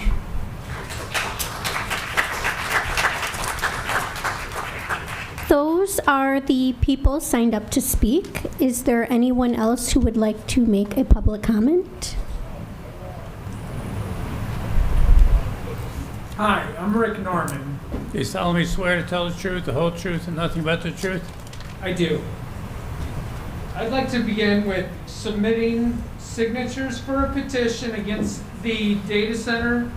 We have more than 3,100 signatures on a change.org petition.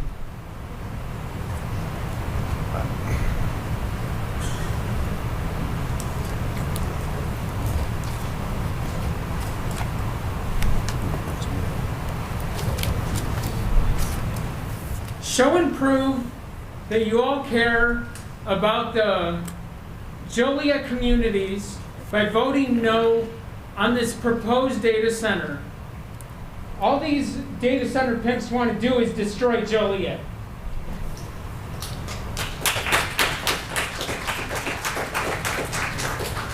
You solemnly swear to tell the truth, the whole truth, and nothing but the truth? Absolutely. State your name, please. Sean Miller. So, I think that there's been a lingering thing around this the whole time that has just really stuck with me, and that's that everybody seems to take the future success of AI technologies as a foregone conclusion, where there really is very little evidence of that, and a lot more evidence to the contrary, seeing the trends that are going in the stock market toward places like OpenAI and XAI and other similar companies. It's a lot more like the dot-com bubble or the subprime mortgage bubble from back in the 2000s. So we're going to be looking down the barrel of a eventual collapse when that bubble bursts, and then we're going to be left with a giant eyesore when that fails. Now, I just want to point out that this is a Rust Belt city. You all live in a Rust Belt city, so you know what happens when industry that's supposed to come in and bring jobs eventually bottoms out. It leaves the city decaying, it leaves nobody with anything good, and a whole lot of bad stuff left in its wake.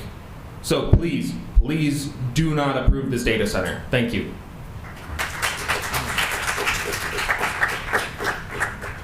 Do you solemnly swear to tell the truth, the whole truth, and nothing but the truth? To the point that this bunch has. State your name. State your name, please. Rebecca Studer. I'm 72 years old. I've lived in Joliet all my life and paid my taxes. And I just want to ask a question that hasn't been asked yet. Knowing how business and politics mix, have you guys realized anything from this yet? Have you profited from this yet? Sorry, just had to ask.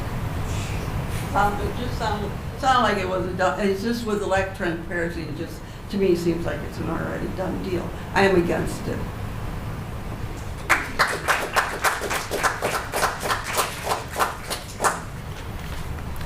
Do you solemnly swear to tell the truth, the whole truth, and nothing but the truth? Yes. State your name, please. My name is Keith Lewis. I'm going to keep it brief. I came in here wanting to say like a whole lot, but that was like 4.5 hours ago, so kind of don't care anymore. I'm here in opposition of this data center. Not very eloquently spoken, but I hope that you listen to us because you guys work for us. So I hope you hear our voices and not let people from out of state who make more than a lot of people in this room tell you what to do with our land that we pay for.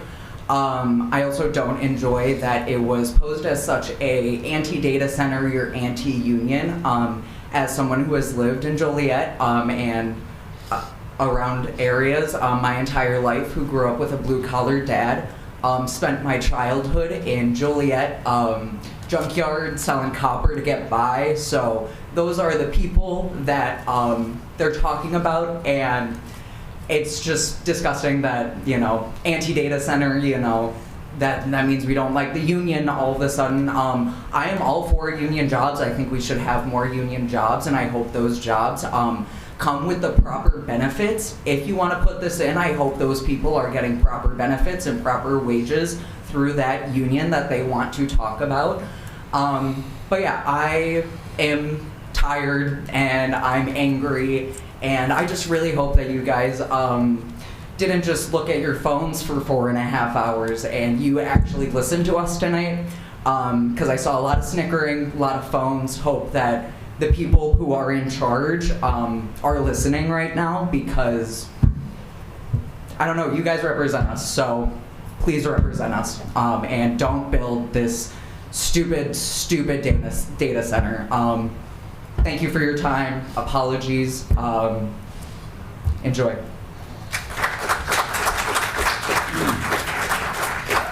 Do you solemnly swear to tell the truth, the whole truth, and nothing but the truth? I do. State your name, please. Jim Slowick. I'm a Joliet resident, and I'm also a Union 597 pipe fitter. I think Hillwood did a great job with their presentations and their areas of expertise. I think that people should take that into consideration. A lot of these closed loop systems, a lot of people don't understand them. They're a lot different than the old evaporative systems, and they're super efficient, very efficient for cooling. I think if you look at just from the tax base, just look at what the schools are going to get. I mean, I think Joliet schools will really reap the rewards of this facility going up, amongst many of the other things in Joliet. The taxes this place is going to get are unbelievable. Jobs. There's going to be jobs for people even after this place is up and running. You're going to have stationary engineers in there. You're going to have electricians. You're going to have maintenance work going on in there on these systems. I mean, it's just, I think it's a great job. I think it's what this area needs. I am for this project.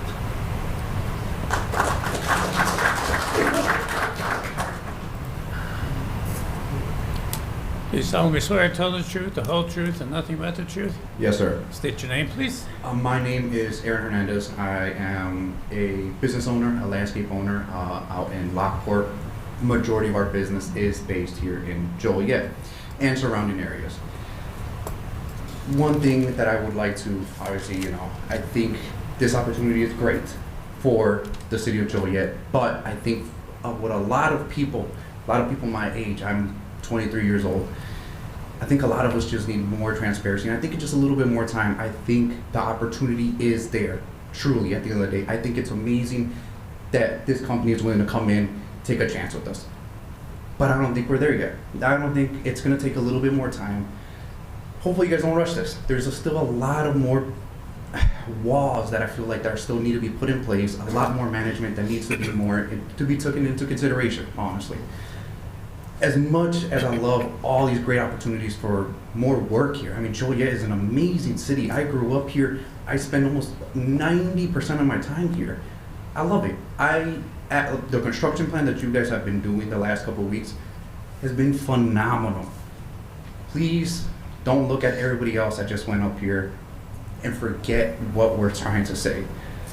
I feel like we have a great opportunity right in front of us. I just don't think right now it is the time.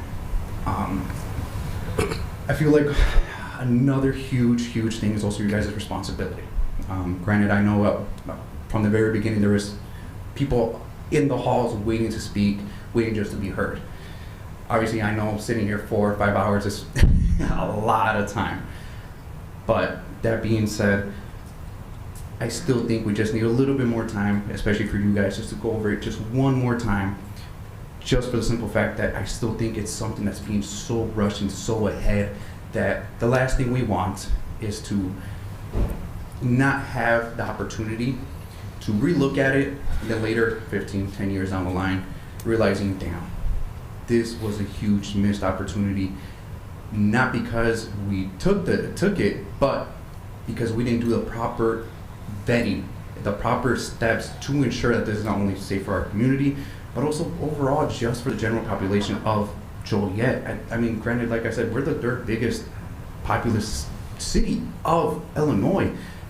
That's not a small feat, that's a huge feat. At the end of the day, we all live here. I mean, granted, I'm pretty sure everybody that's right behind me, 90% of the people probably live here. I know I'm probably the outlier, but I love this city. I feel like many people do.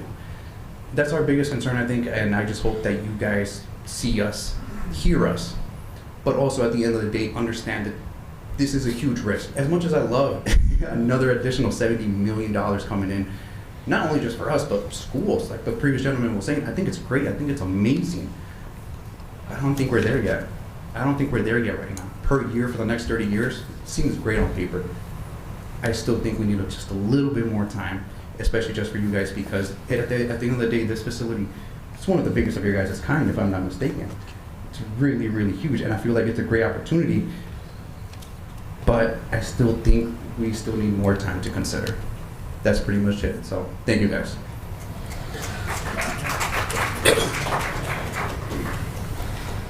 You solemnly swear to tell the truth, the whole truth, and nothing but the truth? I do. State your name, please. Tim Shanahan from Manhattan.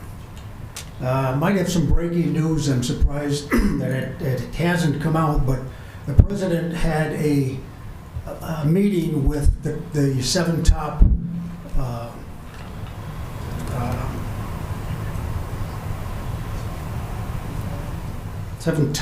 people in this our business, Meta, Amazon, X, Google. There were 7 of them total, but he signed an executive order, and I watched it on television, that was called the Ratepayer Protection Pledge. I don't know if anyone had heard that or familiar with it. And what all of these AI companies, what they did is they signed off on saying that none of the extra costs for power would be passed on to the consumers. So that's something you have to check in. He also said that part of that executive order was that these AI facilities would have to generate their own power. And he specifically mentioned coal and he mentioned natural gas. So that's just a sidelight. So we're talking about the length here. The last time I was in front of the council was for North Point.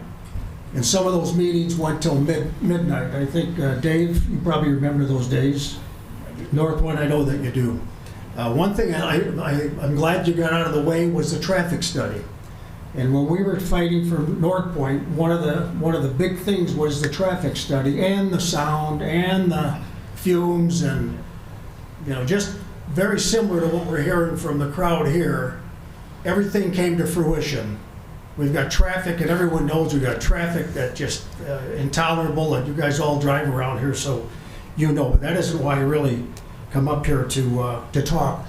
In Manhattan, our problem in Manhattan Township, Welton Township, Green Garden Township, and further townships east are being inundated with solar farms.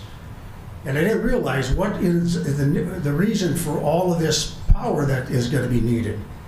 12,000 farm acres in our community is under siege right now. And now I know where that power is going to go. There's a cogeneration plant just south of Manhattan And Earthrise is the solar company. They purchased that plant because the solar has to be close to the grid. So I'm assuming that power, that's where the power's gonna come from, but 12,000 acres of farmland. So I heard a lot of the objections for what's gonna happen with the data center. Well, how do you think that we feel with 12,000 acres of solar panel with the technology that's gonna change? And it's gonna change, 30-year leases, 50-year leases. So I'm not here to talk about that, but I almost feel like the people in south of Joliet, the people of South Will County, we've just been under siege.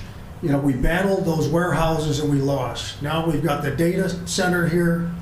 I hope that you take some extra time. There were some good comments about the water problems, and you guys aren't all experts in that, and we understand that. Your planners, I don't know if they're experts at that, where they might need to hire some consultants. So I hope that you would give that some extra thought. And again, it's our way of life has been under siege for quite some time, and you can't stop progress, but it's frustrating with property values. They mentioned, you know, they tried to say at the North Point meeting that property values were actually go up. They had hired an assessor. I just like, so thanks for the time, buddy.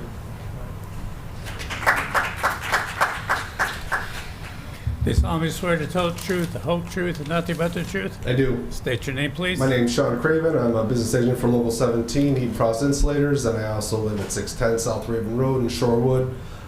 My son goes to Joliet West, and some of the things that they've been talking about as far as the taxes go, if you want any input on how these taxes help these communities, you can talk to the school board in DeKalb. Will destroy the city.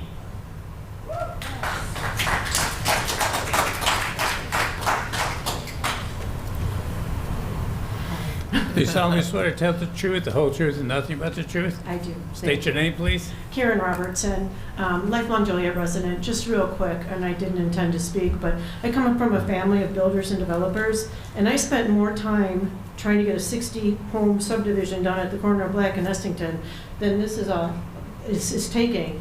I recognize the opportunity, but there are so many unknowns here. There are so many potential unintended consequences. We're inventing a whole different zoning category. We haven't even invented it yet. We're just going to throw it into the industrial, right? And then we're going to say, well, then we'll make exceptions as we go along. I just really think, with all due respect, this has to get tabled. I mean, I would raise my hand and say no, but it has to get tabled. There's just not enough information. And I've been to the open houses. I've been on the websites. I have done so much research on this. I know nothing about it. But the more that I research, the less that I know. And the questions that, with all due respect, I asked you at the open house and gave my name and my address and my email and my business card, and haven't heard nothing, heard nothing back. So anyways, just table it. Thanks.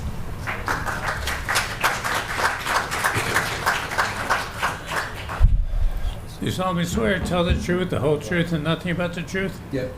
State your name, please. My name is Ezekiel, and I'm a lifelong resident of Joliet, born and raised on the south side of the city here. I'm standing here firmly against these data centers. I've seen a trend of these campuses being built, and they've been being built in black and brown working class neighborhoods. These data centers will be a nuisance to anyone living nearby and in our city. I know traffic along Route 53 over the last decade has been proven inefficient and dangerous for working people in that community. These roads are not used solely by the companies that have property along and off of Route 53. They're used by the working class people who work in these warehouses and other industrial facilities in the area. This route is also used by people who live both on the south side of Joliet and people living south of Joliet. This road is a representation of Joliet. It's not just something used to move vehicles here. Seeing warehouses and industrial buildings and the $215 million courthouse as you drive north into Joliet showcases what this city's core values truly is. This data campus will only add to the struggle of traffic and congestion and danger. There have been numerous fatal automobile accidents along Route 53 with other non-fatal accidents as well. A quick Google search showed me at least 4 deaths and multiple injuries in the last months of 2025 as we just exited. The traffic report that we saw earlier showed that peak hours in this area received an F rating currently, and with build out of this facilities will remain an F. So this is blatantly ignoring a severe issue straight to our faces, and that the graph shown by the developer still shows an increase in traffic in addition to the existing traffic. Downplaying it to us and using this data as a narrative to make us believe it won't be as bad as it already is. So it can only get worse. I work in aerospace manufacturing. I understand collecting data and following a standardized procedure to produce something that is actually useful. Hearing from developers on this project, it seemed very vague and open-ended when asked about what tenants will occupy these spaces, and the lack of transparency from these developers is terrifying to our community. We are not clear on who will occupy these spaces, and we're not clear on the upfront energy cost that will affect the residents' energy cost, as the developers are saying that AI servers are a probability, which use anywhere between 4 to 10 times more power than the simple data storage server. We see Loudoun County and Virginia have seen their utility bills rise since the implementation of data centers in their areas. Not to mention our existing infrastructure is already outdated and in need of upgrades and maintenance. This developer claims that they will pay for their own infrastructure, leaving the existing outdated infrastructure to the residents. We are also not sure how the upfront water consumption will be, used to start their closed loop cooling system will impact our usage as working, living people in Joliet and surrounding areas, as they just said that they will be using Joliet's city water. Investing in these data centers now will show us where your core values are, and it will showcase your lack of interest in transparency, your lack of interest in our current failing infrastructure, your lack of interest in public transportation, your lack of interest in public schools, your lack of interest of public health, your lack of interest in public safety, and your lack of interest of the working people who are here today. Thank you.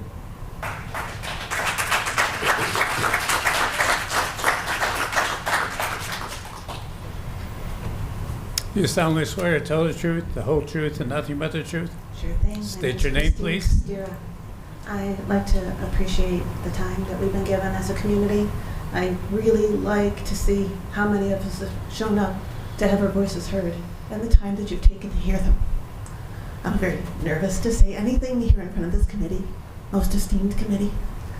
You work hard for us. We appreciate that. I'm learning very newly about what's happening in our community with this data center. So I'm a little bit uninformed, but I've learned a lot tonight. I've learned a lot on my own. I hear that your vote is already yes. I'd really like to take the time, please, to consider pulling back just a little while on that yes for a no for now. There's a lot of reasons that's been presented to you, a lot of heartfelt reasons that have been presented to you, and a lot of very accurate data reasons presented to you. For myself, I'm fearful of this data center for what I've learned.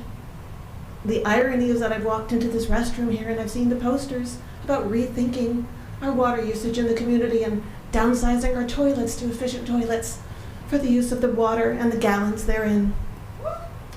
We have a beautiful baseball field that uses maybe about 5 million gallons of water for a season. And then it gives time at the end of that usage to have some leveling out of that usage time. We're looking at much, much more, 55 million gallons throughout the year, for the entire year, for this new data center. We can't do it, men and women, we just can't right now. We are a water poor community. Please understand that that means that when we do get the Michigan water, whenever that happens, that this data center is going to use the most of it first, and that we're going to get what's left. And that means that the new houses and new people that want to come here aren't going to be able to be considered to come in here because their houses are going to get usage after that. It's much less likely. Businesses are already getting costs put on them for their water usage. The data center is going to get it first. We just don't have enough. And the infrastructure that we're building for them is already costing us a certain amount of money, but you know this data center is going to need more things that aren't factored into the cost, and that's going to fall on the community again. We can't. We just can't. And the same reason that in 2023 we rallied and the voices were heard to say, yo, don't misuse this grant money, this $8.6 million of grant money. Oh God, that was great money to be coming to the community. And this is great money to be coming to the community.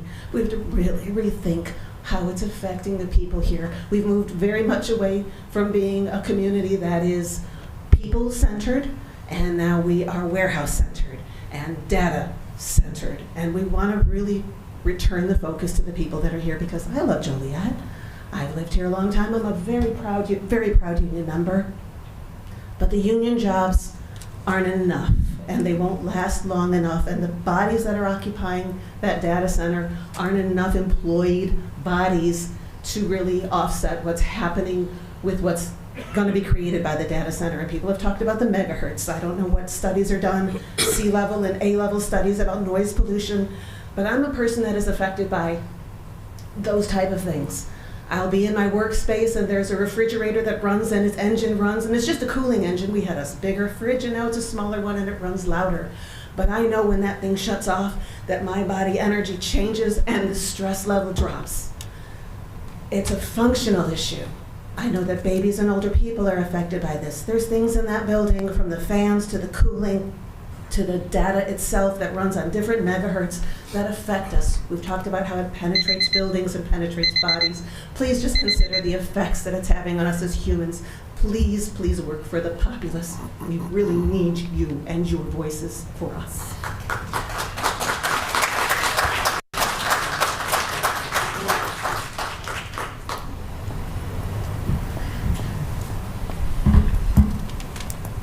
Do you solemnly swear to tell the truth, the whole truth, and nothing but the truth? Yes, I do. State your name, please. My name is Tia Quinterly. I am a Joliet resident, born and raised, and I'm the person who started the Say No to Data Centers in Joliet petition on October 5th. I also want to give a quick shout out to my friend Rick Norman, who was the one who kind of put a bug in my ear to make the petition and also presented it to you this evening. So when I created the petition back in October, my goal was simple: to educate the Joliet community and the surrounding communities about the potential dangers and impacts a data center could bring to our area. What I did not expect was for the petition to receive over 3,000 signatures from members of our community, and that's a lot of people. And that means something. That means that people really care about this issue. As public servants to the citizens of Joliet, City of Joliet officials have a responsibility to listen to their constituents, and 3,165 people have made their voices clear. I also work at 2 social service agencies here in Joliet, and I work with the most vulnerable of our community, and they could be directly impacted by this data center. So tonight, I'm not just speaking for myself, I'm also speaking for them as well. And I know my time is limited, so I'll get straight to the point. Will a data center bring jobs? Of course it will. But most of those jobs will be temporary, and according to datacenterknowledge.com, once a data center is operational, the permanent staff is typically only a few dozen people. So let me put it this way. For just a few dozen permanent jobs, the Joliet community would be sacrificing precious natural farmland, public health, our environment, property values, and most importantly, taxpayers' wallets. Meanwhile, companies like Hillwood and the large corporations that will use the data center stand to profit enormously. They will do so by using our land, our labor, our energy, and our water, while our community bears the risks and the consequences. I am going to urge the City of Joliet to say no to data centers in Joliet. Are we going to choose Joliet, or are we going to choose Hillwood? The choice is yours. And for the remainder of my time, I will be reading comments from my petition so that they can have their voices heard as well. Joliet is the worst neighbor I could have ever imagined. They have allowed meaningless industrial garbage to infiltrate our backyards. I wonder how many people sitting on the board would allow the impact of this massive data center to reach their child's schools, parks, and communities. I really don't know how they can sleep at night when voting yes. My stomach aches for the terrible decisions the city of Joliet has made for this reason. Not trying to pay more electricity so a tech bro billionaire can make his AI able to correctly know how to say how many R's are in strawberry. You need to be worrying about the homeless instead of this. We need info on the long-term effects of these centers before making any decisions. Our state is currently in a drought, and they want us to sacrifice our resources for what? Grok? I am so concerned for the people as well as the beautiful wildlife that's left in our state. I hope that everyone shares this position with someone, if not everyone you know. We have enough pollution in the Des Plaines River. You want to add more and get everyone sick? No, thank you. The data center is not going to help the actual people that live in Joliet. You're just going to raise everyone's bills, and for what? I've heard stories of what happens to towns when a data center moves in, and I don't want that for myself, my family, or my neighbors. And the last one I'm going to read, I'm a Joliet, Elwood resident and taxpayer raising my family here, and I'm signing this because enough is enough. This 800-acre project is the definition of a job desert.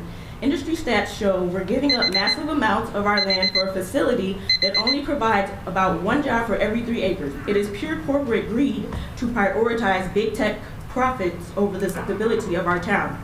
Even Governor Pritzker is calling for a 2-year pause on the data center incentives because the state's own reports prove that these data centers are a direct threat to our power grid. If the state is worried about blackouts and higher bills for families by 2029, then the danger to Elwood is very real. Our children deserve a hometown with a green space and a future, not to be boxed in by a concrete graveyard that gives nothing back. Put our families first and vote no.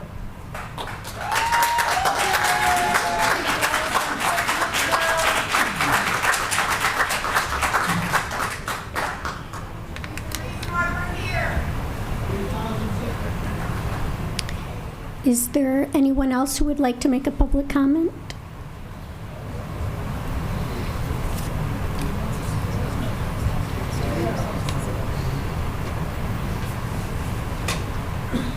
Do you solemnly swear to tell the truth, the whole truth, and nothing but the truth?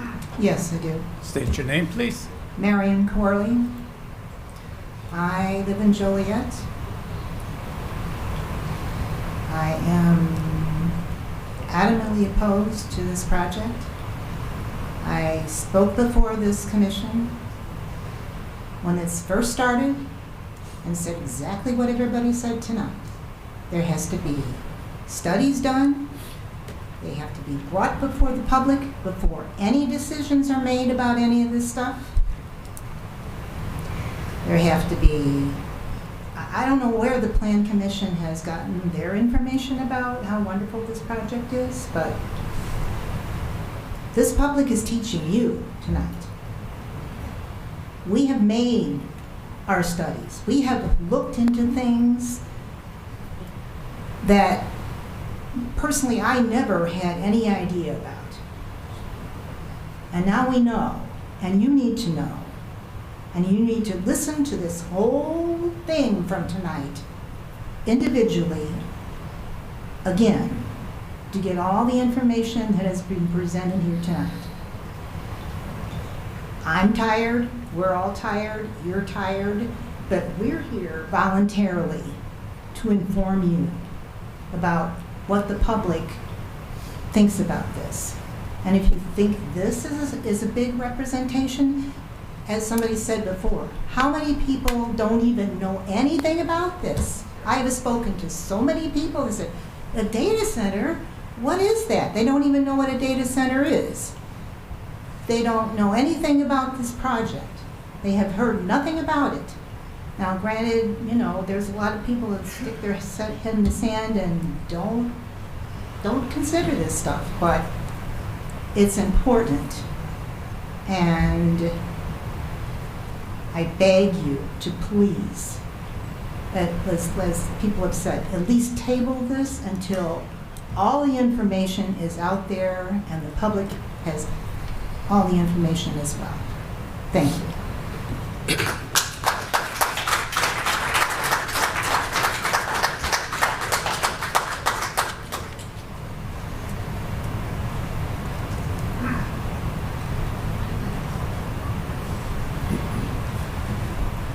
You solemnly swear to tell the truth, excuse me, it's been a long night.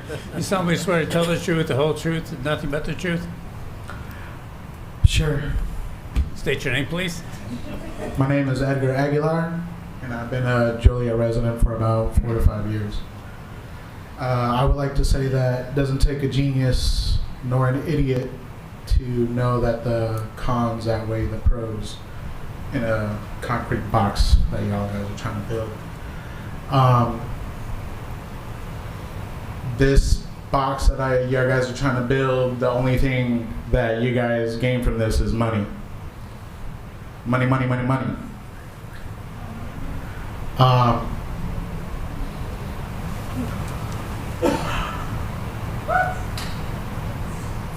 But at the end of the day, y'all can't exist without us at all.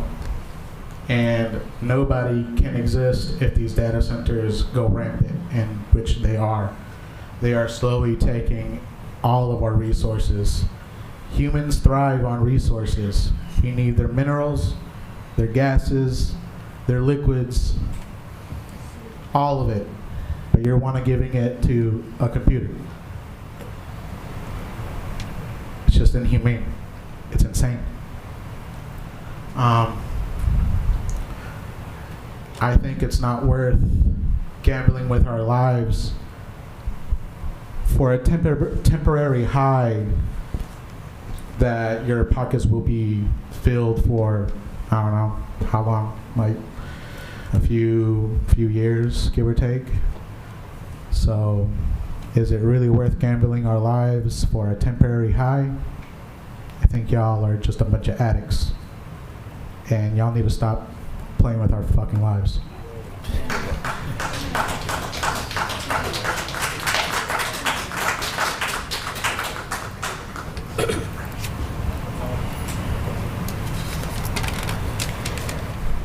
Would anyone else like to make a public comment?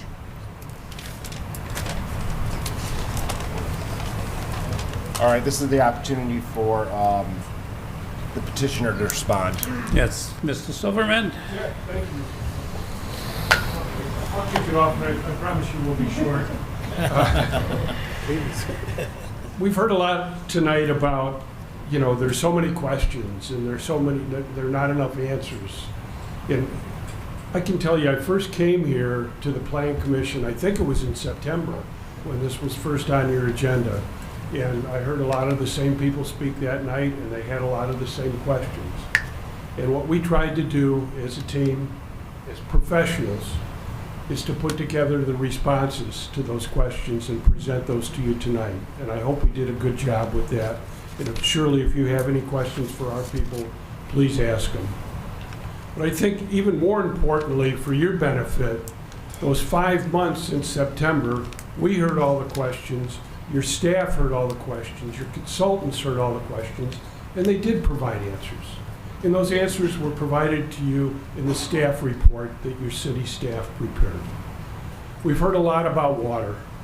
Allison Swisher and her group probably know more about water than any public or utility people in the state of Illinois, with what they've been through with the Lake Michigan water and the analysis of the aquifer that's been going on for years. And what do they tell us? They tell us that they're comfortable with the amount of water consumption. And we will agree to those numbers. We will agree to those numbers in an annexation agreement and a planned unit development ordinance. And we will be bound by it. This thing, everybody says, oh, we got a table, we got a table, we got a table. I don't know how much more we can hear. We've heard 4.5 hours tonight or more. We've been hearing this for 5 months. It's been the same questions. We've provided the answers. Your city staff has provided the answers. And we think it's time to move on to the council. The council will look at an annexation agreement and a planned unit development ordinance that will implement the controls that your city staff feel are important. This development will be controlled by your local ordinances, the annexation agreement, state law, federal law. There will be all kinds of oversight on this. I think you can be comfortable, and with the developers here and the end user that will be brought to you, that you can be comfortable that you're making the right decision tonight. This is not a data center crammed into a neighborhood. This is a 795-acre parcel. We've got plenty of land so that we can have setbacks, we can have landscaping, we can have adequate transportation, we have adequate water. You heard the expert talk, we have adequate power. This is not something crammed into a neighborhood. It's something that follows your comprehensive plan for an I-1 use. It's something that the city's been planning on. That whole area is I-1. It's not a residential area. I know there are a few houses close to it, but by and large, it's an isolated area in a good location. That's why we picked it. That's why Hillwood and Powerhouse picked it, because it has power, it has transportation, it has a great workforce. With the union people that you heard from tonight, it brings a tremendous amount of benefits financially to the city. But what we really need to focus on is that land use decision. Is this a good thing for the city of Joliet? This is not a referendum on whether AI is a good thing or not. This is a local land use decision.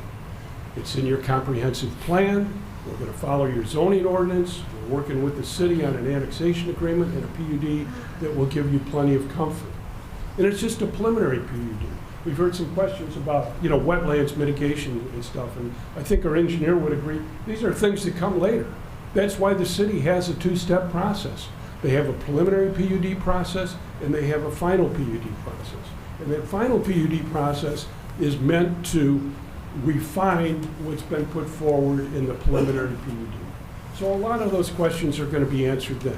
I think we've done a good job of answering the stormwater, the traffic, all that. But this is only the first step in this, and we'll be back before you, in the months to come, if we're fortunate enough to be approved, for the final PUD, where there'll be a refinement of all these plans, and you'll have more of the answers that you can do.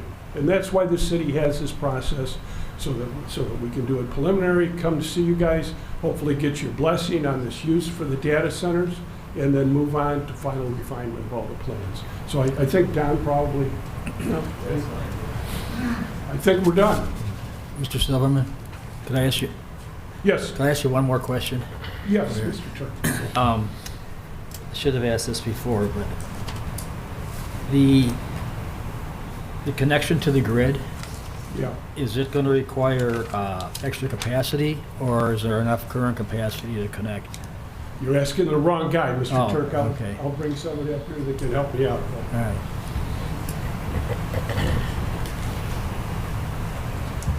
Hello, Hi. I'm Mark Pruitt.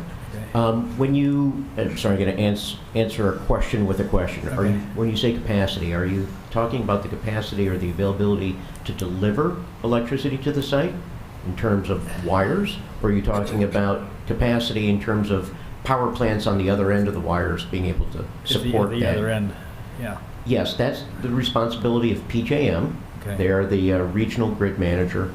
PJM has studied this issue, as they do for all large new load additions, and they've determined that this load can be supported with existing power plants, and they're the ones who operate the regional grid, so they're the authority on this issue. Okay, thank you. Thank you. Thank you. Mr. Chairman, if I could just make two comments before we vote. I think Dustin Anderson I'm sorry. is going to give a statement. I don't know if you want to wait or go. Oh, Mr. Turk, it's the briefest of statements. I understand the sense in the room, but I did think I would be remiss if I didn't thank our Plan Commission members for being here, city staff, and all the people in this room who took time out of your day to participate. Your engagement is appreciated. If you didn't know, the City of Joliet has created a dedicated webpage at joliet.gov where residents and interested parties can find information related to this proposal. All documents posted reflect the materials we currently have, including frequently asked questions and supporting information. Additional updates and materials will continue to be shared on that page as this moves forward. Again, thank you, and I appreciate everyone here helping co-create a respectful and thoughtful hearing this evening. So thank you very much. You guys did great, everyone here. Appreciate it. Okay. At this time, we're going to close the public hearing. Okay. Right. Since there's no other comments, we'll close the public comments. So now it's in order for a motion for 8-4-25, PUD-8-25. So moved. Second. Call the roll, please. Mr. Cox. Aye. Mr. Crumpton. Aye. Mr. Ulitz. Aye. Mr. Martin. Aye. Mr. Perez. Aye. Ms. Radakovich. Aye. Mr. Turk. Can I make Just calling the roll. two quick comments? Or after? I think they're calling the roll. Okay. Aye. Chairman Kella. At this time, I vote no.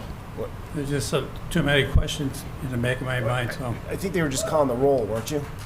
No, calling the vote. No, We he's calling the vote? vote. Okay, I stand corrected. So before you go, why don't you ask your questions? I did ask a question on the grid. Sure, did you have more questions? No, I just had a couple comments. Okay. There was a comment made earlier about the city manager having a family relationship to the owners of the property. That is totally not true. I know that for a fact. So I don't know where that came up. It was the, It was said city manager tonight. Someone brought the city, if you look at the tape, I'm sure. Got it. Yeah, Okay. somebody mentioned manager, that's correct. Yes, that's not true. And then somebody else did mention. The other thing is, I appreciate everybody's comments. They all were fantastic. However, there was a couple innuendos that, what are we profiting from being up here making this decision?